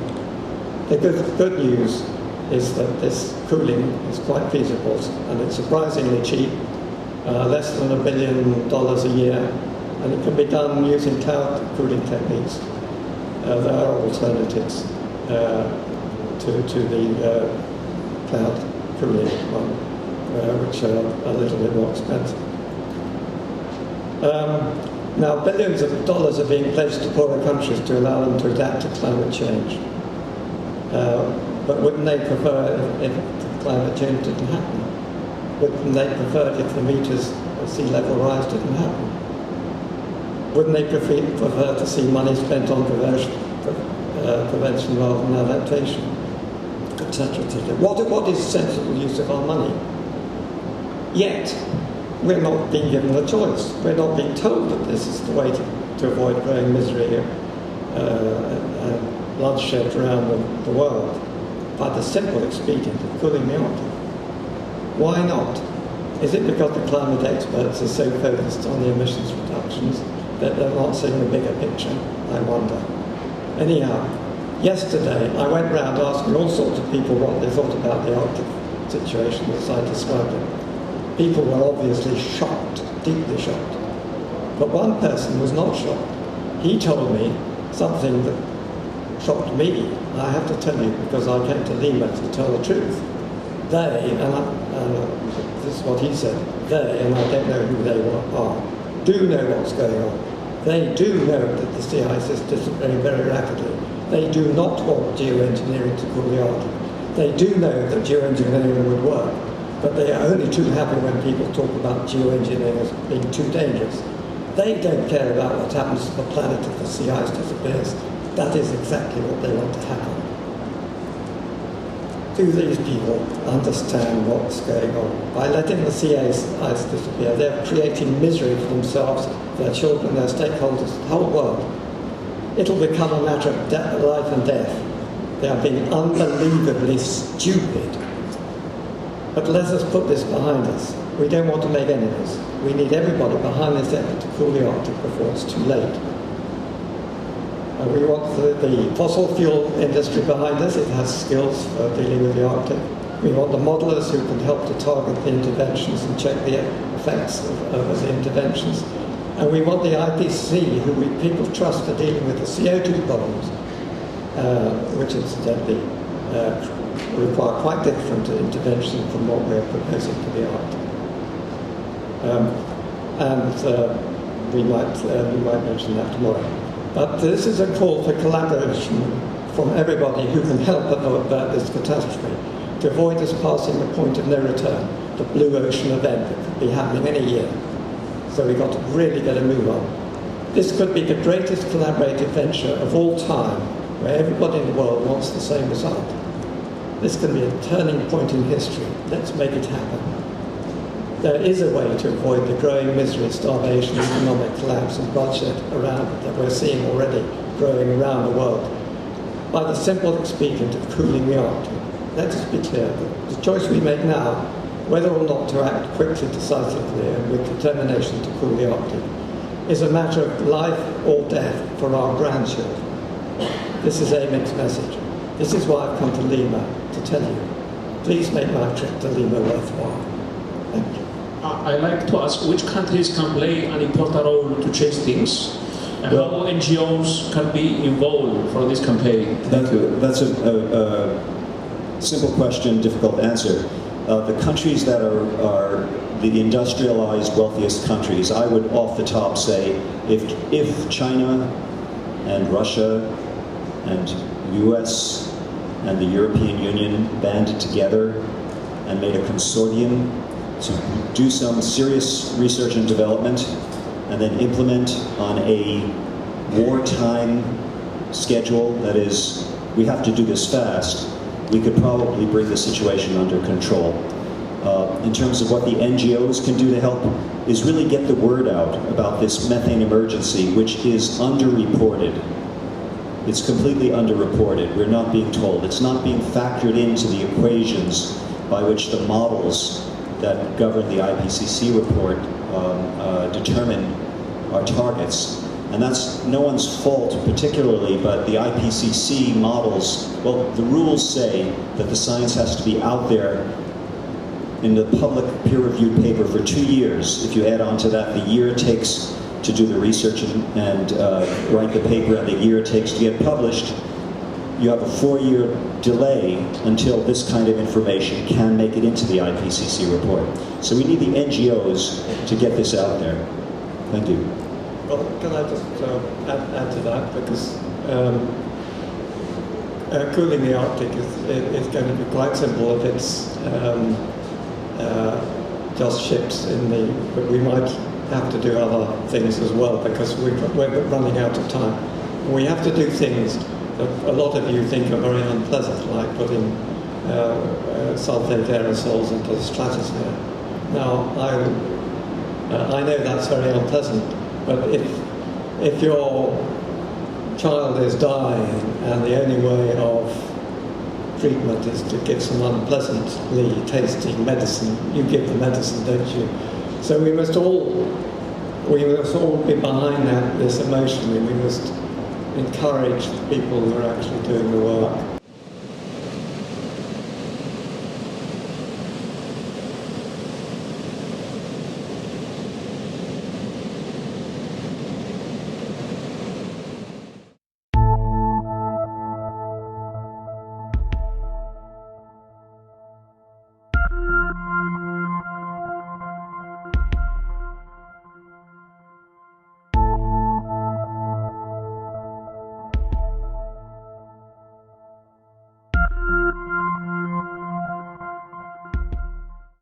Climate change is really being fueled by our lifestyle changes.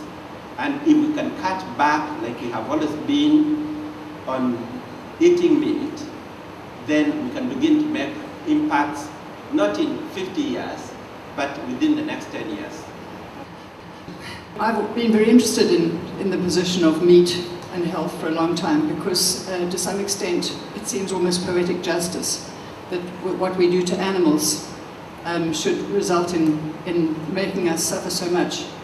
And yet in Africa there's this statement, meat is meat and a man must eat, and that's become synonymous, it's considered male. In actual fact, they have found out that, I think, that in with the amount of female hormones that you get in your meat, exactly the opposite actually occurs. Could you comment further on that? And also, one other thing is that could you comment also on the amount of toxins that are in battery farm meat, please, and what effect it might have on our immune systems? Really, we should address the question of what we are eating, what it's doing to ourselves, and stop confusing where our attractions are going. It can be good for a short time, but it's very bad for your heart. And talking about what's happening, whether it's the fast food that we're eating, or the chicken, or the meat, I began by talking about the African DNA, the African gene, being so responsive to input, and especially of the proteins that we are putting in. But it has a lot more to do with the hormones that are in the whole food system, which is suddenly unnatural for the African gene. In fact, there are lots of findings of the Potomac River going to Washington, right? Where they found that fish and frogs have turned from males into hermaphrodites.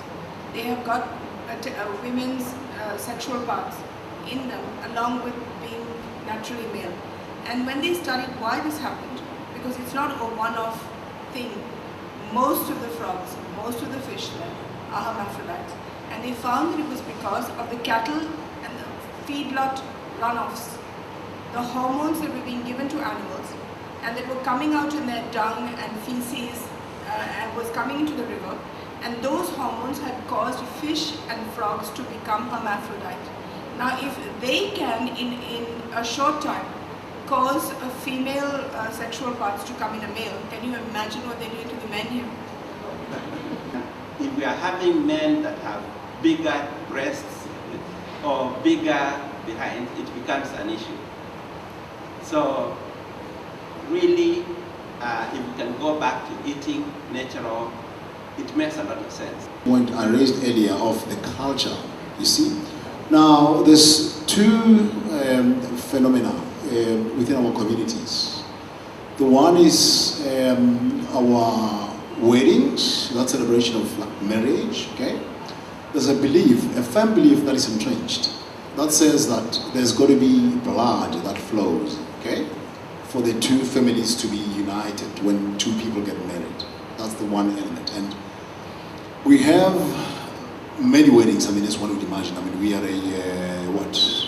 think 50 million odd people, half of which are adult, okay? That's the one.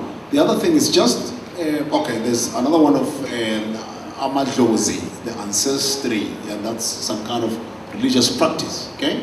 Where we worship, or should I say, we pay homage to our forefathers and then all those people. We believe again that something has to be slaughtered in order for one to still have that connection in a positive way, that is, with their ancestors. How do we now begin to address such things and be able to alter the belief system and the lifestyle, so to speak, of a population that really believes that for me to have luck with my ancestors, I always look at a sheep or a cow or a goat and have everybody coming to eat the meat.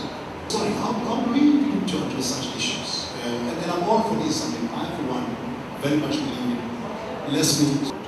It's not a cultural practice for us to use cars. So how come we took to them like a fish to water? Yeah? It was a cultural practice for you to not wear clothes at all. So how come you're wearing them? The same way, now last year, I used to go to the mountains, and it was a great cultural practice to sacrifice animals to the gods. So I simply took the Home Secretary, who's in charge of the police, and the Rural Development Secretary, who's in charge of giving money to the villages. And we went from village to village that had the animal sacrifices, and we held arguments. And we heard, oh, this is a cultural practice. So then we talked through the matter. We had lots of hostility, we had lots of people arguing. The end result was this year, there was no animal sacrifice at all. Because I simply said, okay, anybody who does any sacrifice gets no money for the village and gets the police And anybody who doesn't do it gets lots of money and no police. And that was the end of cultural heritage, right there. Do you understand? So what we call cultural heritage is, I mean, we used to go travel by horses. We don't. We used to kill our little girls when they were born. Now you don't. So what is a cultural heritage? And a cultural heritage that is not sacred. If it's rubbish, it has to be abandoned as much as anything else. So a cultural heritage that makes you sick has to be abandoned. Needs to be. African diet, never really comprised of so much meat, And now when you walk outside, you'll see your KFCs and McDonald's, and they are carrying on expanding.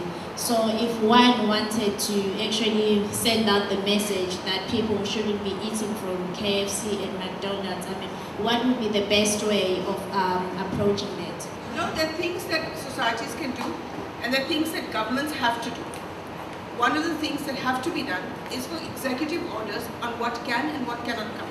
In our country, for 2 years, KFC was banned. It was only when there was a massive bribe that they came into India. And monosodium glutamate was banned for 50 years. Ultimately, it gave way to a bribe. But the point is, executive orders that ban need to come in. Government needs to play its part of being a paternal feature, right? Otherwise, why do you have governments? If they don't have the courage to take decisions that cannot be taken by you and me, and they must take them. That's what they get their jobs for. In Nairobi and actually Kenya, in 2010, we just got our first Kentucky Fried Chicken.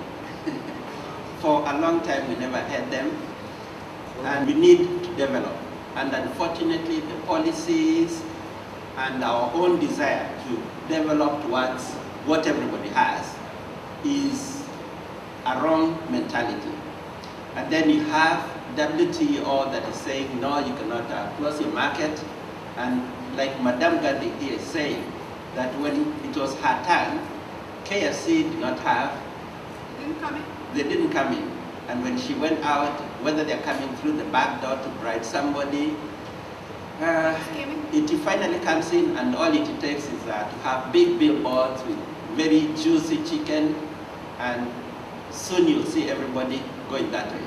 So equally, if you do want people to have healthy lifestyles, you should look at hospitals and building of new hospitals among the populations is a bad sign, not a good sign of development.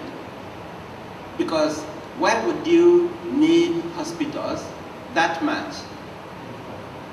Because people are getting sick. People have cancers and people are having all sorts of things. And so you create an artificial remedy and you call it a sign of development. I think that is thinking backwards. Because India and China are the biggest consumer market for the United States and for Europe. Because there are just so many KFCs that you can absorb, and now you're going to use us.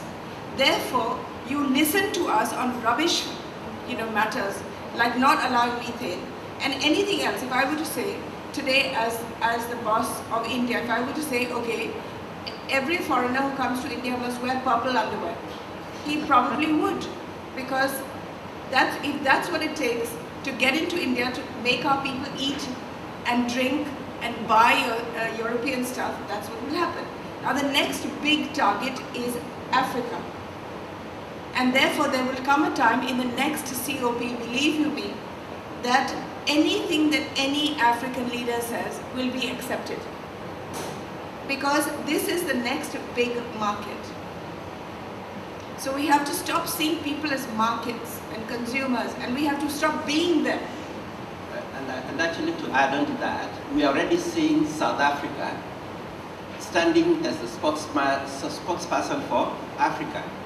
South Africa has the largest poultry industries, factory beef production industries, and so because South Africa is a leader, mainly because of the resources it has, and then we perceive that South Africa is developed, then the rest of Africa will try to copy South Africa, And South Africa has been trying to catch up with India.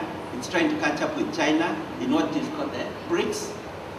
And so they have a bargaining position, and this is really exactly what Madam Gandhi said. Could you just answer the question about whether the toxins in battery farm meat, because they're far more concentrated than they are in meat that is in pastures, whether that is possibly part of the reason why our immune systems are so damaged? 70% of all antibiotics in the world are given to animals because of the way that we keep them. All those antibiotics come right back into us, as Dr. Mayanki told you earlier. If you have so many antibiotics floating around inside you, when you're really sick, those antibiotics don't work at all. Secondly, as he said, all hormones are given to animals. They're produced for animals. Not just growth hormones, but hormones to do other things as well. Now, in India, every single morning, twice a day, all cows are given an injection of oxytocin. Oxytocin is a particular hormone that makes your milk come out faster. It is given for women who are going to labor and yet can't produce children after 24 hours. So instead of a cesarean, it's meant to increase the contractions of the uterus so that the baby is pushed out faster. Now what it does is it creates contractions in the cow, and she goes into labor twice a day. And the pain of labor, anybody who's been a mother, you know how much it is. But the point is, blood comes into the milk because of the labor pains, and the cow goes sterile within 4 years instead of 12 years. So she's quickly put into the meat conveyor system. But the oxytocin, between the giving of the injection, which is stabbed into any part of her body, and the taking out of the milk, is about 30 seconds, because the milk starts coming out immediately. Now when that milk comes out, it has straight got oxytocin in it. It has been tested 1,000 times. Oxytocin does two things. It gives men no hair.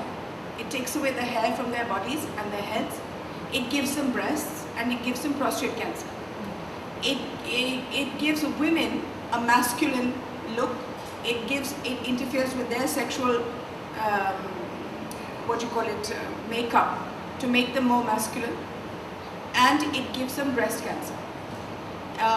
These are the things that have been proven by scientists. Now we give this injection twice a day. It is probably being given in Africa as well, because oxytocin is exported directly from the United States, not made in any of our countries. But you can get it at in India you can get it at a normal grocer's. You go there and say, just give me some oxytocin, and you get it for 1 cent an injection. So those are the kind of toxins that come straight into our bodies every day. In Africa, we're beginning to get to where the US and Europe is. We have our own version of, is it Hudson's and Tyson's and all these big chains that grow the meat and then sell it to the end user, knocking out all the middle producers. And one of that company, I think it's in Zimbabwe, and it sells its meat into ShopRites, and we are opening ShopRites all the way in Uganda, in Tanzania, in Ghana, and in Nigeria. That same company, which is now becoming Africa's own corporate multinational, has also bought land in Zambia, Zimbabwe, Nigeria, and it's clearing a lot of forest to grow grain that will feed into the cows that are going to be in African ShopRites. Are we going to give it an enabling environment for what we call economic, what are they? Investments, external investments. I know that our biggest company, Tata, has just bought 30,000 acres of virgin forest and has slashed it all down to grow food for animals. Why are you allowing the rest of the world to buy your land for feedlots? That is the question that African media should be asking. And I don't know whether I'm allowed. And we're not the only ones. The Swiss have bought, the millionaires in America have bought, all the China has bought, everybody's buying African land. And only for meat growth. That means we will stop it sooner or later and we will buy from you.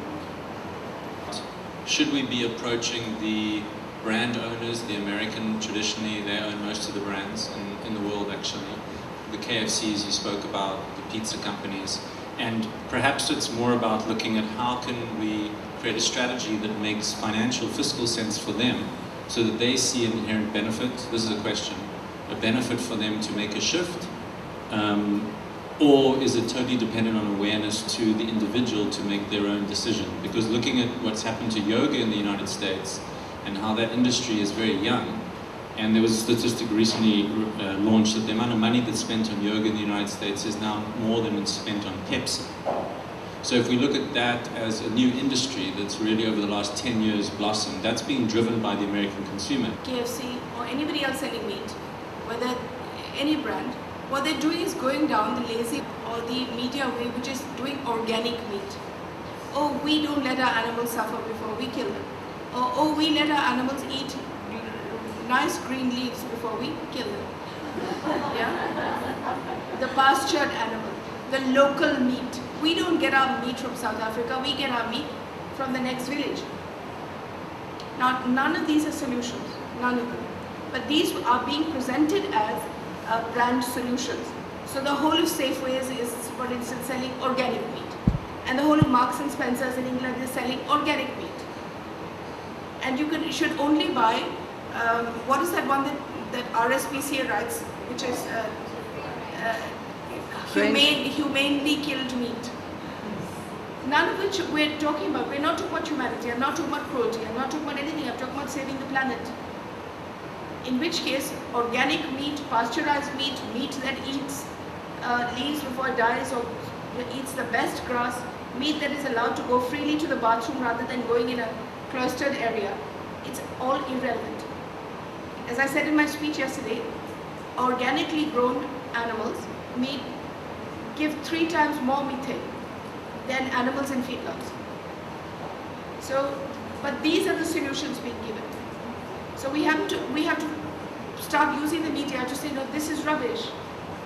Let's not play with this. You need an executive decision now saying no meat. But only the media can bring that about.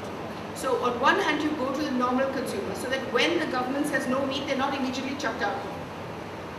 So you already have to build a climate on this that yes, when the government finally says no meat or no meat export to begin with, then people are ready to say okay. After all, when the government said no smoking in restaurants, they weren't chucked out, were they? But 20 years ago, they would have been chucked out.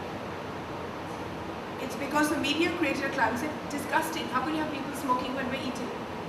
How can you have them smoking in cinemas? How can you have them smoking in public places? So finally, after you created the climate, the government moved in with an executive decision.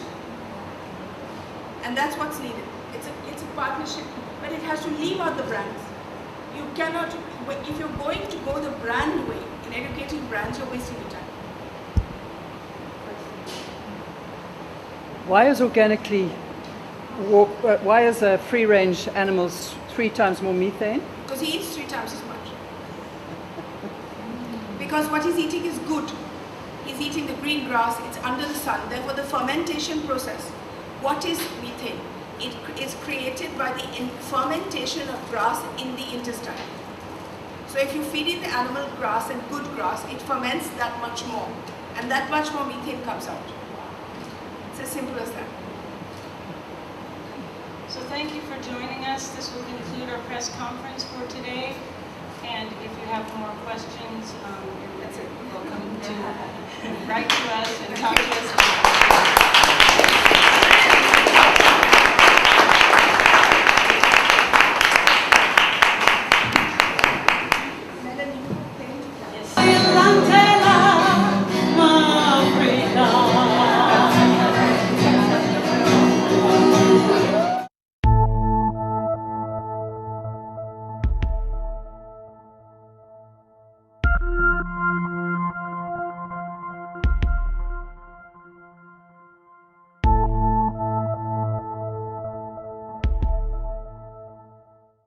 I'm Ben Margolis with the Global Call to Action Against Poverty, the world's largest anti-poverty movement.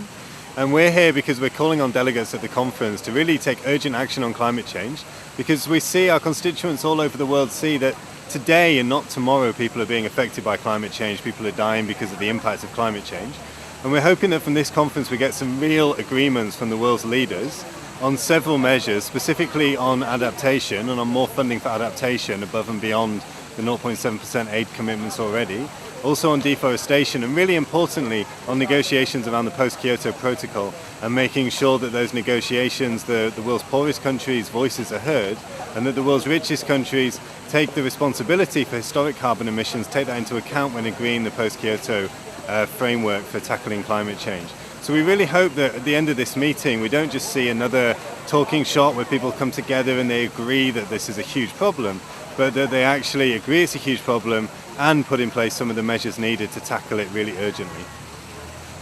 Would you prefer that this conference was about cutting out the use of fossil fuel instead of reducing emissions? It's got to be based on what works for countries all over the world. I think it's very nice to say that we'd like to see a complete cutting of fossil fuels, and I think in an ideal world that is what we'd be looking for.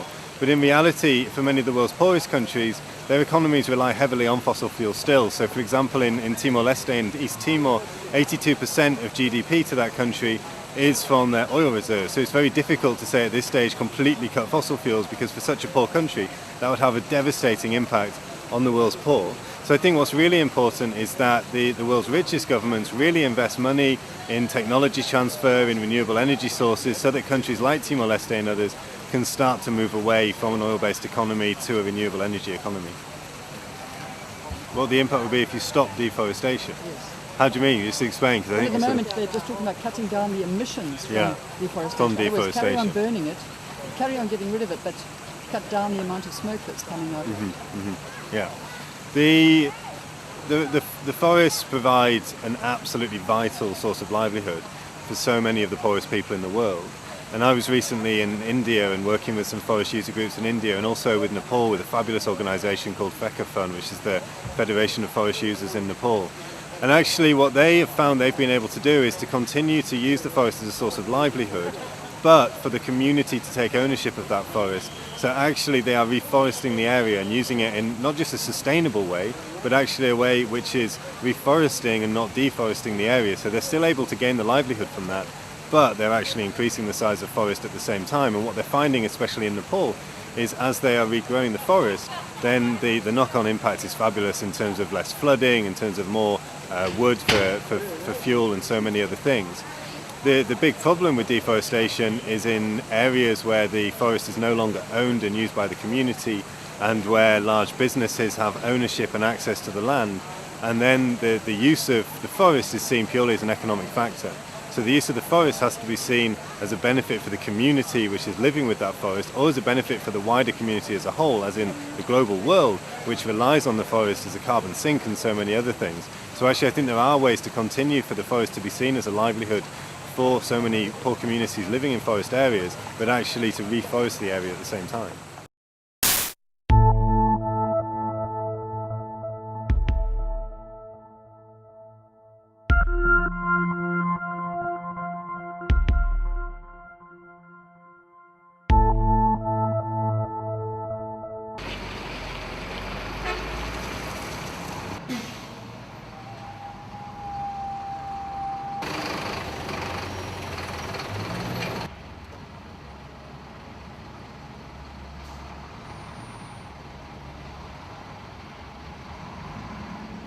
Talk to them nicely.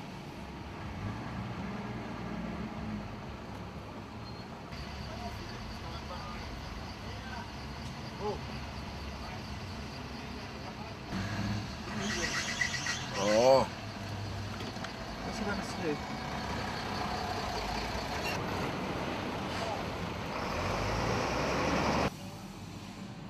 What money is that?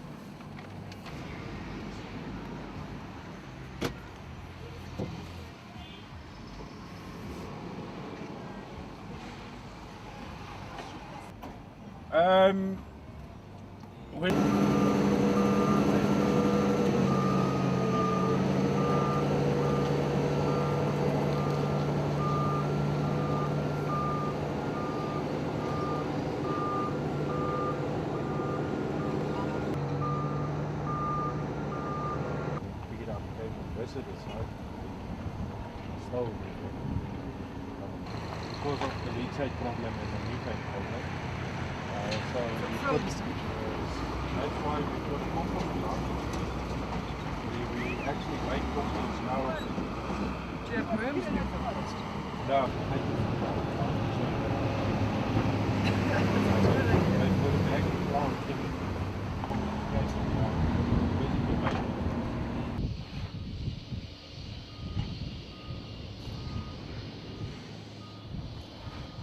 See on this side is reclaiming.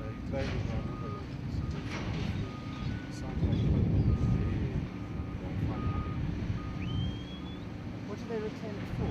Themselves? For themselves. We inherited the people, so we can't just say that they've been here for a few years. Do they make money out of it? Big bucks. Reclaimer can make up to £2,000 a week. Yes. Just from what he finds? Yeah. Your 2 litre Coke bottles is between £2 and £2.50 a kilo. Take it. Your normal white plastic.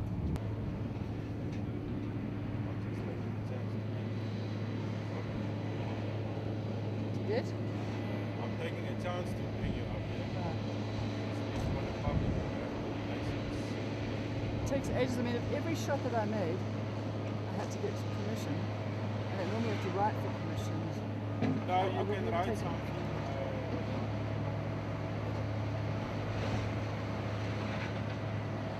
No, we've got a public relations. Yes, I know. You can, and I've only got 2 days. So I'm finishing this film. But you've got my card now. If you want to do something like this again. I'll do all the permissions first. Phone. I'll organize the vehicle. Yes. Back to 2 or 3 sites. Yeah, that would be very nice. Because you see, this is the first film that you get some more preparation.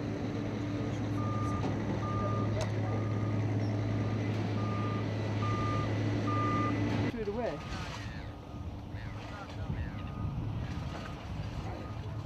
Looks very wonderful. Just by seeing the camera, we're already going out of the way. For the children.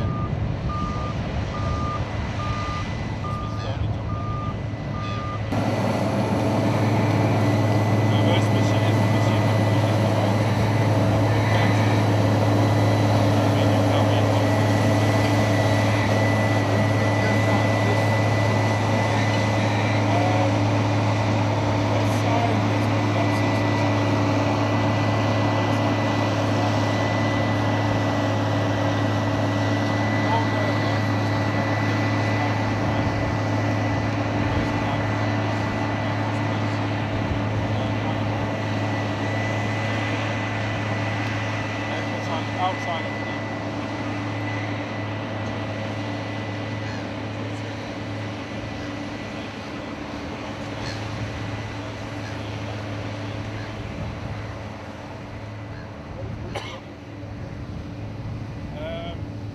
This one, I'm not sure. It's either a sports field or something, but we are now busy with the landfill gas to energy projects. So your landfill gas, landfill like this will be good for 15 years taking out methane gas, landfill gas, for using after 15 years.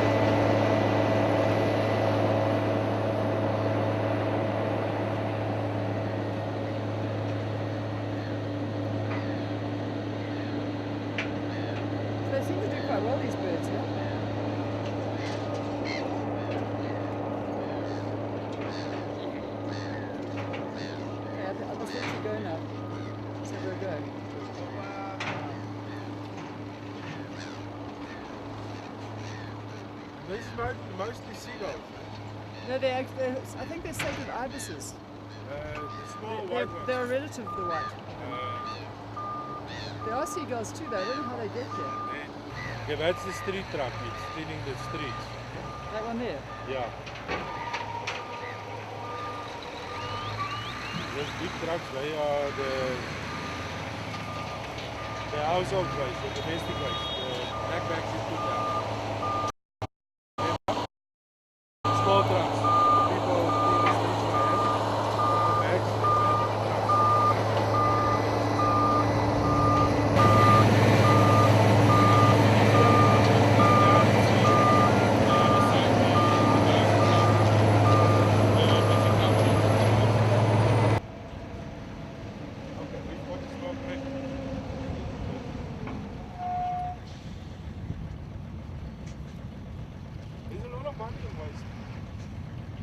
How do you make money out of it?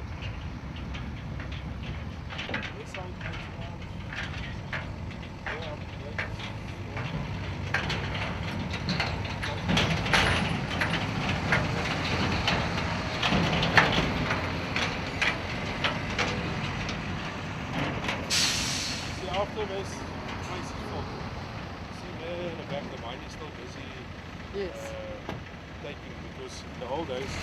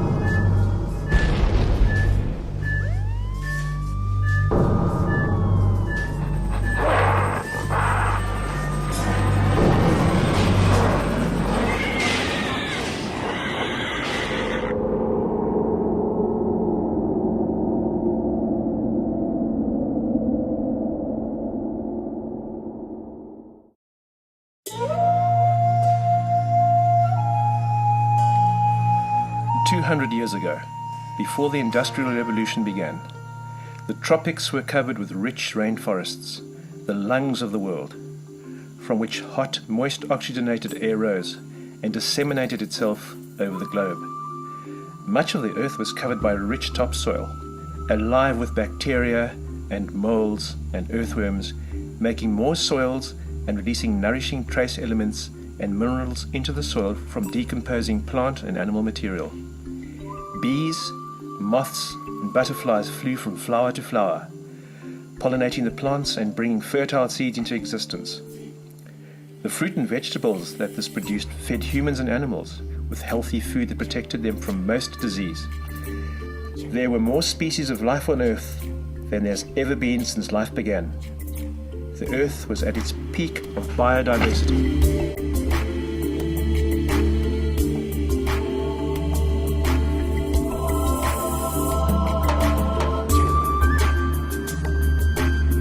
Wild animals roamed in ecosystems all over the world. The sea was clean, full of fish, whales, phytoplankton.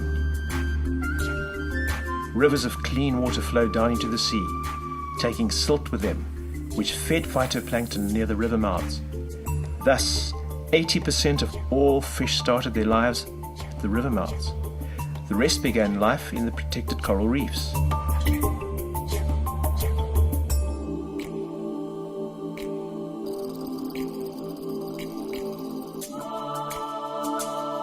The carbon dioxide in the atmosphere was taken in by the dense plant life on the planet. The oceans, the grasslands, the forests, made into plant matter, a carbohydrate so to speak, and only released back into the atmosphere when the plant died and rotted. Coal, oil and limestone were in the ground.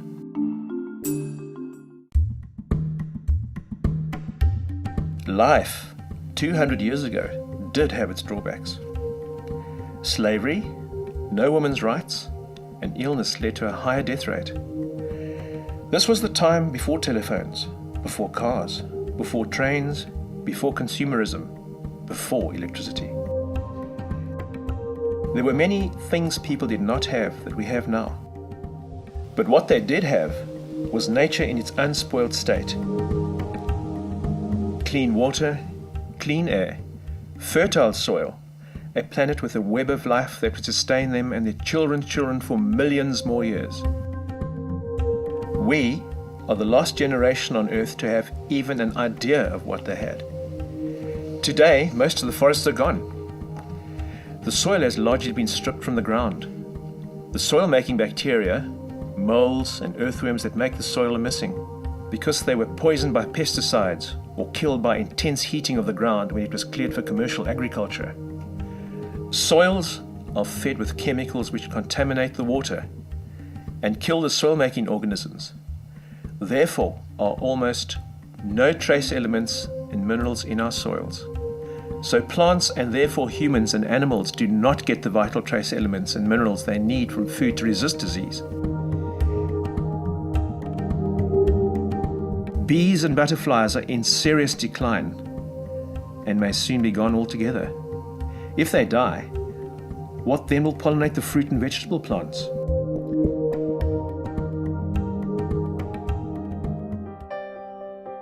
Genetically engineered seeds have largely contaminated naturally grown plants and caused them to be infertile or not to germinate unless there is a hormone they cell present.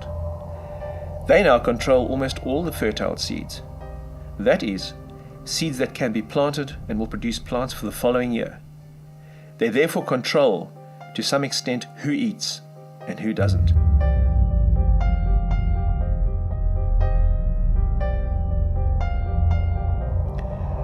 Wild animals in most parts of the world have been largely hunted out or died because their habitats were destroyed. They have been ruthlessly hunted down for the lucrative trade in wild animals in China. Millions of people in China eat wild animals from all over the world or use them as medicines. As the population and wealth of China grows, they pull more and more animals through this illegal system. The animal populations through many countries of the world are being decimated to supply this market. The sea is fast emptying of fish due to factory ships that sieve the sea with gill nets. These take out even the smallest of fish, so they do not get a chance to grow and breed. Factories' poisonous waste and raw sewage discharge into the rivers. The toxins from these kill the fish and marine life and create huge dead zones in the sea. The silt that used to wash down the rivers and nourish the phytoplankton at the river mouths is now often held back by dams. This has also reduced the amount of fish, as 80% of fish used to begin their lives in river mouths due to the large amount of phytoplankton that used to feed them. Coral reefs worldwide are dying due to the increased sea temperatures and also because some are blasted from those trying to extract building material. Fish will soon have no sheltered place to begin their lives, and soon there will be no fish.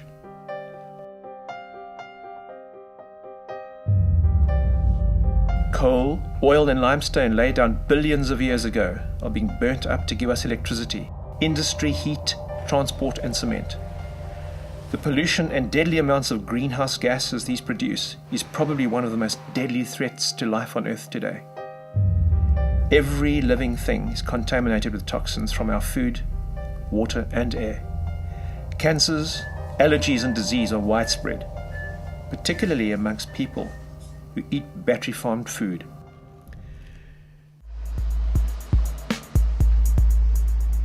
A few hundred billionaires and several thousand people in the world are super rich, largely as a result of the plunder of our planet. Often, these are leaders of countries who use their own country's money as their own bank account and grow exceedingly rich while their people starve. By paying for their election campaigns and offering politicians a share in the wealth pie, some big corporations make sure governments will let them keep plundering. Often in less than a year, politicians have forgotten the people that put them in power and are engaged in increasing their personal wealth. Corruption, greed, these are the hallmark of the super rich, whether corporate or governmental, totally in control of most of our resources and largely without conscience. These few are leading the planet to extinction. Another 5% of the world have been invited by the super rich into relative wealth provided they run their enterprises. They have cars, cell phones, television, use planes, and lead the consumeristic way of life. They also have heart disease, cancer, obesity, stress, high walls, crime, and little time with their children, little time for leisure at all. They have internet. They have television. They can afford to see movies like An Inconvenient Truth. They read the newspaper. So they are beginning to realize from the media coverage of environmental damage and global warming that they have a short future if they are to carry on their lifestyle. They do not want to believe. So many will probably fight every effort to save the planet if it disturbs their comfort zone. Another 30% are workers and the main customers, earning a living by giving away their lives, spending all their money to buy basic necessities to live. They spend most of their day getting to work and back, doing a dull job for little money. Have enough to feed their family and save up for one of the first world items like TV. If something goes wrong, such as illness or losing their job, they have nothing. They have almost no idea that the planet is in trouble. They have their heads down trying to keep their families going. Anything that could disturb is a risk to them. Forgotten by their leaders, administered to by NGOs, disregarded in the leaders' quest for riches, they've been brought up in some long tradition of accepting that the chief can take it all. So they do nothing to stop their leaders from stealing the money that should be providing them houses, health, education, and training. Their country's land often does not grow food for them. It grows cash crops for the first world nations. The cash crops are to pay back money borrowed for their country by their leaders. Money they never saw. Money that often went into the pockets of their leaders. Their forests are cut down to provide chopsticks and hardwoods for first world furniture and buildings. Burnt down to grow soya for first world hamburgers. The water in the lakes from which they used to fish have all but dried out, because it was taken out upriver to irrigate cotton plantations for first world clothes. Their children are starving, often deformed, and many have cancer because of poisoning from pesticides used in the plantations.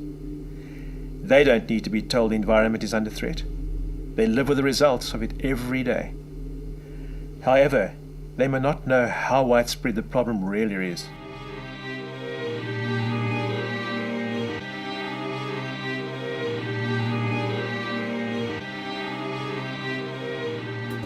So here we are, 6 billion people, breeding and consuming furiously on a worn-out, poisoned, finite planet poised on the brink of meltdown.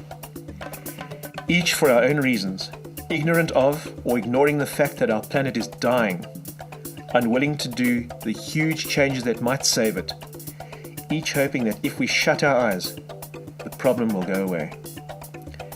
6 billion and soon 9 billion people, billions of fish, animals and plants, being led into oblivion by a few thousand ruthless, greedy men.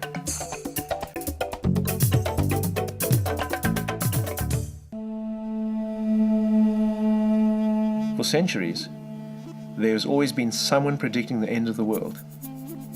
Much of it ancient superstitions, tales of meteors hitting the earth, the atomic bomb. But now, predictions about the end of the world are in every newspaper, The television is always screening programs warning about its happening. Our own eyes can see that something is changing. There is not a country in the world that has not experienced huge climate changes.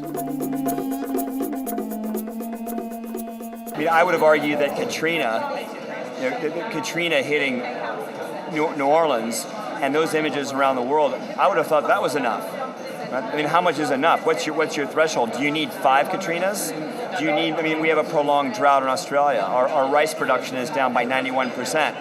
How much farther do you have to go? I would argue that we're seeing in some places some pretty dramatic changes that would suggest that we need to change our emission trajectory immediately. But the process here doesn't seem to support that view. Everyone over 40 has seen the change in the ecosystems with their own eyes. We may not see what is happening beneath the surface of the sea, but we see the bleached coral reefs, and there is not a fisherman in the world who has not seen a rapid loss of fish in the sea.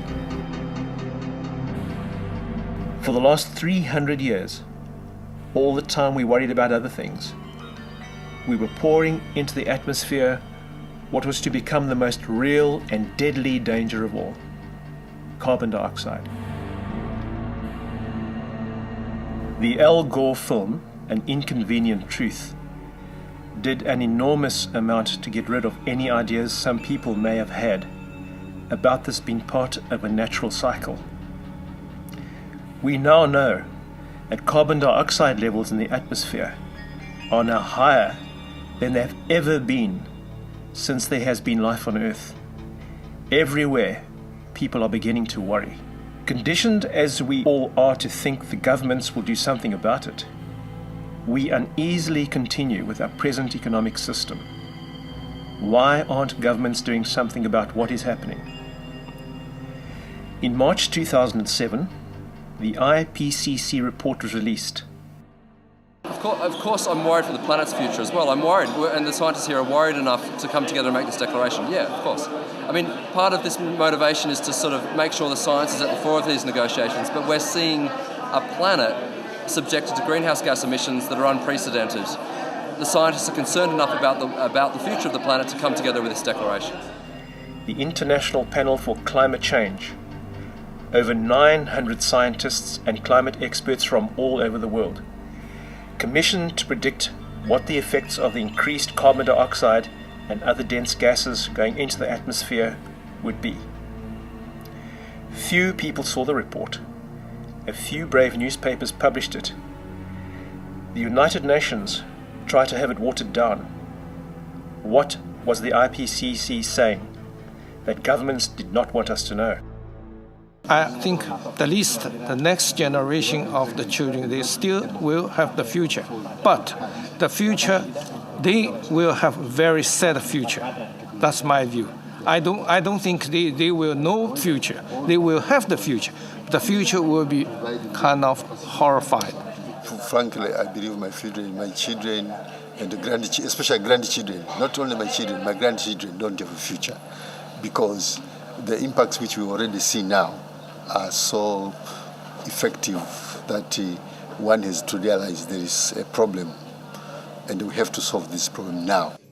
IPCC, the International Panel for Climate Change, over 900 climatologists and scientists of the world unanimously agreed the climate is changing rapidly as a result of human actions primarily using fossil fuel and deforestation.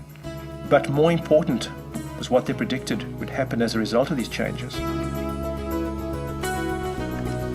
They predicted that the average temperature of the Earth would rise by 6.4 degrees Celsius above pre-industrial temperatures by the end of this century, and would bring about the end of most species, including humans. They predicted that, as the temperature rose, this is how it could happen. Bear in mind that we are already 0.8 degrees centigrade above pre-industrial temperatures.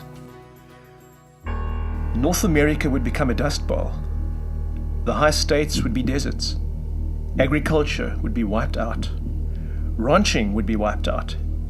Sand dunes would be seen throughout the United States. Worldwide sea levels would rise due to Greenland being an irreversible meltdown. This would submerge atoll nations, submerge low-lying deltas. The Peru glaciers would disappear, leaving 10 million people without water. The increased temperature of the sea would wipe out the Great Barrier Reef and make coral reefs extinct.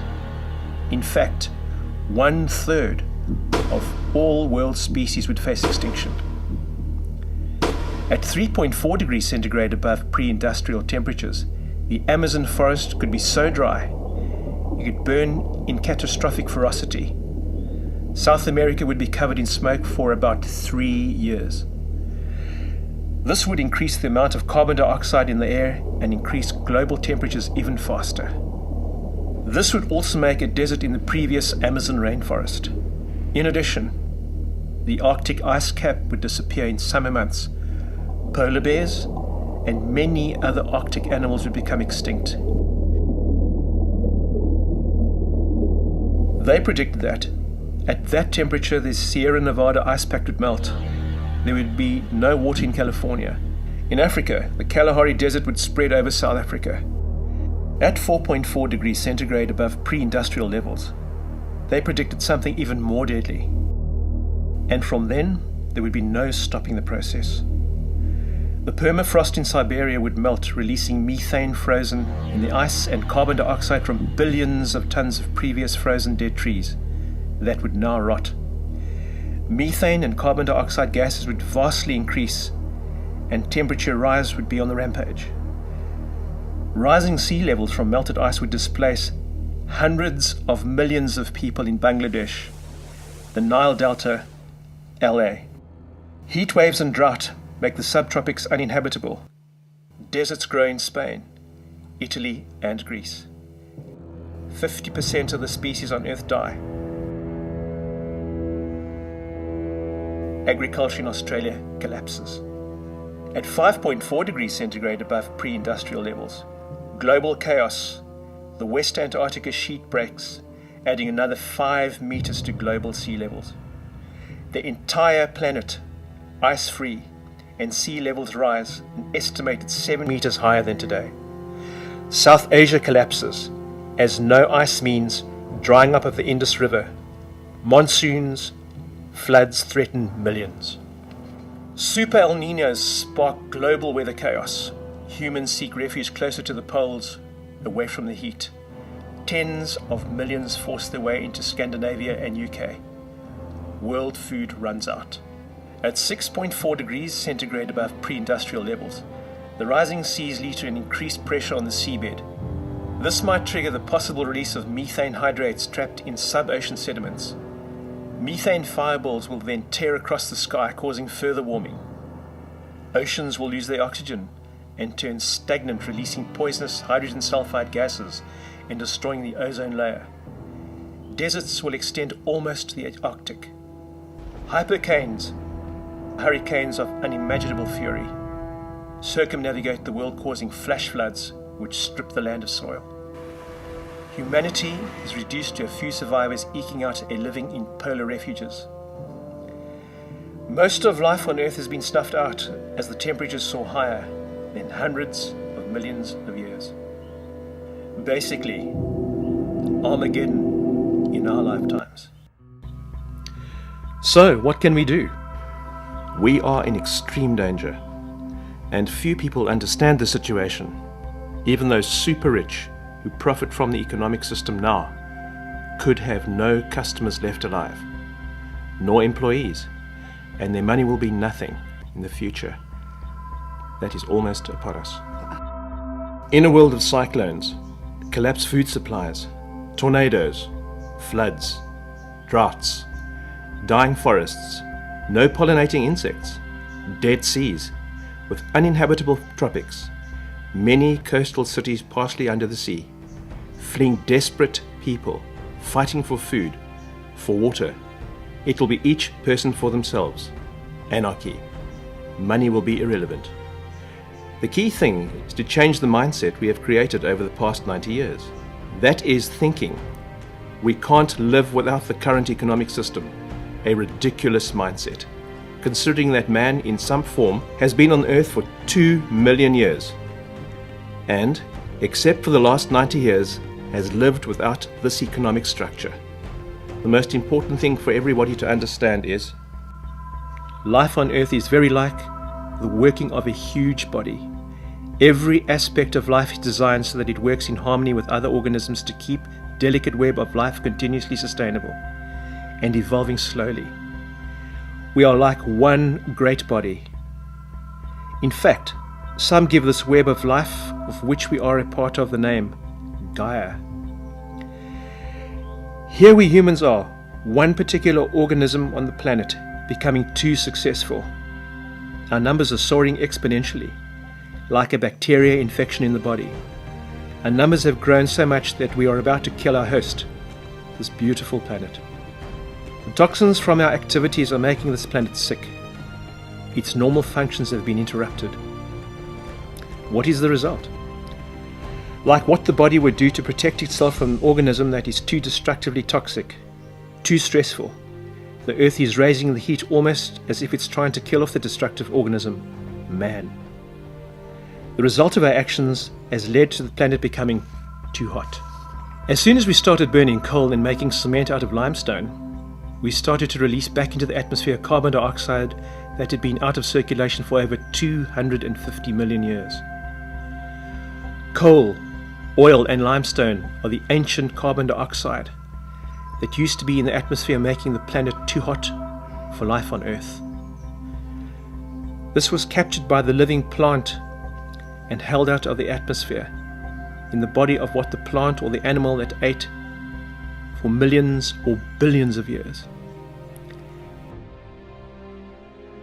It is the existence of coal, oil and limestone as what they are, solids, instead of the gas carbon dioxide that kept the carbon dioxide out of circulation and made the planet cool enough for life to develop. By burning that coal, oil and limestone, we are putting that carbon dioxide back into the atmosphere, and soon it will again be too hot for life. Most of life on Earth will die, and over another few billion years, other forms of life may start again.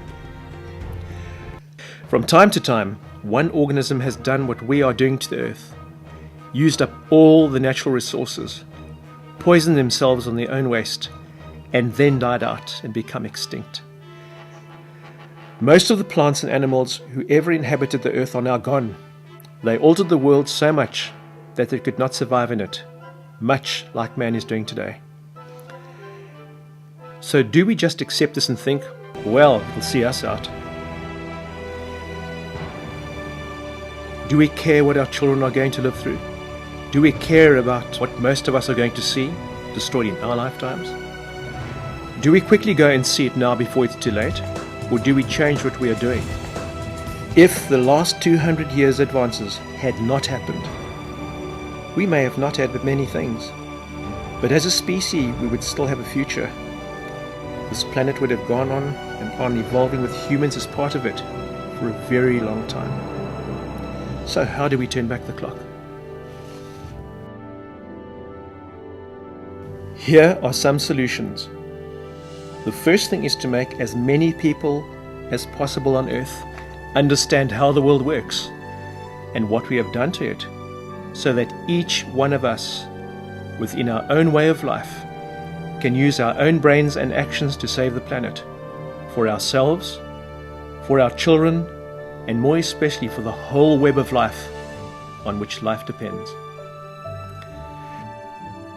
The basic thing is to understand coal, oil and limestone are extremely important to us, left where they are, but will destroy us if we change them from what they are. If we release by burning the carbon dioxide that has been held by them out of the atmosphere for billions of years, that same carbon dioxide that, when it was in the atmosphere before, made the Earth too hot for life on Earth. And this is why, 3.9 billion years ago, the sun was about 25% cooler than it is today, but the Earth was a lot hotter. Too hot, in fact, for there to be life on Earth. This was because the levels of carbon dioxide in the atmosphere may have been as much as 70%. In the period between 3.9 billion years ago and 250 million years ago, blue-green algae and other microplants developed in the sea. Using sunlight and water, these took carbon dioxide and turned it into a carbohydrate of its own body. From being a gas, carbon dioxide now became part of a carbon compound, a solid. More important, it was out of the air. When the plant died and rotted, the carbohydrate of its own body disintegrated and the carbon dioxide returned to the atmosphere. But not always. Sometimes, the amount of other dead bodies above it or silt from the now emerging land, which had no plants on it at the time, covered the organisms and the rotting process was prevented. The bodies of these small plants and animals became the coal and oil of today. But always the level of carbon dioxide stayed below 300 parts per million, because the carbon dioxide that would have raised it above that was in the earth as a compound, as a solid. Coal, oil, and limestone. That was until 200 years ago. Then humans discovered coal as a source of heat and energy. Gas came next, and lighting changed. The steam engine followed. Then the fossil fuel and oil was discovered. In a short time, ships ran on oil, as did cars, and electricity was made using coal. The ancient carbon dioxide from billions of years ago was now being returned to the atmosphere, and without realizing it, the beginning of what was to destroy us. Global warming over and above the regular cycles of the last 250 million years of life. At the same time, the link of septicemia to dirt was discovered.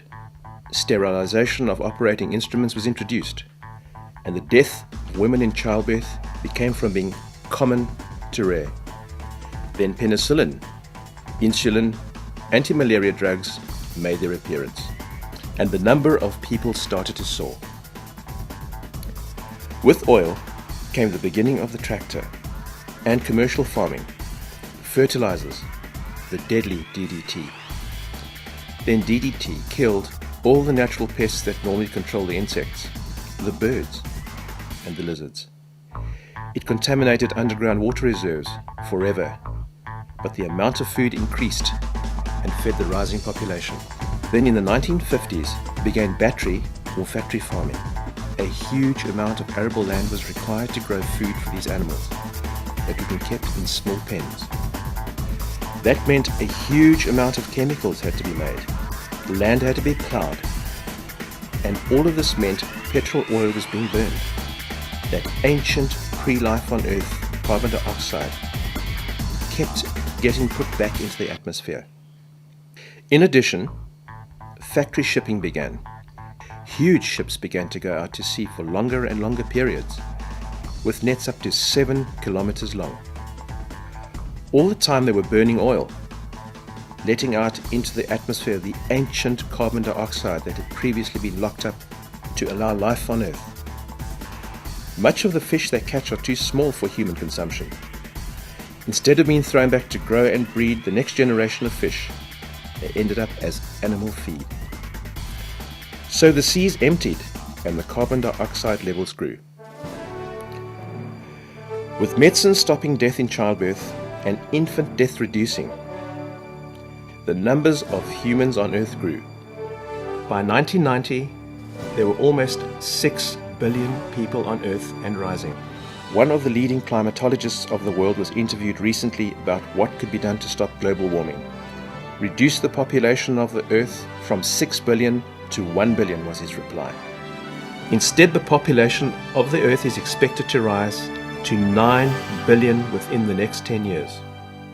To make matters worse, television and capitalism had combined to make each of these people aspire to a way of life of the rich. Everyone wanted more and more clothes, televisions, radios, cars, and flights. To provide these, more and more of the world had to be exploited. But more importantly, to extract the raw materials to produce these things and to manufacture them meant more and more carbon dioxide entering the atmosphere. In the 1960s, a man called Roger Revelle a teacher of Al Gore, the ex-next president of the United States, started to measure the amount of carbon dioxide in the atmosphere. He proved that the levels of carbon dioxide in the atmosphere were higher than they had ever been in the previous 650 million years, which is as far back as scientists are able to trace it. He saw that the global temperatures generally were rising and projected that the rise would have devastating consequences. The solution is obvious. As soon as possible, we must stop using fossil fuel and cement, so we don't make the situation worse. But the temperature on the Earth is already such that if we do not lower it, the glaciers will melt. Millions of people will be without water, and the sea will rise, covering most of the cities and the fertile coastal plains where much of our food is grown. The effect of greenhouse gases tends to lag about 30 years after they've been stopped accumulating. The second thing is to try to reverse what we have done and to take as much carbon dioxide out of the atmosphere as possible. Now, 1 billion years is 1,000 million years. We have 3,700 million years that it took to take the carbon dioxide out of circulation in the first place. We have less than 100 years to get that carbon dioxide from the oil, coal, and lime that we have already used back out of the atmosphere again. But take heart, we have not used it all. Some of the carbon dioxide from billions of years ago is still being held out of the atmosphere as a hydrocarbon, oil or coal, or as a limestone, and is still in the ground. Essentially, we have to stop those intent on exploiting those lost reserves. We actually need to reduce the amount of carbon dioxide in the atmosphere. The carbon dioxide which came from ancient times, the time before 250 million years ago. And the age-old way of doing it is to change it into plant mass, preferably plant mass where it will stay for a long time. To grow plants to take carbon dioxide out of the air and hold it out. We call that a carbon sink. What are our options? Grasslands are a huge carbon sink, but desertification, overgrazing, and fires wipe them out, and when they die, they rot and give back the carbon dioxide anyway. However, increasing the amount of land under grassland would help. Phytoplankton, which are microscopic organisms in the sea, hold a large amount of carbon dioxide out of circulation. The more phytoplankton, the more carbon dioxide is held out of circulation in the atmosphere. But toxins in the sea are killing phytoplankton. The nutrients that used to come down the rivers with the silt to feed the phytoplankton in the sea are being held back by dams. And the increased temperature of the sea due to global warming all mean less phytoplankton. The solution: stop putting toxins in the sea. Redesign dams to let the nutrients out. And still, when phytoplankton die, they rot and release the carbon dioxide back into the air.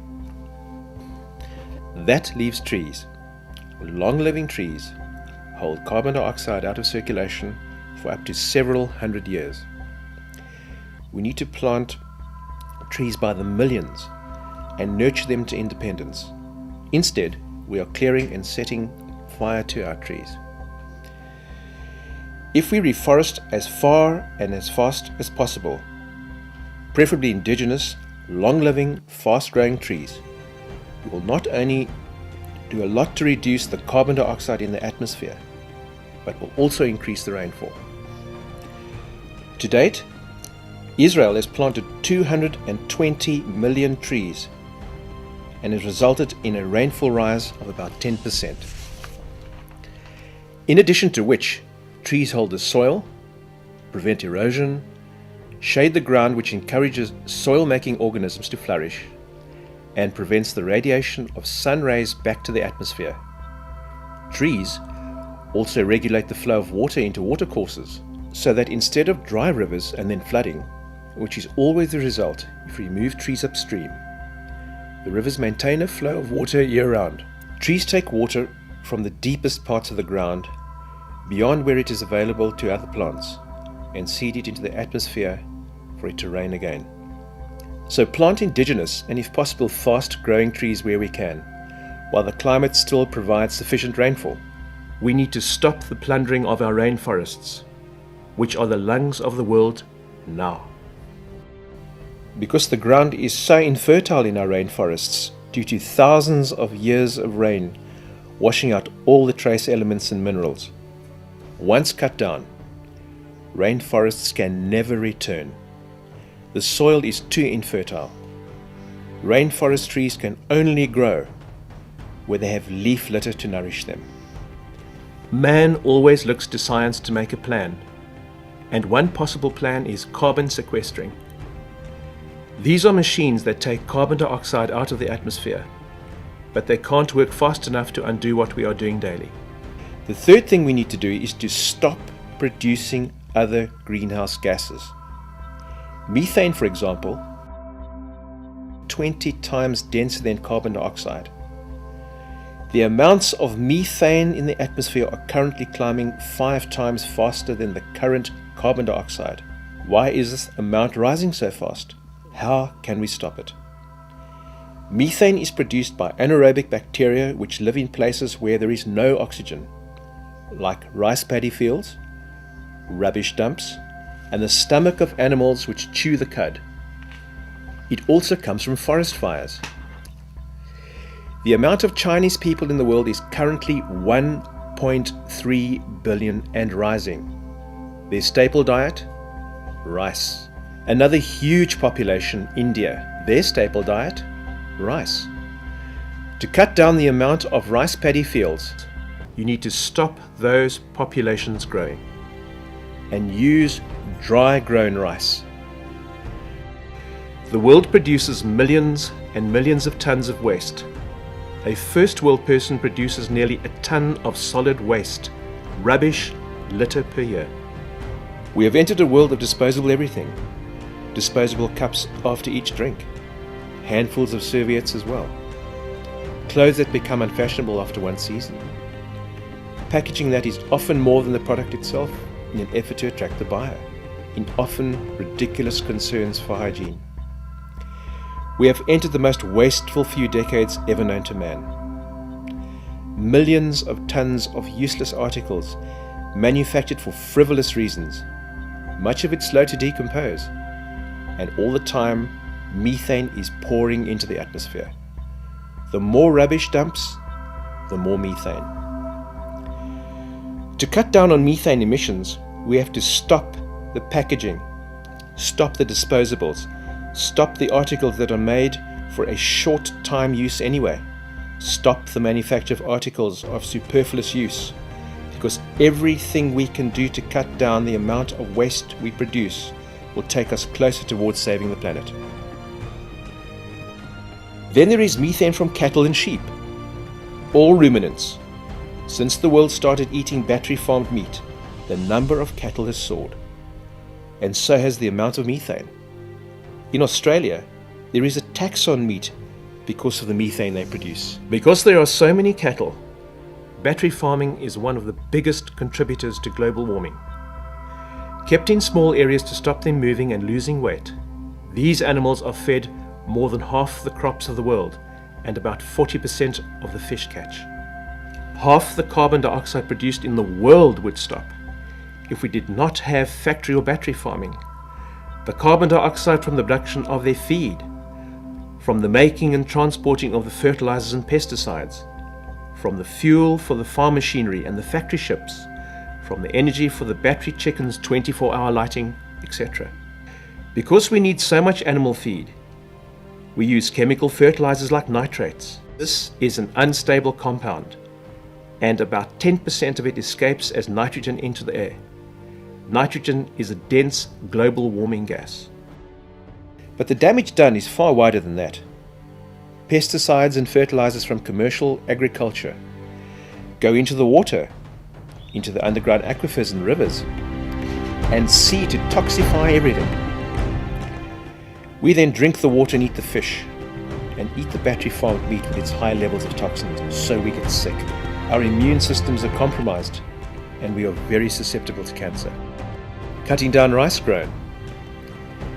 growing rice in dry fields as opposed to rice paddies, stopping battery farming, stopping wrapping, stopping disposables, and cutting down on frivolous products does not seem a big price to pay for saving the world. Stopping fires should be done on a more serious level anyway. Is it as easy to stop carbon dioxide production as it is to stop methane production? First of all, with the situation so serious, much of what we use electricity to produce could stop. Is it so important to have these, for example? Plus all this packaging. Coal used for electricity generation can be replaced by natural, non-carbon dioxide producing energy, which is in an indefinite supply, and once installed, gives genuinely free energy. There could be a micropower station in each home, using sun, wind, hydrogen in the coal countries for domestic use, using energy-efficient appliances. The electric and air-powered cars which plug in at night using renewable electricity and need no petrol or diesel have been available for years. If we continue with our existing economic system and consumeristic way of life, scientists are predicting a horrifying future. They are saying that we only have a little time to implement the solutions, because in a very short time, at the outside 8 years from now, that is before 2016, if we have not already massively changed our way of life, the breakdown of the ecosystems that give us life will be irreversible. We need to introduce wave and wind power generators, even out at sea, and solar voltaic farms in deserted areas, on a grid of direct current cabling to supply industry and commercial needs with electricity. Need to stop nuclear power for many reasons, but mainly because it uses more energy than you get from it. Carbon dioxide producing petrol or diesel to mine it. Dispose of dangerous tailings and extremely hazardous waste. It is also much more expensive to produce nuclear energy. If you really want to save the planet from global warming, coal-fired power plants should be stopped immediately, no matter what the upheaval. It is that serious a problem.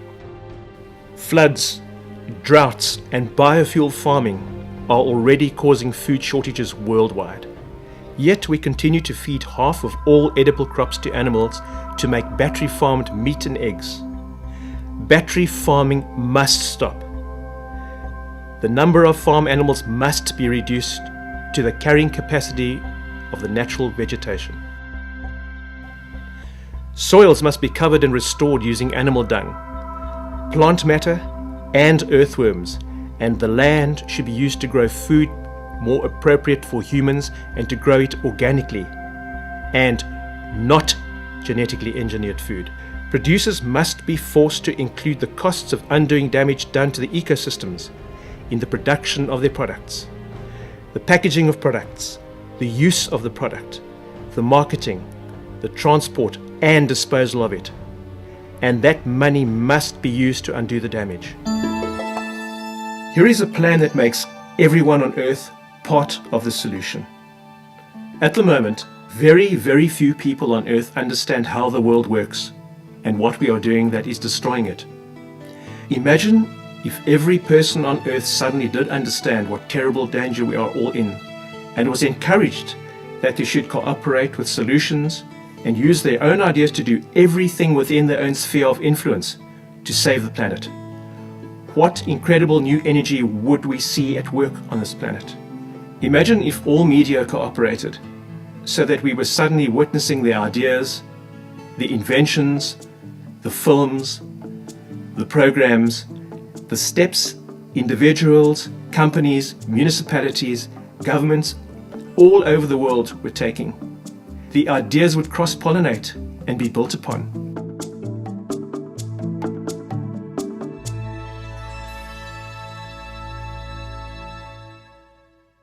So why don't we do it? Part of the reason is who is going to do it? Will it be the petrol companies? So far they have done everything within their power to stop the production of anything that runs without an oil. Oil companies are among the richest companies in the world. Indeed, oil is the sole product of most Arab countries. Even though continuing to sell their product will kill them and their children as well, they do not seem to want to look at stopping the use of it. Presumably, they kind of hope scientists are wrong and that the world is not warming up. Will it be the governments? Representative government means that election is required. This should not, but does mean election campaigns. Election campaigns are expensive, and so the oil companies fund them. Now, could they expect funding from oil and energy companies if they then legislated as they must do if they are to survive? No more fossil fuel to be used at all. When you suggest that you should stop using fossil fuel-based energy, everyone points gloomily at China. What is the point of us stopping fossil fuel when China, which has the largest population in the world, is now having this economic boom and building 2 coal-fired power stations a week? Well, we have caused that boom by buying Chinese goods, which are only cheap because the world still allows the cost of what a product does to the environment to be left out, and because where there are so many people needing jobs, none dare complain about low wages or they will be replaced. We are empowering a nation to destroy the planet. The government should introduce environmental impact tax. All those products made with such environmentally damaging power, emitting such a lot of environmentally damaging waste into water, air and earth, would be prohibitively expensive. Then add the cost of removing the carbon dioxide from circulation that was expended in bringing the products to our countries. But would their corporate backers let them? Imagine if the government were to say what they must say if we are to survive. No more fossil fuel. Look how dependent we have become on oil and coal. 24 hours without oil brings many things to a standstill. So our leaders do nothing. So is the answer then to just continue as we are and hope for the best? Look how many jobs will be lost if we stop, is always the cry. In the world as predicted by the IPCC, how many not only jobs will be lost, but lives? Indeed, effectively, our whole planet. We have created a monster that is destroying us. We think we cannot do without our current economic, political and cultural system. A system we have had only for 90 or so years. And those are the years that are racing towards destroying the planet. The time has come for a complete change away from the economic system that is destroying life on Earth. The world as we know it. How many people is it really benefiting anyway? It is an economic system which does not honor life. It is working against nature, and our nature is working against it. It is unsustainable. It uses up its natural capital instead of using only the produce from the natural capital. And that capital is now almost at an end. We have entrenched in our constitution the concepts of a human-centered world in which the natural resources are only for our use, none of which vests any rights in plants, animals, soil, water, or air. The authors of these constitutions have always been those with commercial and industrial interests. Immortal entities without any environmental, social, value or moral responsibility. The giant corporations of the planet whose criteria for survival is profit-based. None of this will happen unless the people understand how the planet works and what we are doing that destroys it. Then they will cooperate, indeed welcome the changes that must happen if the world is to survive. No. Each and every person within their own context will become conservers instead of consumers, limited in their number of children, bring in the renewable systems of agriculture, economy, lifestyle, until the world is once again in balance with what it can sustain. Never again to advance into short-sighted, destructive economic and cultural systems. What a vision! A whole world of people cooperating through understanding and acting in harmony of life. This is our only chance, and we have a very short time to bring it about. Will you be part of the solution, or continue to be part of the problem and to perish because of it?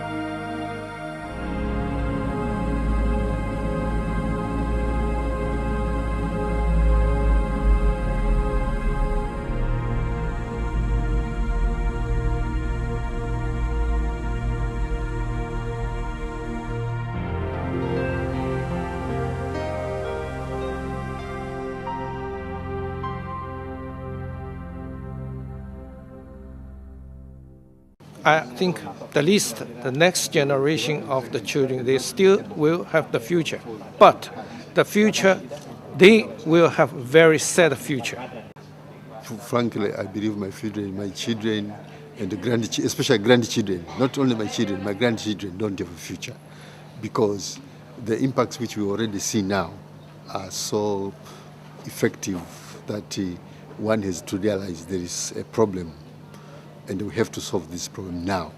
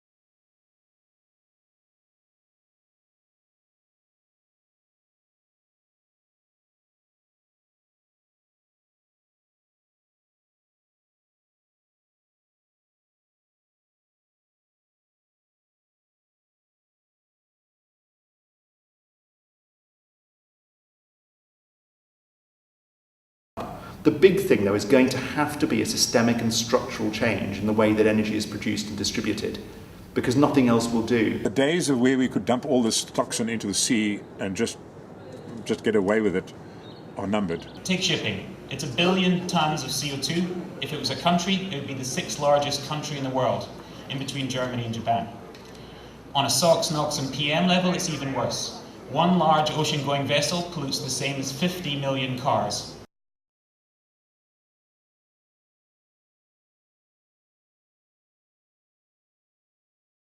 The issue of acting on climate change, on sustainable development, is not always portrayed as preventing people from doing something.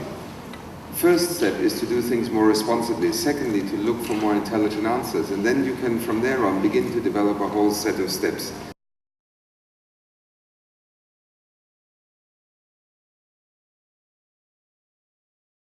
The New York Times a few days ago, and in particular, the quotes in the second paragraph: even with a deal to stop the current rate of greenhouse gas emissions, scientists warn the world will become increasingly unpleasant.